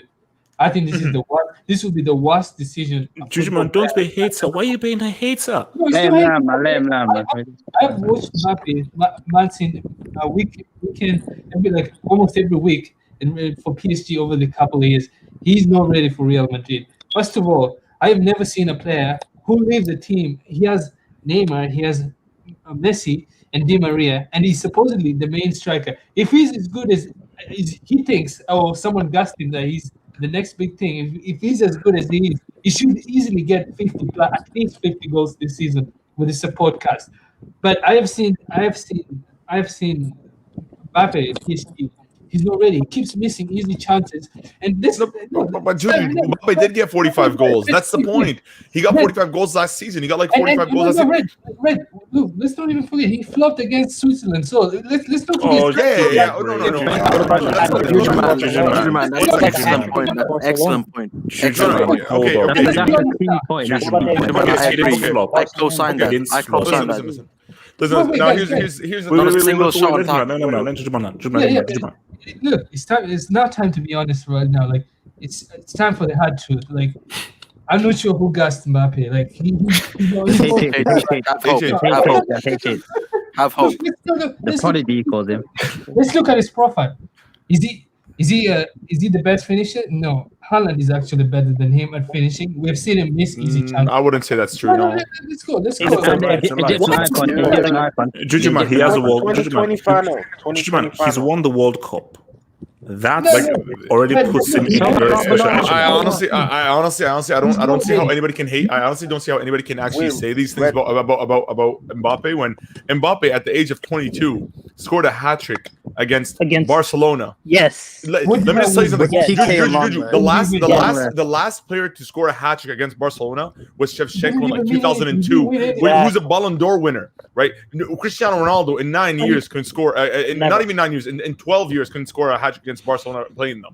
Like Mbappe did that. Mbappe also helped in knocking out Bayern Munich in the Champions League, and they only got knocked out by City when he was injured, not when he was playing. Also for France, Mbappe, up until that game against Switzerland, was having a good Euros overall. He didn't score goals. Yes, correct. He wasn't very scoring goals. But if you look at the goal against Hungary, where Griezmann scored, the one that led up to that was Mbappe. His skill, his overall play was improved. But the problem is at PSG it's Club de Amigos 2.0. You go look at PSG. It's not. It is. It's not a serious team. I have a question for everyone in red. Okay, what's Mbappe's strength? Because he's not special at penalties. He's not good at heading the ball. He's a good track and field player. He is a clutch finisher. Respect he is a clutch finisher. Like, no, Judgment. When his head is okay.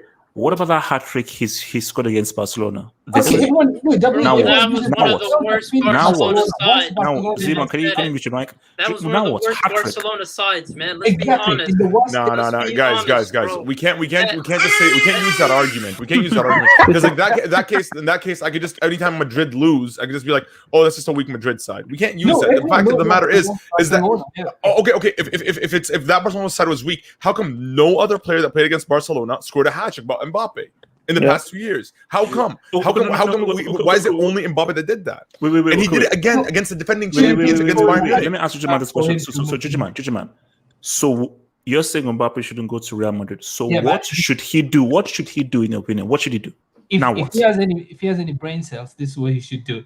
He should play at least 1 year at PSG and learn from Messi. He's literally learn from what? He can't learn from Messi. Like literally, just observe Messi. Like you can learn a lot from watching. Two separate. Judgment. How can he learn from a dude who he dropped a 2-piece on at a World Cup? I need gonna go there. He dropped a 2-piece on him at a World Cup. The one big difference between Mbappe and the guys. Look at Messi. He has done it. He has done everything. Has he done it in a World Cup knockouts? No, answer me that question. Has he done it in a World Cup knockouts? Yes or no? Okay. Okay, let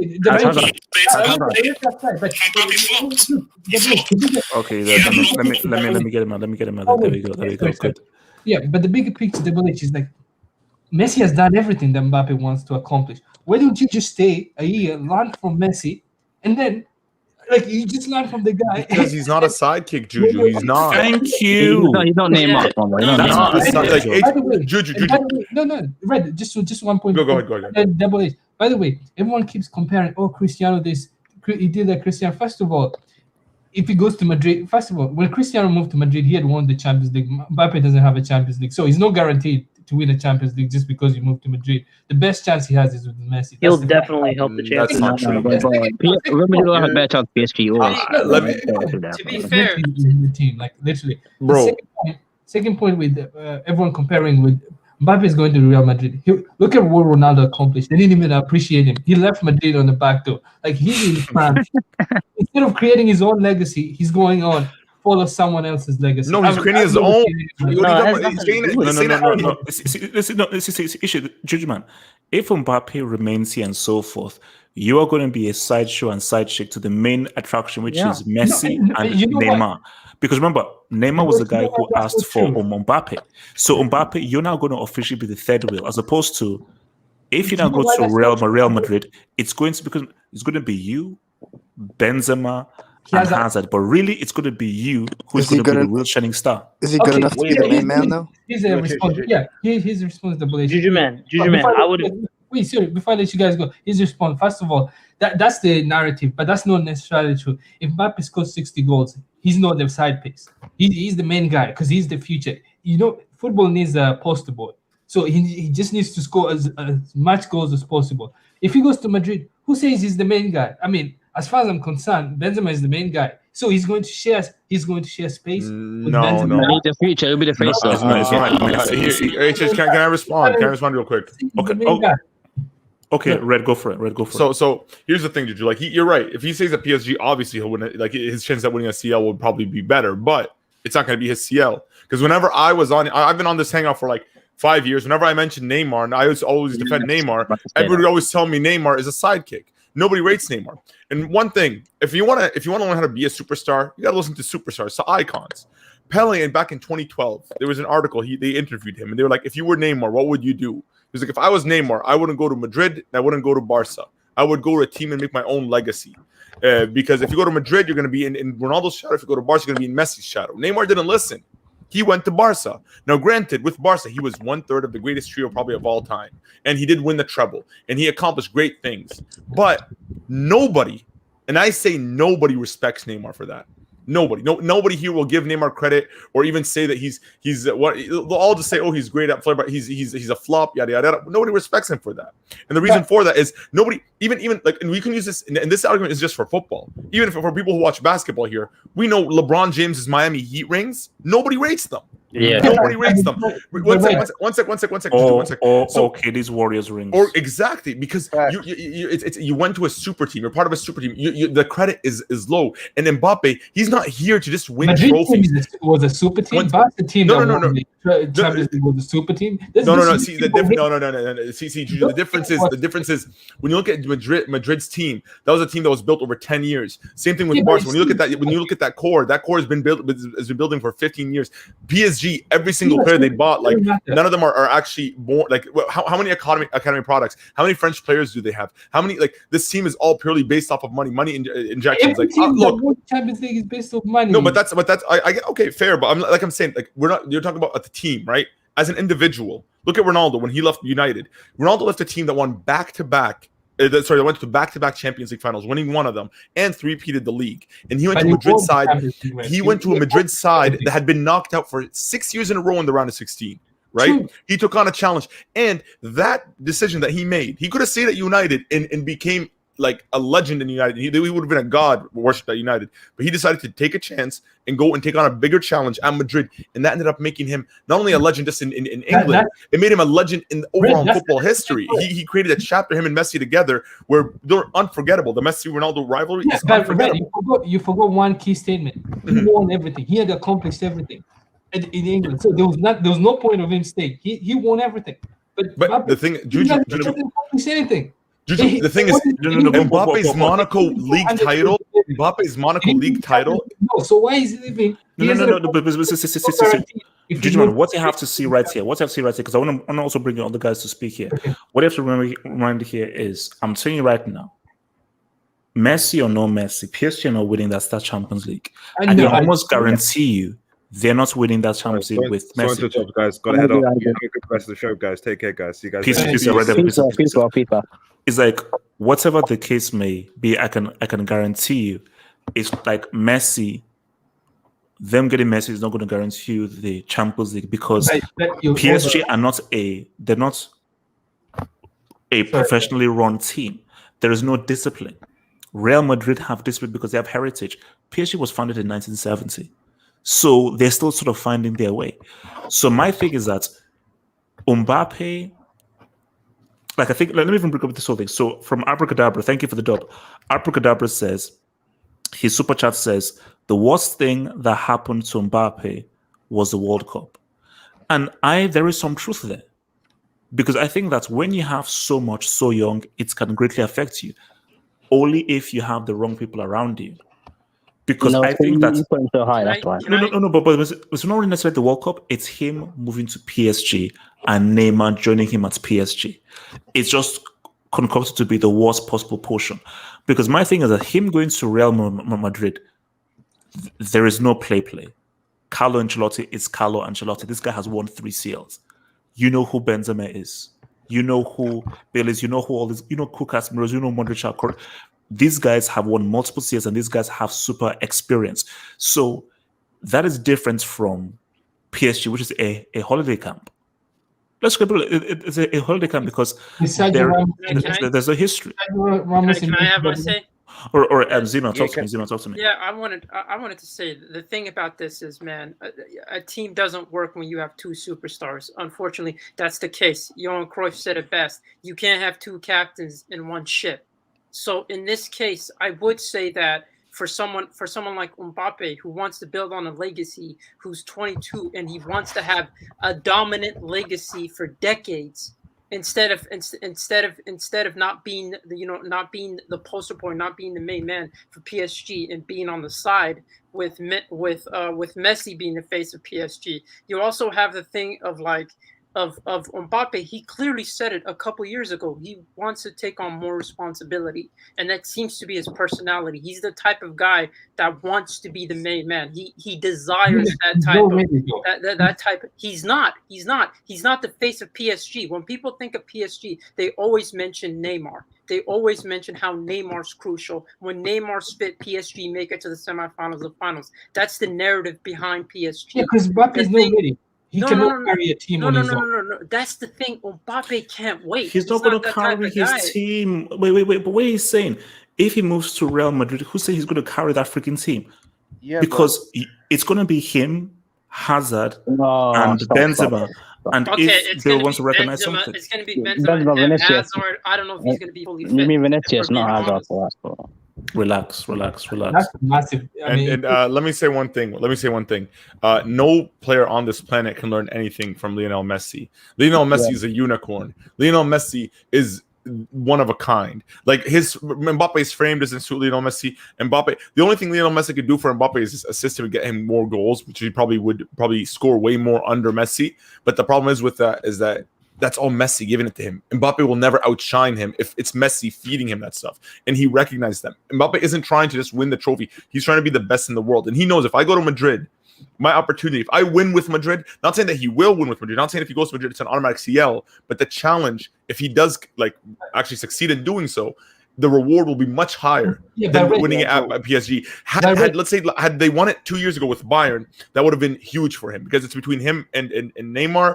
They would have been the team was a bit more balanced back then. But now with the arrival of Sergio Ramos, with Messi, with this team, so much is going to be spread out that Mbappe, it really ultimately will mean nothing. 4 years from now, if we were to reference it, you guys will say no. If it wasn't for Messi and Ramos and all those guys arriving, he would have never touched that Champions League. Everyone apart from HH would say that. Yeah, but pretty much, yeah.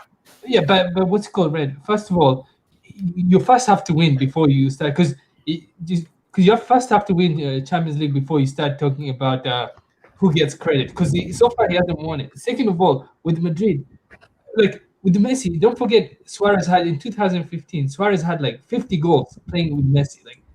Mbappe can get 50 goals. He has never had. And despite that, he didn't win the Ballon d'Or.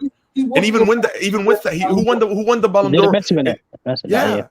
There you go. The thing is but that's the thing, Juju, is that when you're on the same team as Messi, there is no way statistically you're gonna outdo Messi offensively. Messi will dribble more than Mbappe. Messi will pass more than Mbappe. Messi will probably score more than Mbappe on the same team. The only way Mbappe can outdo Messi is if Mbappe matches his decisiveness. If Mbappe were on an opposite team, what happens is this. What happens is if let's say PSG meets Real Madrid and Mbappe is decisive in knocking out PSG. Exactly. That's what they do. Yeah. There you go. And that's you when can't Mbappe now do that if let's say you're on the same team and let's say you're decisive, but also Messi is also balls as well. The focus will always be on Messi. So the only way in which you can have, which is why Neymar left. It's funny how that happened. Neymar left because he knew that as long as I'm still with Barcelona, the shine will always be on Messi. No matter how much I do, it will always be on Messi. So the best thing for me to do is that if I now move to a different team and we face each other and I know how to perform him, that's when the shine will come upon me. Wait, hold up. So your boy Casey, thank you for the super chat, Dope Casey. He says, I want Mbappe at Real for simple reasons. La Liga, we always have the best players in the world. No Premier League player gets into a La Liga all-time 11, including Cristiano Ronaldo. Wait, hold up. Wait, what? Cristiano doesn't get in an all-time La Liga 11? Oh, that's... Oh, you mean Dino's on the left? Probably, that's right. Dino on an all-time one. I mean, Casey, I think that's cap, bro. I think that's cap. I think you're smoking crack. MN says, but Red, can he outshine the greats? But see, here's the thing. You know what? Is at Madrid, I'll tell you this. This is why Mbappe is perfect for this current Madrid side.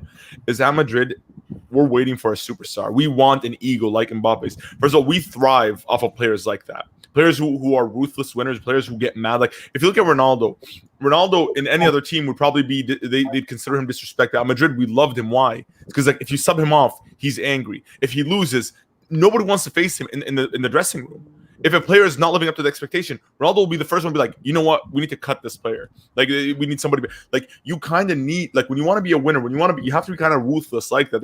There's a method to Madrid's success. Like you can go back and look at the track record. It's the fact that they put the team first. You don't just be like, oh, they're nice and it's sweet and all that stuff. Like you can't have that. You can't have that if you're trying to win and you want to consistently. You have to be sort of ruthless, like a machine. And with Mbappe, if he comes, Benzema has no problem playing the submissive role. Benzema loves to feed other players. Benzema has been doing that to Vinicius, but he has no.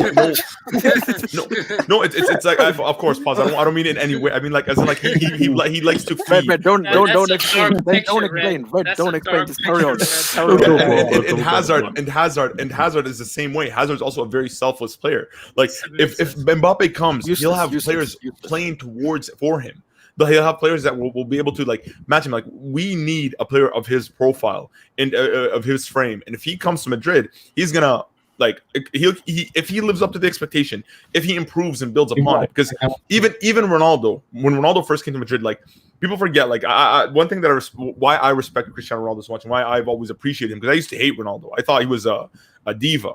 But the thing is about Ronaldo is that he answered all his critics over and over and over again. If you go back to his United career, when they used to say he couldn't even head the ball because he was a pretty boy, because he didn't want to mess up his hair, right? What happened to Ronaldo now? He's considered the greatest header of the ball ever. When he came to Madrid for 3 years, I remember all the reports, what they would say. They would say that, oh, he's not a big game player. He can't score. It took him from 2011 till 2011 to score against Barcelona and El Clasico.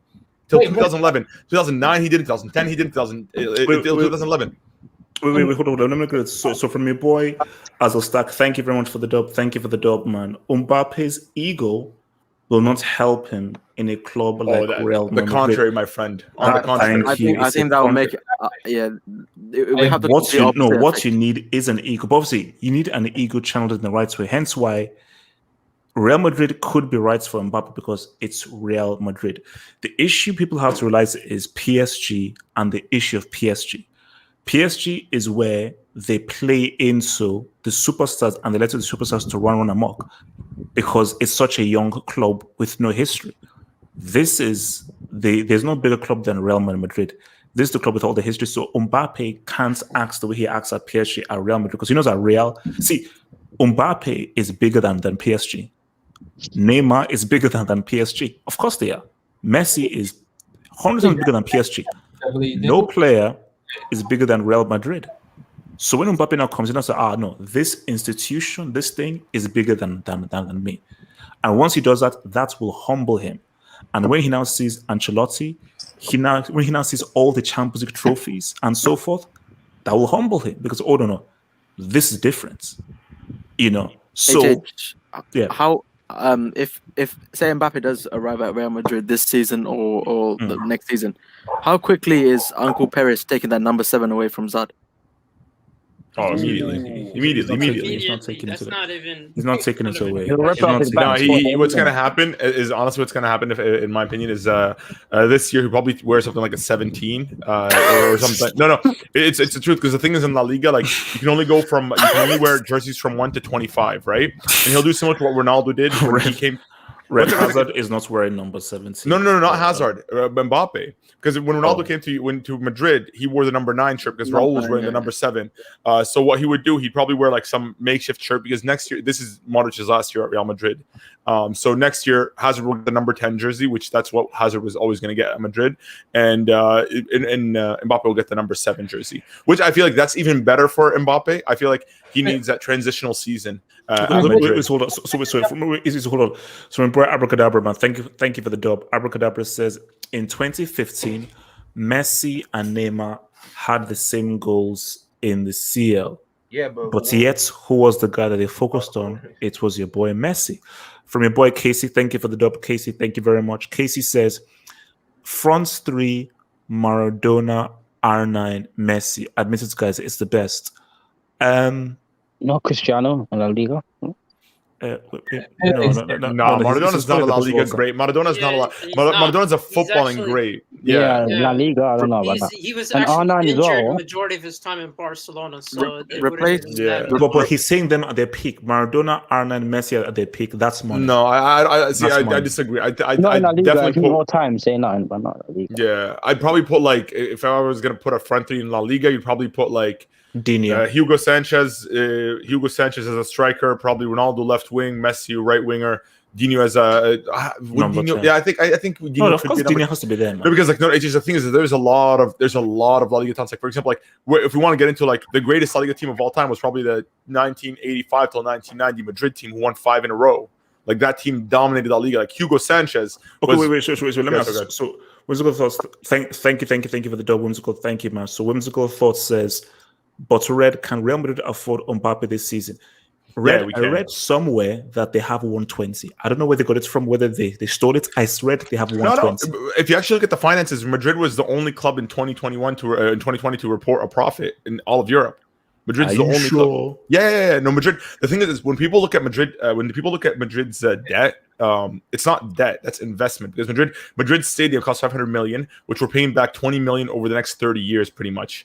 Like that's how much we're paying for it. So it's not actual debt. It's an investment because the stadium will bring us 100 million more in revenue. And also another part of that is also Madrid also launched a new project in the women's team, which also increased our revenue. So we have two new revenue streams. And when you look at our wage bill is very healthy because we let go of a lot of our high earners. If you look at our squad, most of our squad is academy players right now. And young players, like when you look at Vinicius, Rodrigo, these are all young players that we signed early on. They don't really take high wages. Madrid overall, like in Europe, we also have like a merchandising. We're so good. In social media, we're number one. Overall, we're very healthy. Like we have the money. The only problem is is in the current market, it's hard to compete with teams that really don't care about losing money, right? And that's the thing. Yeah, exactly. I was going to say how much is so say you got the 120. How much is the Mbappe worth in the market this season? So they're saying that they're bidding 150. So the reports that I'm seeing from Madrid's end is that they're bidding 150 for Mbappe, 150 in total. With I think it's either 120 with add-ons, but 150 is the current bid. Because now, like, don't forget that we sold Rafael Varane for 50 mil. No, but see, Red, I think that we said this even like about an hour ago or so. If you're PSG, they may say that because they're so rich and they have so much money, screw it. We're happy to lose him on a free next summer because we're going to say, you know what, for marketing purposes, we want this whole Mbappe, Neymar, Messi. Who knows? This front three could help us win the Champions League. If Mbappe leaves, fine. Because El Khelafi apparently said, "Oh, we will lose Mbappe next summer. We're just going to get Cristiano Ronaldo for free next summer when his contract runs out." Now, so question is each. Yeah. What message does that send to young players now when they're signing for PSG? When you know that, you know what, if I go to this club, I'm essentially a prisoner.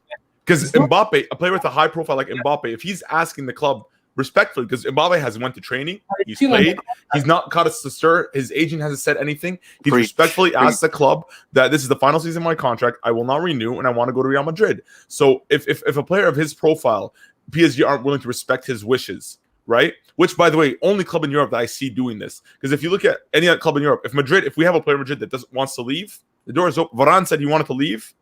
Done. Sold. That's a three-peater. Like, wait. Hold on quickly. So from Azul Stark, man, thank you very much for your dub, Azul Stark. Thank you very much. He says, if Mbappe goes to Real Madrid now, he cannot be guaranteed trophies because of their backline. Nacho is underrated. Nacho is a really underrated Militao is by the way. Militao is a decent defender, so he's good. See, and my thing is that, you know, Alaba is very multi-purpose. I can play everything. So don't just assume that the defense will just completely catapult. And let's keep it real. YSK, and people may not know, Red, tell YSK about some of Varane's games. Okay, because Varane can have some dodgy games. No, Red, please. I don't want to hear it. No. I'll give you an unbiased take. I don't mean like honestly, bro. Like, no, you guys got a 10 out of 10 signing. It's I believe that for United, it's a perfect signing because Red, you know what? That's perfect. Leave it right there, and then I'll exit the channel. Okay, fine. I'm not gonna say anything, but I will say this, guys, for the people that don't watch La Liga. Yeah, guys, it's been nice. I'll see you in the next one. I highly recommend, guys, check out. There's a new player that Madrid have from the academy. His name is Miguel. He's gonna be our starting left back because I believe Mendy's the plans for this season to put Mendy as center back. But Miguel, this guy is a baller, guys. Like, if one thing Madrid always produce, we produce the best fullbacks in all of Europe. Like Reguilón, Hakimi, Carvajal. Like, we produce some of the best. Even for Chelsea, like Alonso, you're welcome, Chelsea fans. You're welcome for Alonso. Look, that guy, he's a trash defender, but that guy can ball. He can. He's a great offensive center back, but like but this guy Miguel, I highly recommend guys like definitely look into him. He's a quality player. Wait. So Red, you're saying that Varane and Ramos won't affect you at all? No, the it's two not defenders last that season were critical to that three-peat. So here's the thing. I have a theory. Ramos was not injured last season at all. Ramos was not. No, he wasn't. It was all contractual. Because I'll tell you why.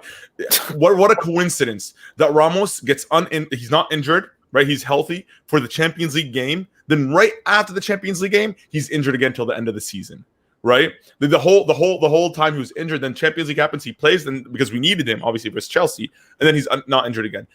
We reached a Champions League semifinal and lost it last season by 1 point, right? With a Militao Nacho back line. Nacho, the only thing with what I don't appreciate about Nacho is that he's overly aggressive. He tends to overcommit in tackles, in which you saw that against Chelsea. Like, I think in their first goal, when he sort of created the space, I believe that created that. But Nacho tends to overexert himself. Militao, I feel, is solid. I feel like Militao just needs time. He reminds me of Pepe a lot. Like, he's very dominant in the air. He's good. He's calm on the ball. He's pretty good. He's still rough around the edges, but I believe that there's a very, very good defender if he's given game time and just more confidence to play with. And honestly, I really liked Alaba. I feel like Alaba is the perfect Ramos replacement in one aspect: delivery from the back. The pings that he has from the back, like his balls were just incredible. Like, especially yesterday when I was watching him, like I'm getting guys, stop. You know what makes it worse is the accent. Honestly, probably. I don't judge. But no, he's got techers, guys. I believe. But Alaba's got techers. But Red, though, as I said again, I don't care what anyone says. I'm excited to see the Benzema Hazard link up because whether you like it or not, Hazard is a freaking baller. Hazard is a freaking baller. Don't you learn that? Don't you learn? The problem with both of them, is that they're both none of them are really selfish. That's the problem. It's like Benzema's not selfish and Hazard's not selfish. Like, Benzema's gotten better over the past 2 years and he's been taking more shots. But the problem is, like, they're always looking for the perfect shot in front of the goal, so they constantly keep passing, which was our problem in 2019 and 2020. Is that we get the ball in the final third and it's just pass. You don't have like a Ronaldo that just takes a shot, just like from anywhere, just take a shot. So that's why I really want Mbappe. I want a selfish finisher. Mbappe, Haaland, anybody up front that just takes shots. Red, can I make a request? Go ahead. Yeah, I think I don't want to sound harsh, but I think you guys are overrating Mbappe. He's not as good as Cristiano. Just proving that. Oh, he's not. Of course not. No, they're saying that, bro. But no, wait, Juju, man, dude is still like 22, 23 years old. God damn. Yeah, but the one thing is, like, if you look at his profile, he's like Cristiano. When he left to Madrid, he had a Ballon d'Or. He was really good at free kicks. He was good at headers because I remember he scored one against Roma, one against in the final two. But if you compare to Mbappe and that Madrid team, they were building, they were hungry for titles in Champions League. If you look at this Madrid team right now, I mean, first of all, if you look at Mbappe, he doesn't have a Ballon d'Or. He's not as good at free kicks. And the other thing, if you look at that Madrid team, like Modric is 37, 38. Like, the team is finished. Like, they're on their last. Yeah, but Juju, you're talking about, yes, those old players are gone, but we have like Valverde. Valverde is very promising. Like, we have players that we're bringing in players. Not only that, like Madrid is also like we're looking to buy midfielders. Like, wait, hold on. So from your boy Adel Stark, thank you again for the dub. Because which team can guarantee Mbappe more trophies or success, PSG or Real Madrid? PSG. Yeah, PSG. If you're just looking at just trophies, PSG. You guaranteed almost 2 or 3. If you're looking at the Champions League, domestic, Real Madrid, because look, but see, as I said, that's a moot point because he's already stacked up on French Cups and Uber Eats titles and so forth. I mean, the guy literally won the freaking Uber Eats title with freaking Monaco already. So what he wants is the Champions League. And I believe that he has more chance of winning the Champions League with Real Madrid than with PSG. Now, maybe Ramos and Messi coming into PSG may change the culture of the club, but because of the culture of PSG, that culture isn't right to win a Champions League. You have to be disciplined and in the right frame of mind and have the right kind of structure to win a UCL. As we saw with the Galacticos, just overspending and so forth and just having star players will not give you a UCL. You still need to have a proper footballing team. And I just believe, in my opinion, that if he goes to Real Madrid under Ancelotti, I'm not saying they're going to win the UCL. I think they probably have a better chance than winning it because I still think that Bayern are still a freaking beast. And if Chelsea look like they're a beast. I would definitely agree with you if this was like 2-3 years ago. Exactly. But right now, I mean, they went to the final, 2 years ago, and they've been doing way better. Now they have players like Ramos, they have Donnarumma in the back, they have Keylor Navas as a backup. Like the players have matured more, and they understand like the acquisition of Messi. 7-6-2-6. No. But 7-6-2. Shego. My thing though is. Shego.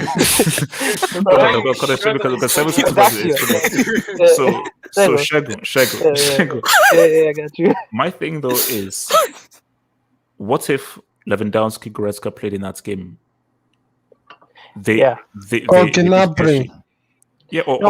What I'm saying is over the past few years, they have now developed the mindset of like, we can actually compete in the Champions League, and now the acquisition of Messi will definitely put that over the top. And also Ramos is gonna put the discipline in the back line. Let's be honest, Marquinhos already is disciplined. You add Ramos to that back line, now you have but Ramos is old though. Ramos is 36 but what about he still has skill? What are you talking about? He still could defend. Second, I'm talking about the mentality though. I'm talking about the mentality and him being. Okay, so hold on your points and then I'll go to here. So finish your point. Okay, finish my point. Yeah. So basically, him being old, he's not like 40 years old. He's 36 or 35, right? I get it. He's still old, but at the same time, it's about the mentality that he brings to the club now, right? And not only that, but it's not just Ramos though. It's the acquisition of Messi itself is going to completely change the dynamic of the team in the Champions League. They're going to actually feel like a team that can win.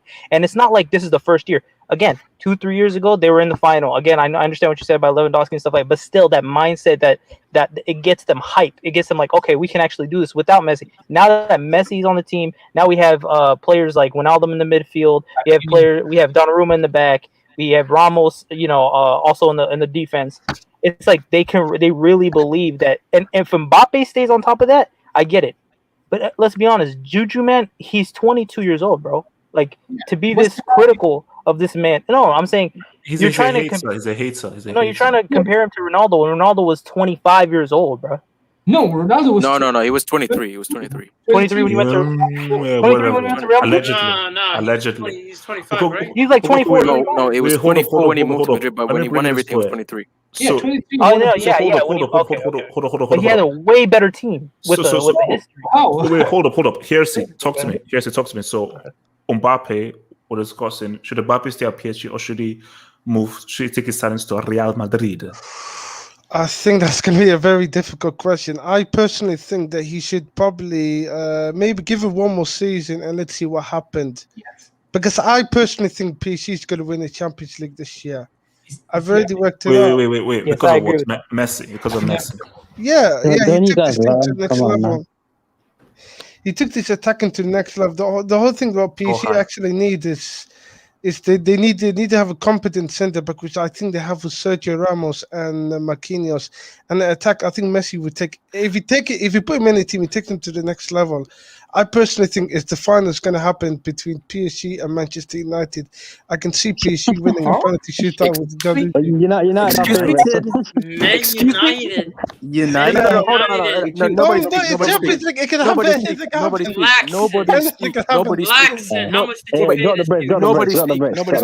speak. Why did you say that? Why did you? Because Because man, see, listen, here's the interesting factor. Every time Man City, Are you a Sky Blue FC fan? Are you a Sky Blue FC fan? Wait. Here's it. Just a wild guess. Are you a Man United fan, Hersey? Oh my life. Are you a Man United fan? Please don't say yes. Hersey, are you a Man United fan? Silence speaks loud, man. If you say yes, if you say yes, take it back immediately. What you did. Hersey, I'll ask again. Are you a Manchester United fan? Are you a fan of Manchester United Football Club? Do you support Manchester United? We'll take that as a yes. No comment. That's a yes. That's a no Hersey, comment. I'm Move going on. to keep on Move asking on. until I get No, an answer. just move on. Just move on. Hersey, do you support Manchester United Football Club? Don't answer that question. Don't answer that question. Just move on. YSK, are you his lawyer? Yes, I am. Yes. Okay, so that silence I shall take as a yes because I also wanted to add a point. You know how you said that he doesn't want to be a sidekick, right? Mbappe doesn't want to be. Remember, you said Mbappe doesn't want to be a sidekick. You gotta drop the British one. How do you not drop it? Okay, no, I got you. But wait, hold on.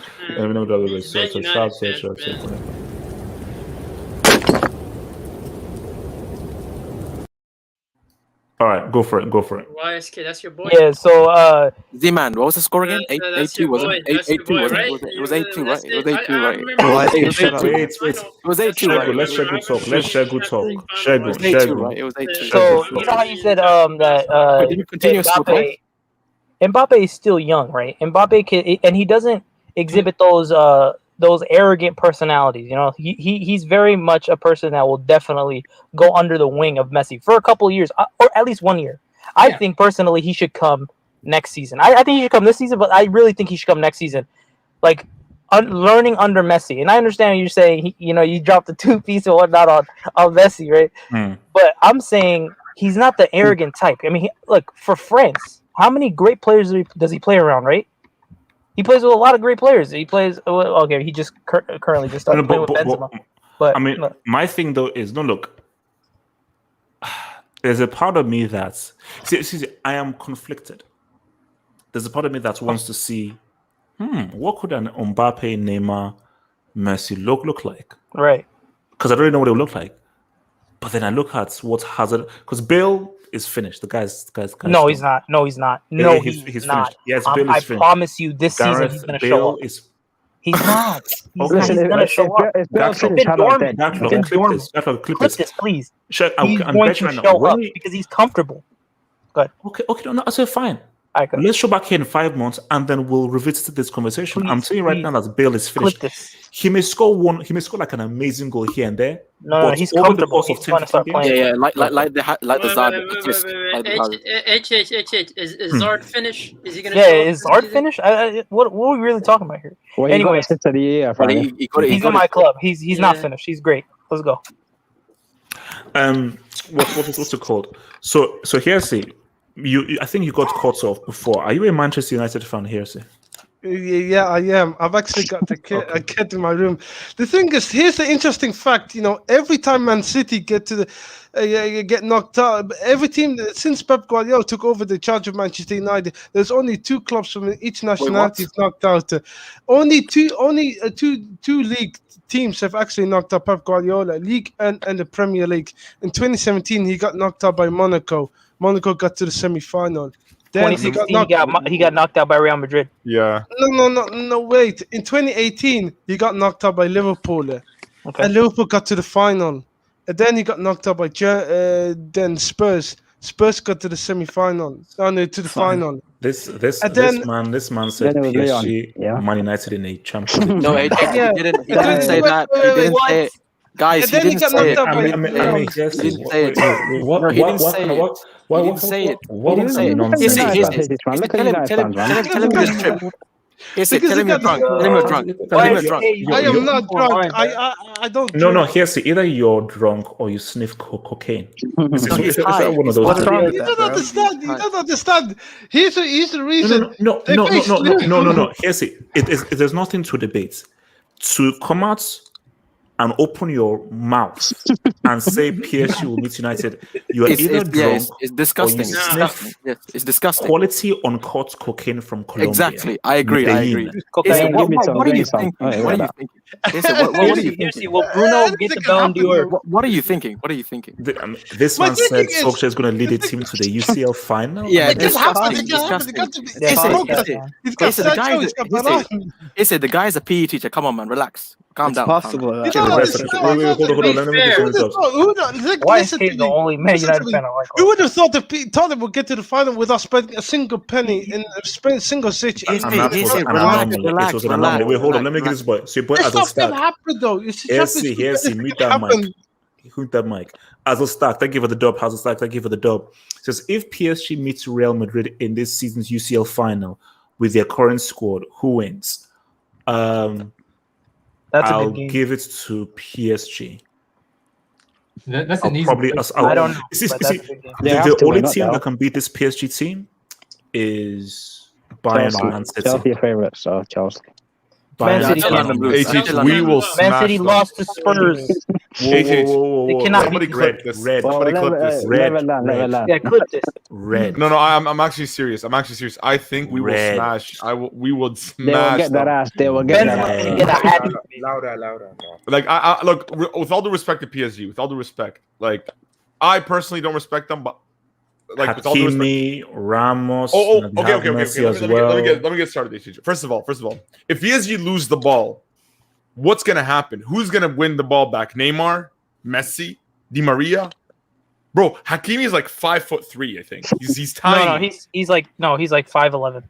Is he? But no, I remember his he has a very tiny frame because I remember in 2018 he's skinny. Like he started one match in the Champions League for Real Madrid against Spurs. And what is the shameless body shaming? Like, what's going on? No, he got obliterated by Dembele. Like what's the name of that? Like fat shaming school or something? No, he's like 6 feet. He's like 5'11", 6 feet. Say, relax, calm down. It's okay. No, but his frame, if you look at his entire body frame, I'm not tempting fate, guys. I'm not tempting fate. For the people that are saying that, I really do believe that like overall Madrid as our play style suits against PSG. We can outdo them. I think Bayern could beat them.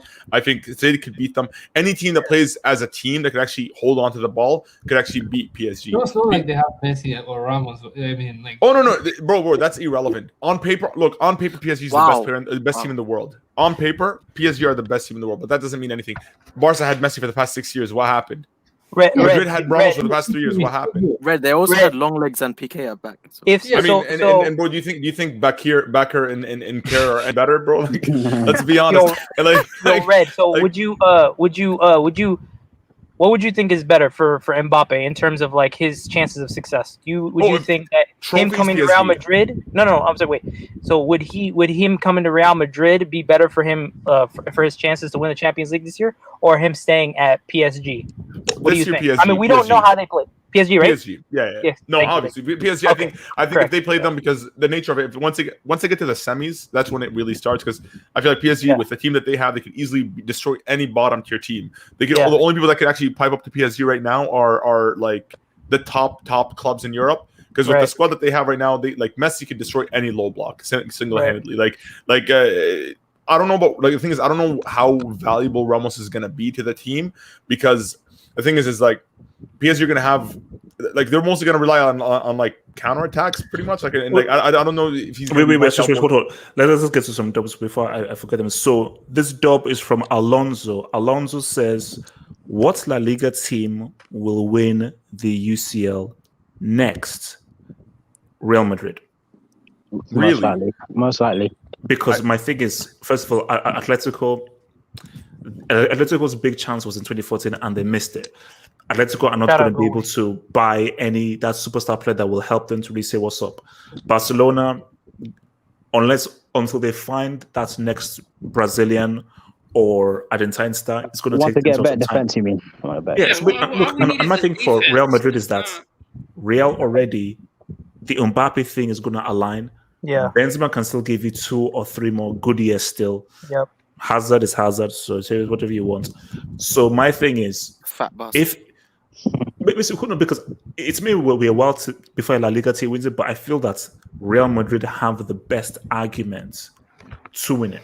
because I think Barcelona need at least 3-4 years to really conjure up a team, but specifically find the next Ronaldinho, Messi, before they can say what's up. Depay is cool, but Depay ain't that kind of superstar on the level of Didi. Follow-up question. What if Mbappe leaves to Madrid and then PSG win the next 2 Champions League? What about that then?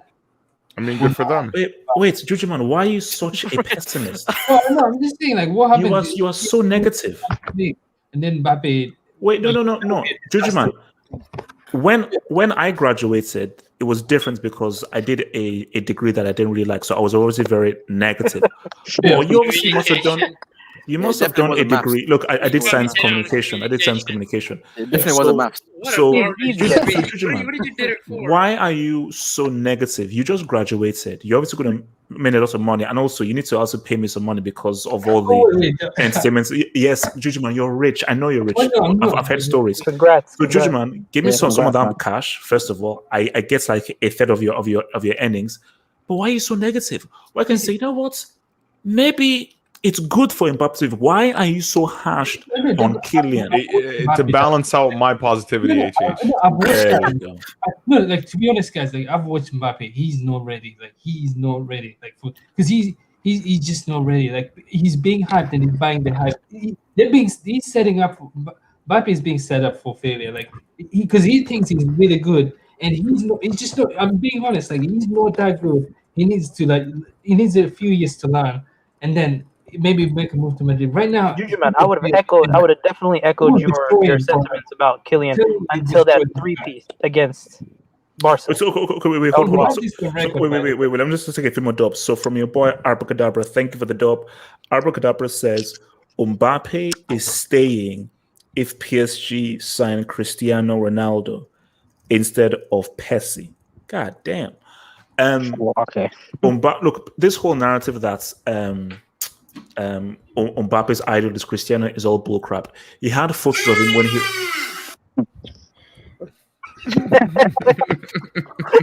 Don't kick He had photos of him. He had photos of him when he was like 7, 6, 8 years old. Once Mbappe won that World Cup, he surpassed Cristiano. Like Cristiano was left in the dust when he won the World Cup. So come on, like that. He didn't surpass him at all. And Mbappe, thank you, this way. God bless the day I found this channel. #content scrap. But you know what's funny? I'm curious right now. I don't mean to flex, but I think I'm going to flex a little. What other YouTube channel goes 4+ hours talking purely about football? Really, no other. No. Yeah, no. Okay. Yeah, nobody. I'm just, good to see, for 4+ hours, and it's not always football content. Not always football. You know. And you busy, but if I didn't have stuff to do tomorrow, we can go for 6. This is the only channel out there where we really give you football talk for 4+ hours. But guys, my thing is that for excitement purposes, you see, for me, I just love craziness and madness. Hence why, bro, the Messi PSG thing blew everything. I love it. I loved the freaking transfer. It was flipping. I'm amazing, man. So Mbappe going to Real Madrid. What I want, because I'm a narrative merchant. If he goes to Real Madrid, I then want Real and PSG to now face each other, and I'll be on a collision course in the UCL. Because this is just me, like with the storyline. UCL final, Real Madrid, PSG. And what would the narrative be if Mbappe with Real Madrid loses to PSG in that final and Messi gives PSG their first? Now, that's when things get messed up. Imagine if Messi in his first season gives PSG the UCL. Then Neymar to retire. Well, that's a narrative, man. legacy, man. Neymar to retire then. Neymar's legacy is already done. Neymar is finished. We're done with that guy. Yeah, Neymar is so trash that this guy actually lost to Messi in an international final. Imagine. Imagine losing an international final to Messi.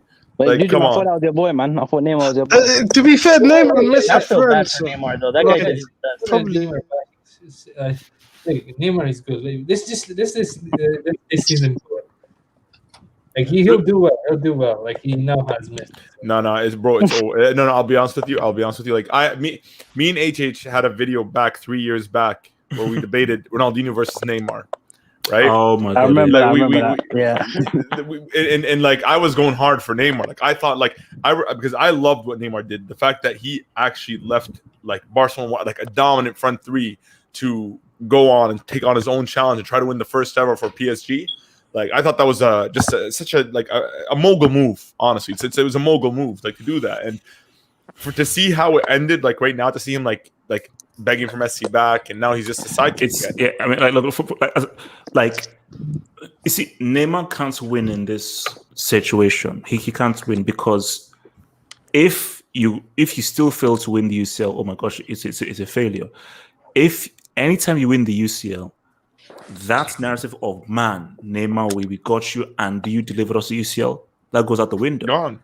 So every time that he gets that UCL and so forth, it's always going to be, hey, it's Messi. It's Messi. Let me just throw out a crazy statistic here, just to show you how far off Neymar's actually fell off. Like people forget, like Neymar's overall play, like as a baller, he's still obviously an incredible footballer, dribbling, creating all this stuff. But his finishing has been atrocious. You know that Vinicius Jr. has more open play goals than Neymar in 2021. Damn. Let that sink in, guys. Let that sink in. Vinicius Jr. has more open play goals.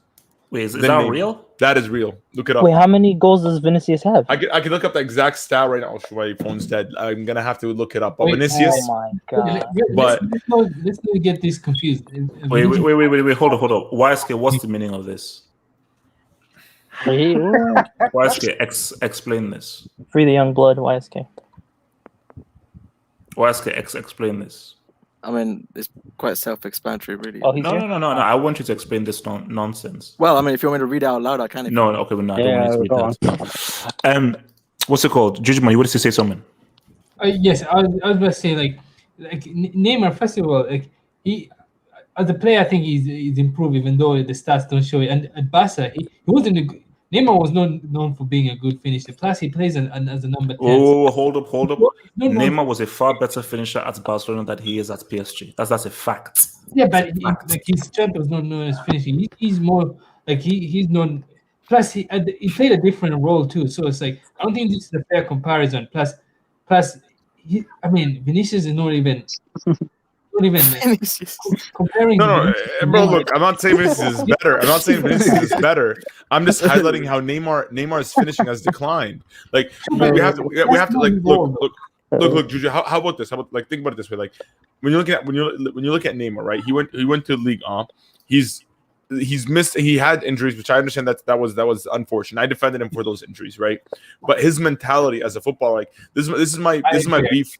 This is my beef with PSG is that it's too much of a comfort zone. Like the players there are it's a holiday camp. It's a holiday camp. Yeah, like they're not really pushed. There's not much pressure. Like the fan base. This is what's crazy. Is PSG have some of the greatest ultras and one of the best fans out there. Like when you go and look at them, but the club hierarchy. Like they call these players, like you look at Neymar and all these players, like they're constantly throwing parties. They're constantly like, and Neymar's injuries recently are muscular injuries. Muscular injuries are caused because of bad lifestyle habits. Mm-hmm. You can.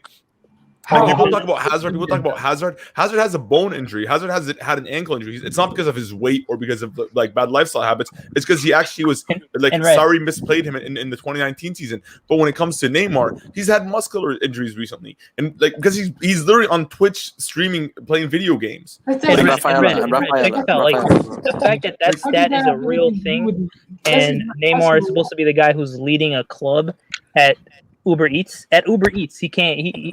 Vinicius has more open playing goals than Neymar, and Neymar is supposed to be the leader. I'm gonna find that stat. Just That's 1 second. crazy.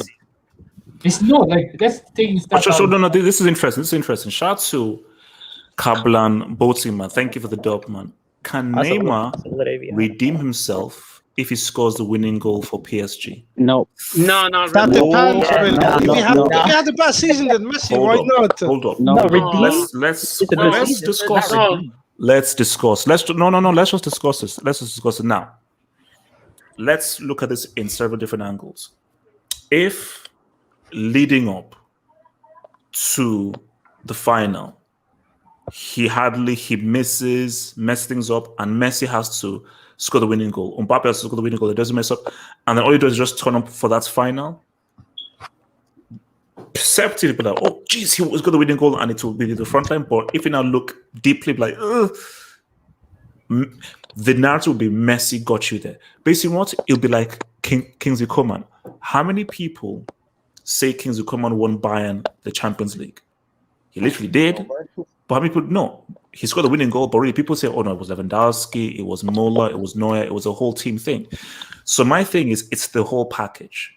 If he is amazing all the way through, if he's critical in the quarters and in the semis, and once he does that and he scores the winning goal, he'll be redeemed. So the only redemption is even if Messi's injured the whole season, it's not going to redeem him. Even if he does everything the whole season, it's not going to redeem him anymore as a player. He's great, but it's not going to be like, oh wow, he didn't need Messi. No. But there was never a whole. I'm just addressing this. Nothing. This just says, can Neymar redeem himself? So, redeeming himself is, can he be that guy? And can he be the critical dude? Now, of course, people say, well, you needed Messi to be the critical dude. But the whole thing was, you came to PSG, you bought by PSG because, this is the next great thing. This is the guy that's supposed to take over Messi. And this guy will somehow individually be that superhero, that's Steve Rogers, Captain America guy that will say what's up. It didn't happen. But if he is that dude where you've led this team all the way through, you've balled it in all of the games, similar to what like Cristiano did in like 2018 or even 2017, where you're always balling and then you say what's up in the final, bro, you've got to just say you've redeemed yourself. But the issue is there will always be that Messi asterisk. There will always be that Messi asterisk, which is the issue of Messi coming through. That's true, Double A. The one thing though with Neymar though is people hate him. Like you guys are complaining about his lifestyle. I don't know what he's supposed to do to get people to like him. I don't know if he's supposed to go to church or people to like him. It would help. It's his personal life. Like I don't know if he plays poker, like and goes clubbing. Like as long as he shows up, like he can do whatever he wants. And so like but he's not lived up to expectations, bro. True. Like I agree with your point in Red. Like he's like even with his physical shape. I mean, this guy he's not serious. But I think Messi there and Sergio Ramos will help this guy a lot. Sorry, just pause. I'm just saying because this just came to my mind. Some Messi fanboys need to relax. Someone, I don't know why, someone linked me to a tweet of a guy, obviously a Messi fanboy, who posted a video of Messi and his wife kissing each other. Oh, that's weird. Do you know how messed up you have to be? By the way, Messi has 3 open play goals in 2021. Neymar has 3 open play goals in 2021. Vinicius has 4. So yes, Vinicius has 1 more goal in open play than Neymar in 2021, the year. But that's open. I just checked it right now on Transfer Market. Just quick math. By the way, speaking of Messi's wife, Messi, Leo, my good friend. Be very easy. Be respectful. Be respectful. No, I know. I'm trying to help him out actually. Okay. I've recently seen a post go around the streets that certain Icardi has liked your guys' picture. Yeah, that's messed up. I'd be careful if I was you. So I don't think you were there though. Like Argentinian wouldn't. mafia is crazy. Because forget the mafia, Messi fanboys. Yeah, the fanboys ban it. So from Abracadabra says Rafaela versus Antonella World Cup final. Who's winning? Antonella. Rafaela. Easy. Antonella all day. Rafaela easy. No one. Rafaela. First of all, Rafaela has strength considering she's a man. So okay, there you go. And we're moving on swiftly. So moving on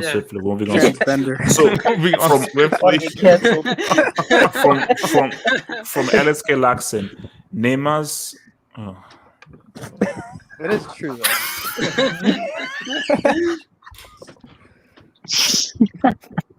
What type of activities do you want to explain? Triple X type activities. What type of activities? You might be right. So beach ball. This is PG. PG. Oh, that's we're physical, gonna, man. HH, That's a lot of HH, physical. if you don't mind, just because people are still doubting the Neymar Vinicius stats, I'm just gonna name the goals exactly, right? So in La Liga, Vinicius with a right-footed shot scored against Real Sociedad. The date is on the 1st of March. Right-footed shot. That's 1 goal. Liverpool brace. That's 2. Both right-footed shots. And then the goal against Alves. That's 4. Right. We go to Neymar in 2021. What does he have? Right-footed shot against Montpellier. That's 1 goal. And then a header against Angers. That's 2. And then right-footed shot against Lens. That's 3. That's all 3 of his goals. Wait, aside so from the that, fact that he can't score more than 3. So all the Copa America goals were. Wait, red. No, this is a club on the club level. I didn't. I for club, just for PSG and for Real Madrid. Red. I have a healthy, humble request from you and your club, and Sigan, you as well.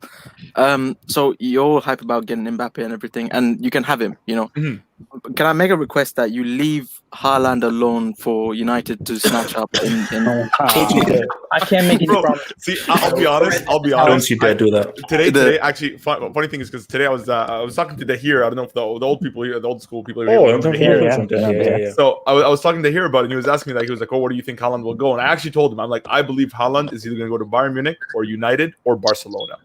I don't think he's going to come to Madrid anymore. United. I think, because here's the thing for United, the whole Norwegian thing, man.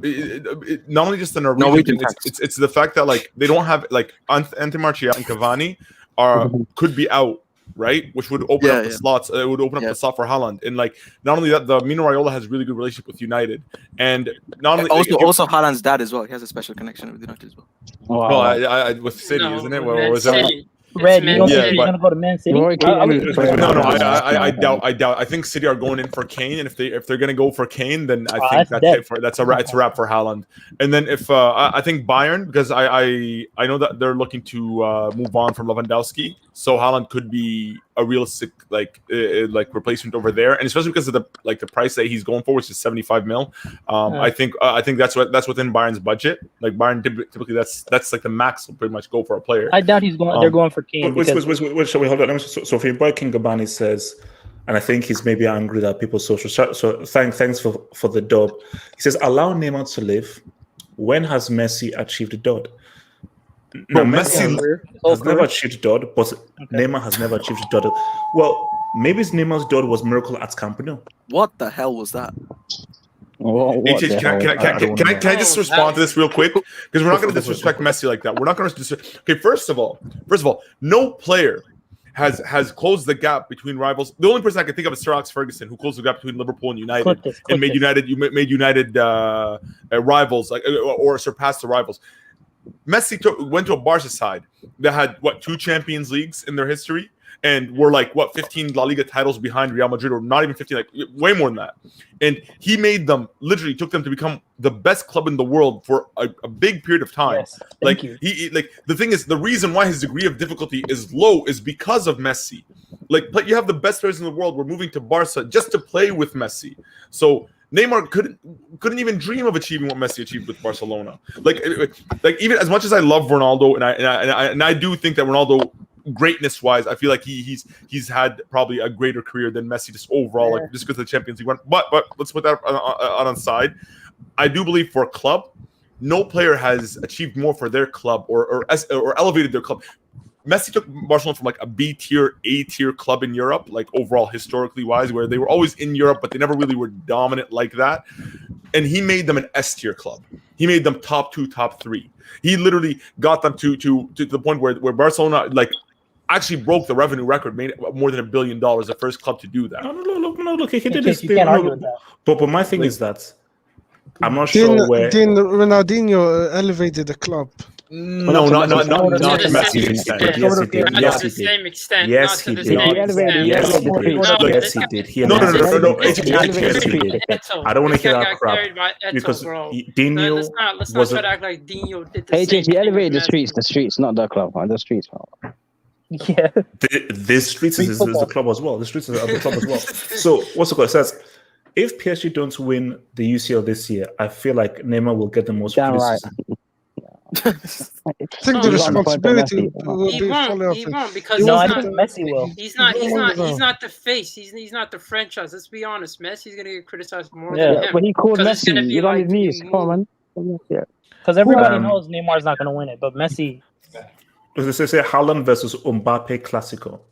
No, I Spanish wish. clubs are broke. No, Spanish clubs are Mbappe, broke. we got it. So before we round up, so on this, because we need to round up because we've hit the 5-hour mark. Undisputed, Mbappe, we're having a discussion. Do you think he should leave this summer for Real Madrid, or he should stay with PSG and live in Manchester? This is an open goal at a CL. This is an open goal at a CL. This is.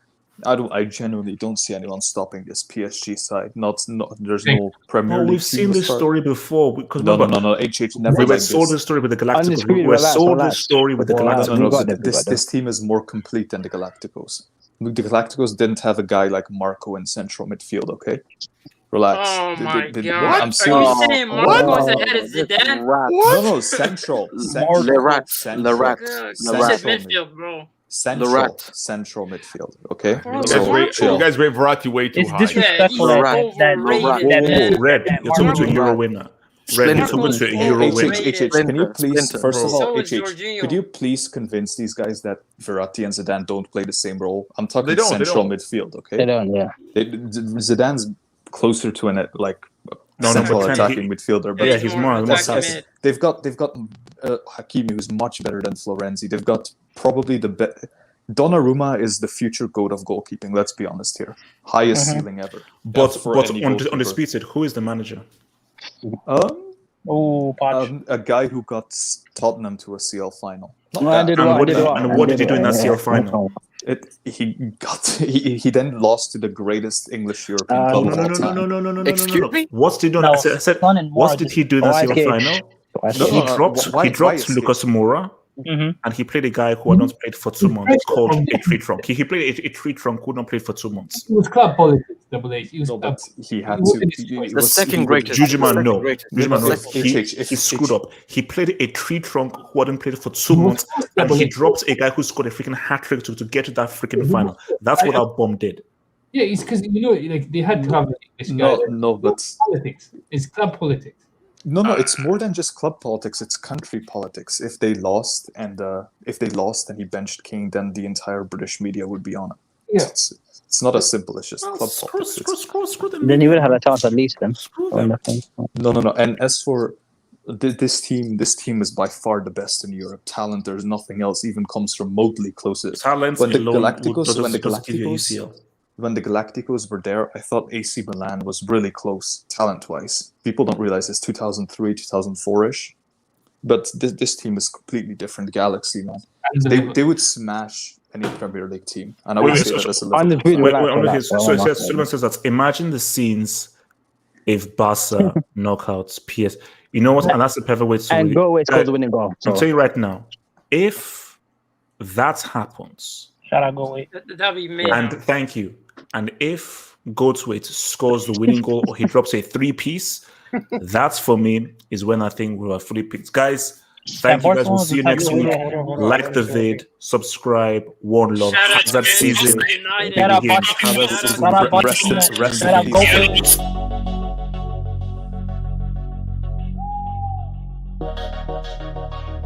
Shout out, go away.